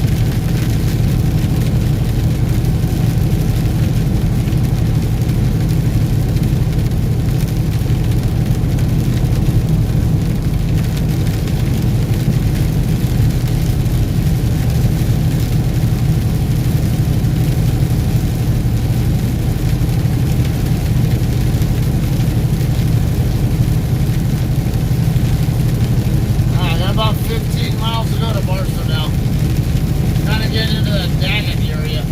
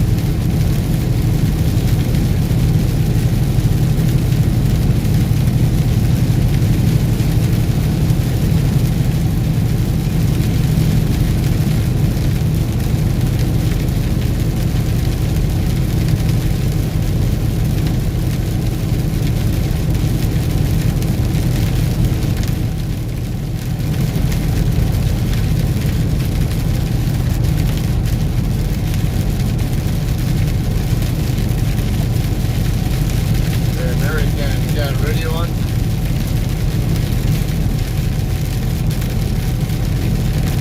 Hey, those guys are Canadian, so I don't know if we got a radio. You notice his tractor lights are flashing, but not his trailer lights. That's probably a loose pigtail connection.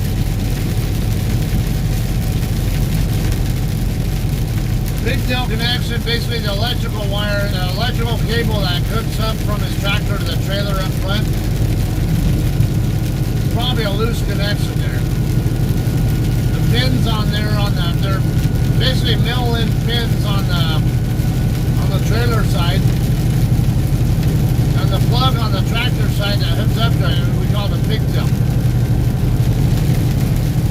And it has the tractor side, the plug, it has female ends that made up with the mill ends on the trailer end.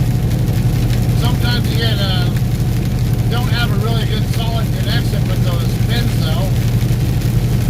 And what you saw there happened, where the trailer lights won't flash.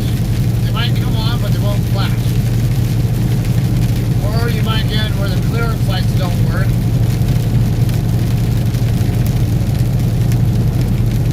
So in other words, like the clearance lights won't light up when they're supposed to.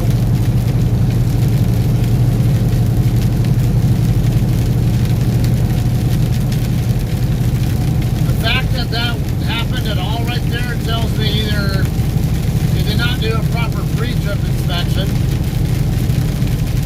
or he's not experienced enough to know that pigtail connection to give it a more solid connection, or replace the cable.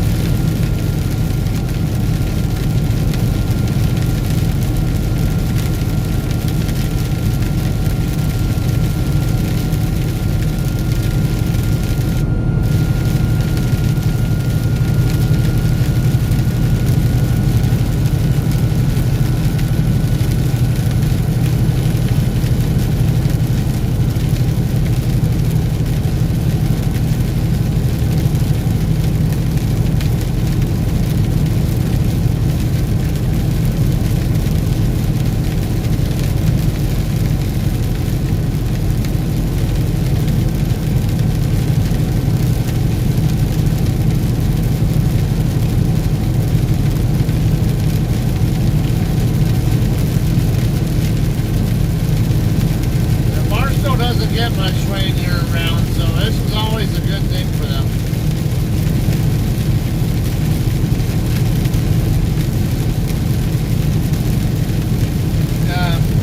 Now Barstow only gets, I think, about 3 to 6 inches of rain per year, somewhere in that ballpark. It's very low. It's actually typical for desert communities.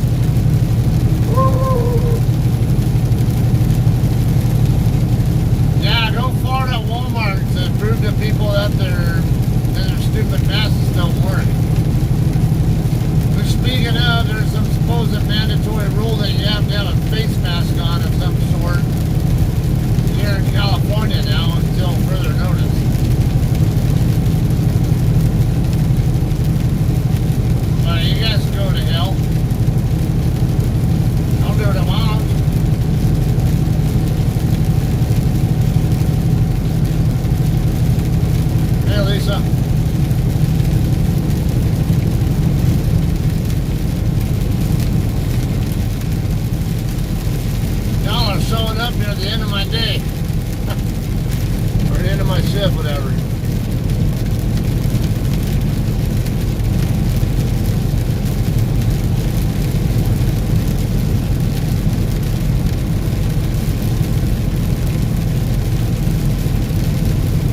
Strong winds ahead. It always says strong winds ahead, though. Even when it's not even windy, I see that sign. These signs saying that.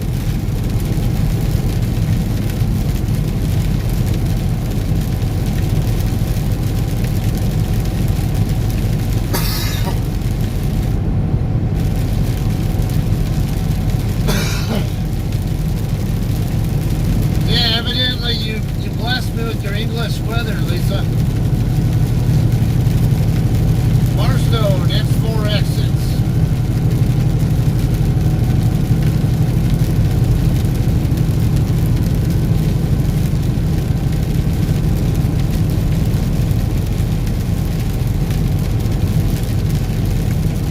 Let's see, there's parking over in Arco first.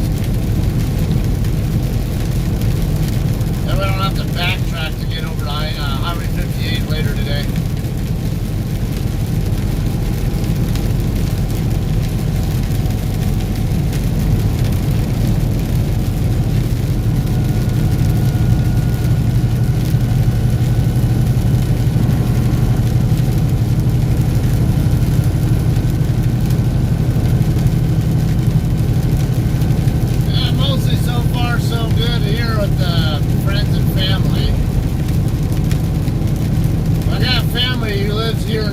here in Barstow who's self-quarantining though, because they were either exposed but never had any symptoms, or they're just afraid to get anything.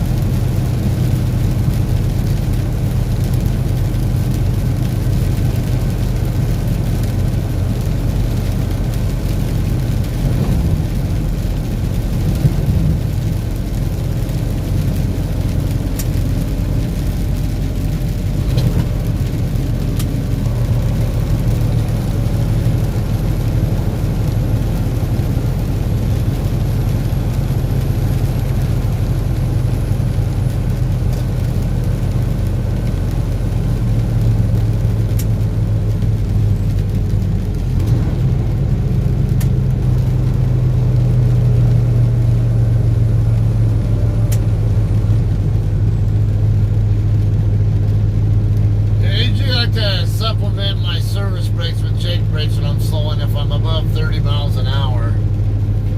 Then once I get down below 30, I just use service brake exclusively. Now on a team truck though, I would not use Jake brakes when I'm slowing. Because if you got a teammate who's trying to stay asleep and you want to keep them asleep, you don't want to be too rough with them. But me as a solo driver, I prefer to go ahead and use the Jake brakes, at least on the higher gears, because it's not super effective, but it does help a little bit.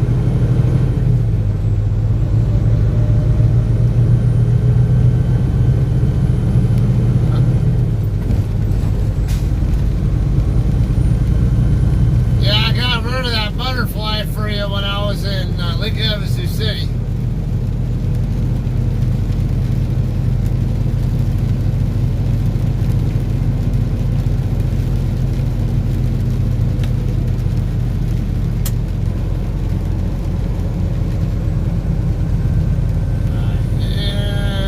Yeah, there's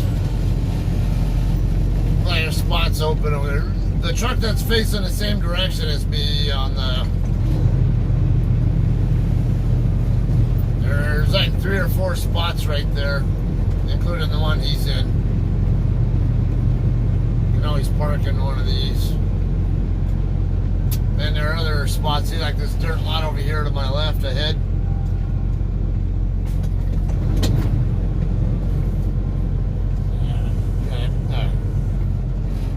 Sure I can see where exactly he's at, so I know where I need to make sure my trailer stays. Come on.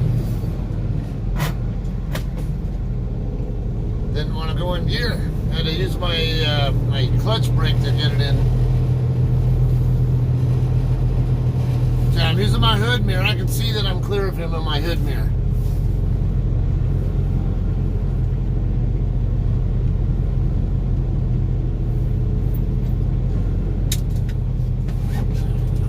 Up a little bit. You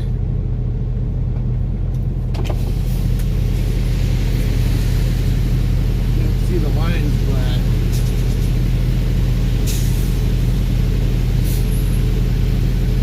Good enough.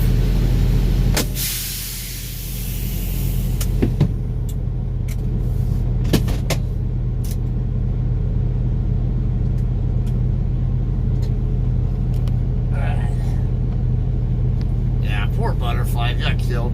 I don't know, it might have been a moth. I know there've been a lot of moths flying around too.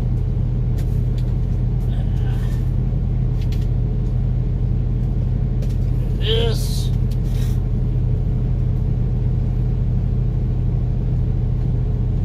Pick up these stray sunflower seeds. Didn't eat too many, but still. Alright. So I'm in Barstow. I'm not at the normal spot as you see, where everybody else goes. I'm at the Arco station at the corner of Hill and Main. Common place where local drivers tend to stop. My parents actually just live like maybe a mile or so away from here. I got a sister who lives a couple miles away up, not too far away, and then I have another sister who lives here in town too. I don't personally live here. I grew up here, but I don't live here. I live in Victorville, but I'm stopping here because it's along my route and because my wife is here in town right now. Yeah, splatted bugs. Yeah, every bug inside. Yeah, I would say so too. Now, I do want to say, I know there's more people on here now than there were when I first started and actually made mention of this. I think a lot of you guys are not aware yet. Unfortunately, yesterday, JCT lost I don't know if it was a team or if it was a solo driver and their spouse or someone else in their family or whatever. Midland, Texas, though. We had a JCT truck heading westbound on I-20. Right before they got into Midland, there was a slowdown in traffic there just as you get into Midland on the east side of town, and there was a trash truck that was back there at the back of the pack, whatever, and then a Ford F-250 right in front of it. Apparently the JCT driver coming up, not paying attention. Whether they're on their phone or looking out everywhere else but straight ahead, I don't know. They weren't paying attention though, apparently, because they failed to recognize the slowing traffic. Yeah, it could have been they were following too closely. I don't know. I don't want to speculate too much on what went on there, but regardless, the trash truck was already at a very slow speed because of traffic conditions in the area, from what I understand. The JCT driver didn't notice it until too late, and basically they tried to slow down, and they even tried to swerve out of the way to avoid hitting the trash truck. They were blowing an air horn even to warn the trash truck driver, hey, I'm about ready to hit you, even though it's my own fault, kind of thing. And the JCT driver tried to swerve to the left to avoid hitting the trash truck, which is not a good thing when you're hitting your brakes and turning left. That's called a double momentum shift, and that alone can cause you to roll over. Not a good thing. Well, anyway, he was not able to avoid hitting the trash truck, or I don't know if it was a he or she. There were two people in the JCT truck, though. That's all I know. Whether it was a team truck or a solo with a family member of some sort or whoever, I don't know. But they hit the trash truck. Trash truck got slammed forward and hit the guy in the F-250 in front of him. Trash truck ends up in the ditch in between the interstate lanes and the service road, and it also ended up upside down, if I remember right. Basically, the trash truck driver and the F-250 driver were okay. Minor injuries or not injured at all, I can't remember, but they were both okay. JCT driver, on the other hand, and whoever was in the truck with them, co-driver or family member, I don't know. Unfortunately, they both died. And there was a video on TikTok showing someone going eastbound on 20 passing by. It showed footage of what the JCT truck looked like, and you can tell just by looking at the truck, there's no way in hell that driver could have survived it.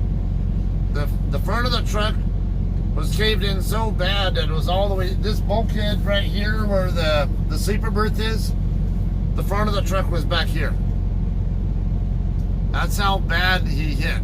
How much force he hit with. That was not good. So he was basically going way too fast for the situation, and failed to note it. I probably failed to use the Smith system, and who knows, maybe, we can always assume that they might have been on their phone, but I'm not going to assume that's the case. It's possible, but it wasn't necessarily. Either way, unfortunately, two people lost their lives because of someone's literally fatal mistake. Whatever happened, whatever that mistake was, I don't know. Maybe we may someday find out, may not ever, I don't know. I hope it's not somebody I know. I don't know a hell of a lot of our team trucks. I do know some, and the ones I do know, are not involved, or that I know for sure.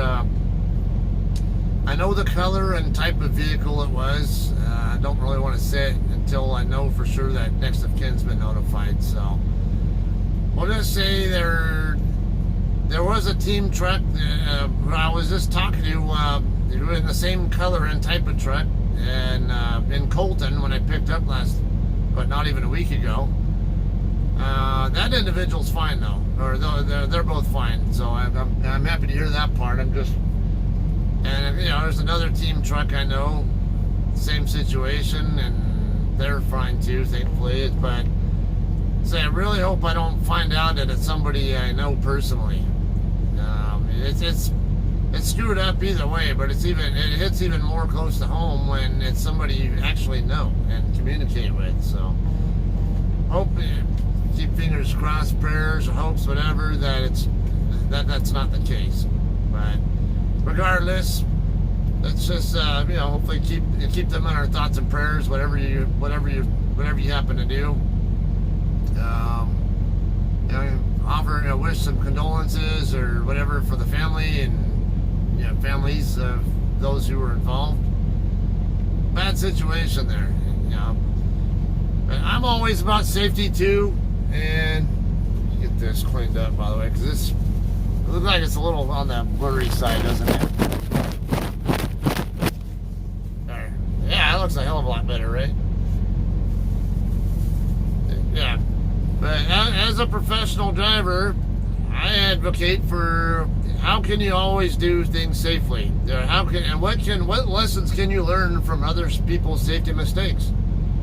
Or maybe it's something that isn't even somebody's mistake, but just a freak accident. Hey, these are things that I can watch for more as a professional driver to know that to make sure I don't ever get myself in that same position. So, I do tend to be a little more have a lot more interest in this kind of stuff than the average person is going to have. A lot of people just say they don't want to know anything about the details of what went on with that. I'm like, no, if you're going to be driving on the road, you need to know this kind of stuff. You're not going to respect safety if you don't see what unsafe things actually does to a human body or to people's lives. Now, I can't stress enough that how much I think that's important, and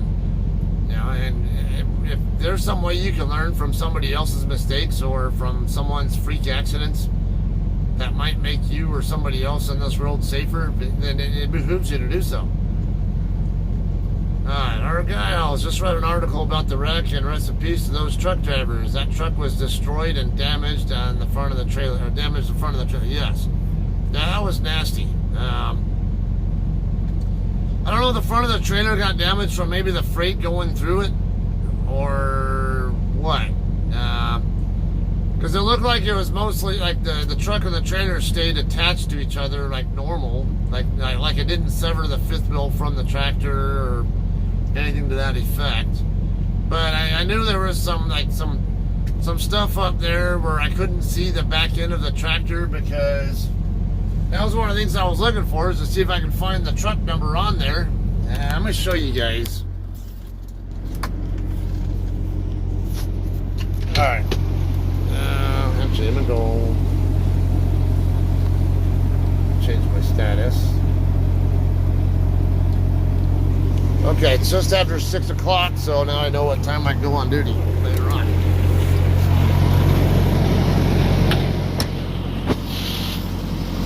Okay. The back of our trucks have our truck number right there. Ah, come on. I told you to switch, you stupid thing. That's my truck number right there. Over on the right side of the back area. Now, of course, our truck numbers on the front are right here on the back area of the hood, but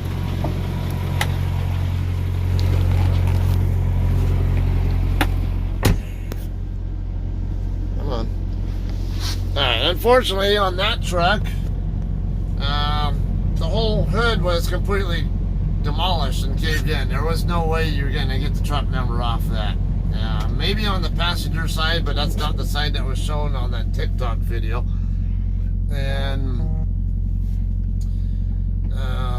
the only other way would have been to get the number off the back of the track of the sleeper area, and I couldn't see it because of the damage that was obscuring it. Either way, it's not something I would have divulged anyway. And how would I have known? Because I'm one of those nerds. I told you. I have a whole database pretty much of truck numbers, what color they are, what kind they are, and if I know who's in that particular truck number, hey, maybe I've met them out on the road somewhere. Sometimes I do greet other JCT drivers. Hey, how's it going? I'm Scott. Or, and then when I get back to my truck and I know that they're in a certain truck number, I'll put their name in there so I know, hey, I ran into you before or something. You get to know people because, there are plenty of people here who've been, and I've been here for 2 years. We do have a good number of drivers here who've been here longer than I have. And and you do tend to establish rapport with some of the people to some extent, even if it's just some real minor. Hey, I just see you every once in a while, and that's the only time we ever have contact. But it's still better than nothing.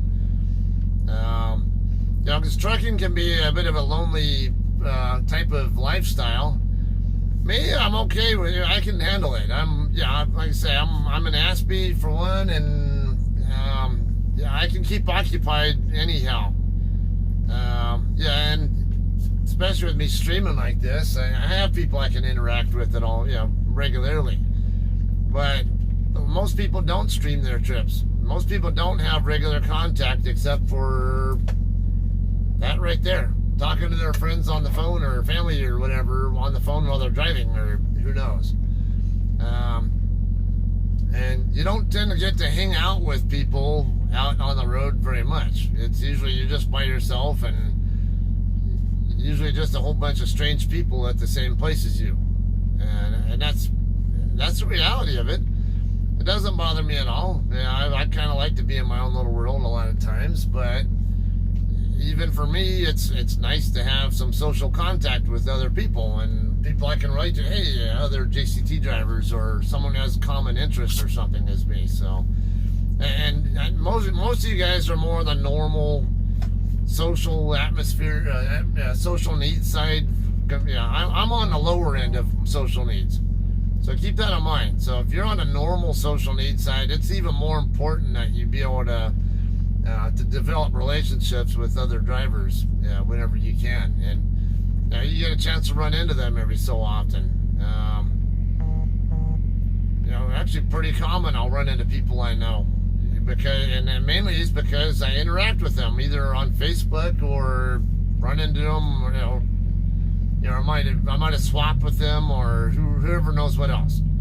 But there are different ways I can get to know different people here, and as long as they stay with us and not just, hey, let's give it a try and be gone in a few weeks, then it's a pretty good number of people you can get to know. Alright. Saw the trailer number, but not the truck number. Yeah, the trailer number won't help at all. But and the only person that would help is people who work at the terminal and who already know what truck was involved, like the DM of the truck or the planner of the truck, who had to tell, or whoever there who had to tell the customer, hey, your load's not going to make it to your receiver now, because our truck was involved in an accident, and the driver died, and or they can't, now they got to tell the customer, hey, our truck's not going to make it there because of that same reason. And so we're going to have people there at the yard who already know what truck it is and what people were involved, and already know even before next of kin have been notified, because they're right there in the midst of it. But I hope sooner or later we'll find out who the people were, and I don't know, it's going to probably take some time before we really find out what truly happened there. And then they find out it was it's going to be the JCT driver's fault no matter what. It's just a matter of what caused it, what contributed to it. I don't know if that'll ever get publicized because the JCT driver is no longer around. But whatever the case, bad situation. Really hate to see it happen. And prior to this event, JCT had only had one fatal accident in the last 2 years. So there were two, but the first of those two had actually just rolled off in February. Because February of 2018, there was a fatal accident involving a JCT truck. That was not the JCT driver's fault, but it was on there. And that had rolled off to a point where we only had one fatal accident that had happened, I think, in May of last year. That was the only fatal we had on our record. For a fleet of over 800 trucks, that's it's really not bad. Really don't want to see any fatals regardless, but compared to other companies that our size, it's not bad. At least, comparing our records against their records. What was I going to say there also? But now I got this one. I think the one in May, I can't remember if that was in Texas. Yeah, I want to say in Texas, and it was, I can't remember if there's one or two vehicles involved. I talked about it in yesterday's stream or day before, whatever it was. I forget. Alright, anyway, so just in case you guys are not aware, I only ran 320 or so miles, 325 looks like. Today, I will be running, I do have another 310 or so to go from here to Turlock. I don't deliver until tomorrow morning at 9:40 in Turlock though. And I can do a 10-hour break here and then run the other 310 this evening and still be in Turlock tonight and still have time to do a 10-hour break before I deliver. And yeah, and then I'll be able to run after delivery with a completely fresh 14-hour clock to work with, which is what I want. So if I had less time to work with, I would have just been doing a 30-minute break here and then run the rest of the miles now, or basically after the 30 minutes up. But since I got time, and I can even still do a 10-hour break on top of this one. I actually, 10-hour break after I do the next 310 or so. Shit, I'm just gonna go ahead and stop here, and I can see my family, spend a little bit of time with them here before I head up, and then go pick up my go deliver. Maybe end up picking up my next load off a fresh clock, and end up down here again for the end of my next whatever shift that is. So we'll see how it goes. All right, and the number is going up again. Every time I'm on the screen, the view count seems to go up. But by the time I'm on the screen, it's usually almost about that time where I'm going to wrap up and get off of here. It's funny how it works out that way. All right, yeah, it was pretty nasty looking accident there, isn't it, Tara? Yeah, I saw that kind of damage to a tractor once before, and I saw it in person over in Ohio on I-70. There's a rest area on I-70 in Ohio around the 50, 52, whatever the hell it is, mile marker. Yeah, in between Dayton and Columbus. That one, I know it was a Volvo, like a tan-looking Volvo, whatever, if I remember right. Westbound side, the driver, I don't know, I think he fell asleep or something and crashed into the trucks that were parked on the on-ramp, the off-ramp to go into the rest area. And I remember I was watching the record picking up the truck when I was going by the other direction, and it was the same situation. The front of the truck had caved in all the way over here to the bulkhead where the front cab area and the sleeper berth area meet up. Yeah, as soon as I saw that, I was like, there's no way in hell possible that driver is still alive. When you see that, it's that bad. That's how bad yesterday's JCT truck looked too. It was just as bad. Nasty. Thankfully I don't see the gory stuff, but you gotta take this stuff seriously. You don't know how mortal you really are. Unless you take this stuff seriously and understand it and actually respect it. So please, people, be a lot more careful about, be very aware at all times of what's going on as much as you can. Try to avoid distractions, whether it doesn't matter what your distraction is. It can be the phone, it can be a person sitting in the passenger seat, it could be your radio, it could be your climate control, it could be something you see out maybe over on the other side of the freeway, it could be some scenery you see, it could be you're looking in your rear view mirrors too long or something. It doesn't matter what it is. Just any kind of distraction, you gotta limit the amount of time you're spending looking at it, and then 98% of your focus should always be straight ahead. Look ahead for, make sure you know what's going on, and hey, look. and you guys know I do tend to glance at the screen here when I'm driving, and like I tell you guys, I only look at it for maybe half a second. I'm mostly looking at the road. Then I'll take a quick look, and because I can look right, like, okay, where Tara says, OMG, just saw the video, I can look right at the middle of that and just look at where it says saw, and I can see the entire thing, the entire sentence she said right there, in just a snap of a finger. And then I can go back to looking at the road. As long as it's not bouncing around on me, whatever, the road's not too rough, that kind of thing I can just look at in just an instant and already know what the entire sentence says in just that little bit of time, and then go right back to looking at the road. Or looking in my mirrors or whatever. So I'm not gonna sit here and tell people don't do stuff on your phone while you're driving.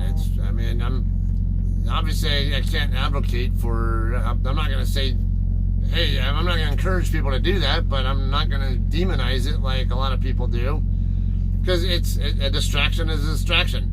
It's no different than if I'm looking at my radio, looking in my rear view mirrors. Those are talking to my passenger. How many of you guys drive with a passenger in your seat over here next to you, and you're sitting there, hey, how's it going? Blah, blah, blah, blah, blah, blah, blah. And then back, you might look at the road. Yeah, come on, everybody does that. Or a vast majority of people do that. Don't freaking sit here and tell me that you doing that with your passenger is any better than looking at your damn phone while you're driving. So that's why it kind of irritates me how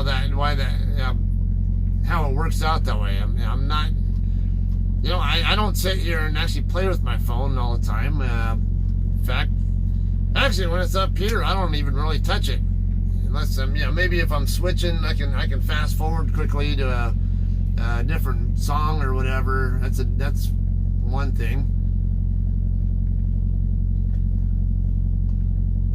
Pepsi guy trying to back up, and there's someone else coming in. Just kind of curious there. Alright, so the thing is you get the people who don't know how to use any common sense with that, and will sit there. And here's the other thing that I hate about the whole demonizing of no distracted driving. What happens now? People know that it's against the law to be texting and driving and stuff while they're on their phone. What are they doing? It's down here. So now they're trying to hide what they're gonna do it anyway. Now it's down here on their knee or somewhere, and now where's my head looking? It's not even. I can't even see I don't have so much a good peripheral view of the road when it's down here, do I? And when I do that, I'm gonna have a tendency. Damn it! Accidentally closed the window. All right. Also gonna have a tendency to drift over into the right shoulder or whatever lane is to the right of me if I'm not in the right lane. So, and I can tell when someone's texting and driving when they're up ahead of me or behind me. Hey, look at my mirrors, so we're looking straight ahead.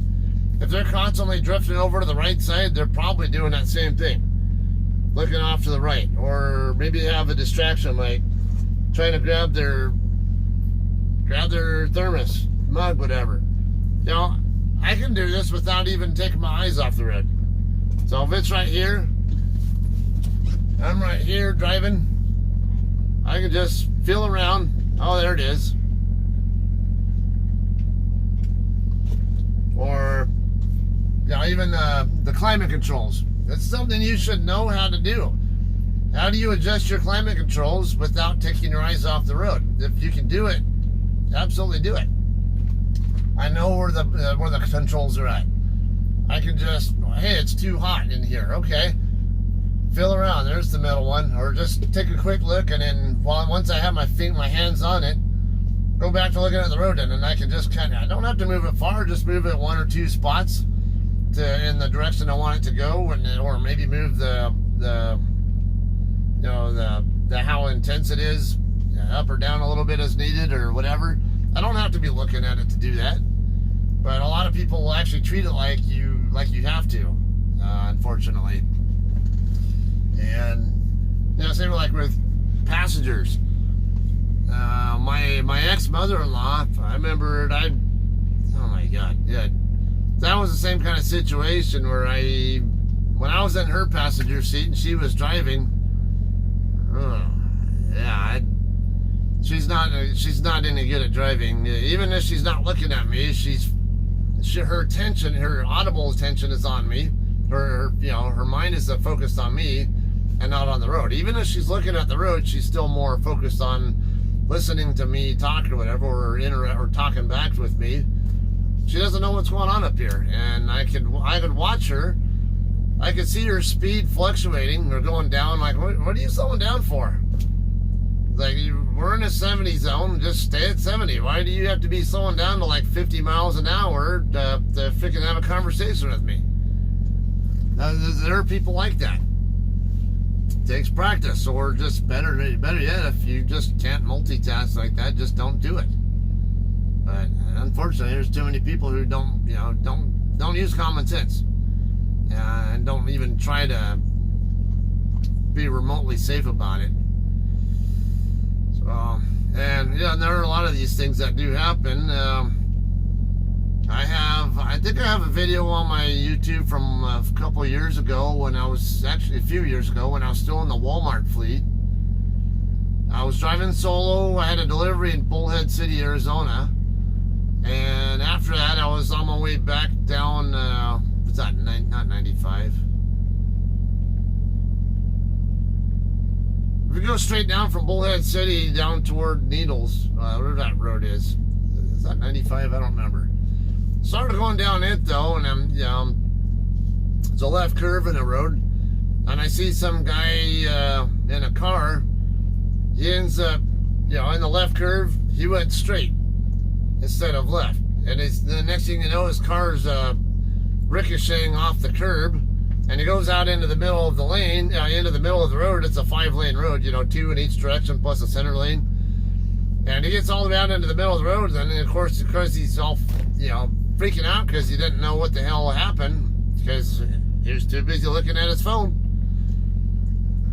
He swerves back to get back in the correct direction, and he lost control, and then next thing you know, he's going up over the right curb, and then he's trying to keep it under control there because he's still out of control. And I watched from a few hundred feet behind.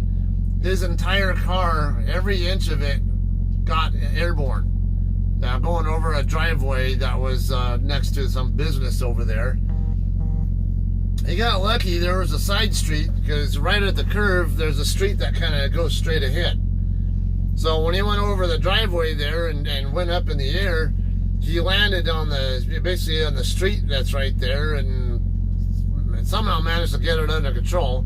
But of course, he lost his quarter panel. I saw his quarter panel laying on the ground, and then when I saw him further down by that next intersection, I could see it missing from his car. Both myself and a guy in I think it was a red pickup, whatever, we both stopped because we both watched it happen, and we stopped because we were going to check on him, make sure he was okay. And the guy ended up just driving off like nothing ever happened. Like, yeah, that was cool. I meant to do that. But why did that happen in the first place? Probably because he was on his phone doing this. There's a curve up ahead, going straight and not paying attention. Oh man, there's a curve, until it doesn't know until it's too late. So, and I always say, if it should be like, treat it like safe sex. If you absolutely have to do it, if you can't avoid doing it, at least be smart about it. Like you say, with safe sex, the abstinence is best. But if you really absolutely must do it, then if you're trying not to get pregnant or STD or something, or get someone else pregnant, you got to use protection.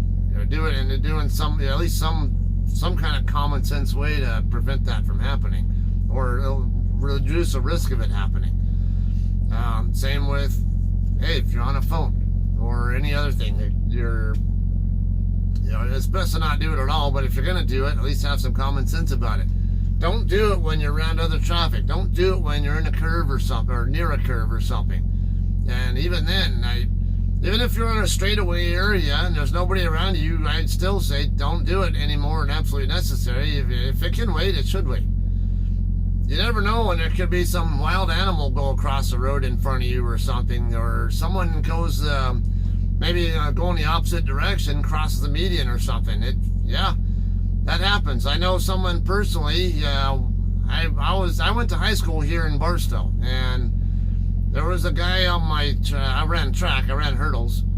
There was a guy on my track team, and he was also on the football team. He got killed in an accident between here and Victorville.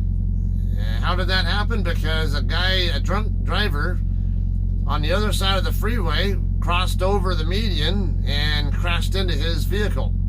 Killed him. Yeah, and you don't even have to have that. Cell phones, they didn't even exist at the time. That was bad. That was in the mid-90s or so. Nobody had cell phones back then. Or very few. Maybe had mobile phones that were mounted to the car or something, but nothing to the extent that like what I'm looking at right now. Those kind of things happen. Yeah, I've seen. Yeah, there was actually when I was in Virginia. I think I was streaming that one. You guys remember? I got stuck in traffic over there. Same thing.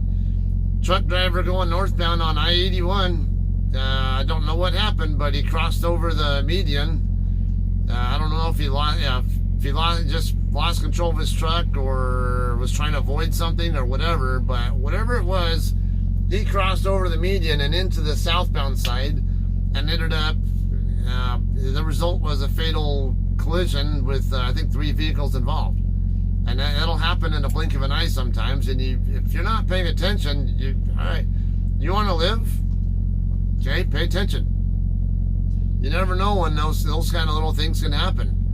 And you don't want to be caught up in that if you don't need to, and don't be causing that kind of stuff either. All right, so I think that's enough of the kind of the lesson of the day, I guess. I don't know. I think there are a lot of times I find myself doing that kind of lesson of the day things or whatever. Not that I really intend to, but some conversation. And like I say, I know a lot of times people watch me who don't have CDLs or maybe are brand new CDL drivers or whatever, and there's always something new that maybe I can help teach them or something. And I think that's what kind of motivates me to do that is, hey, teach you how to be a little more safe. If not completely safe, at least more safe than you already are, and more professional than you already are. So, all right, guys, I'm gonna go offline. It was right after 6:04 when I went off duty, so 16:04 local time or 4:04 p.m. Pacific or 7:04 Mountain or Eastern time, and let's see, 24:04. So just after midnight for you, Ice. That's when I will be able to go back on duty. I'll probably get rolling pretty quickly after that. So I will see you all then if you guys are wanting to. If you guys will be around then. So all right, take it easy, guys. See ya later.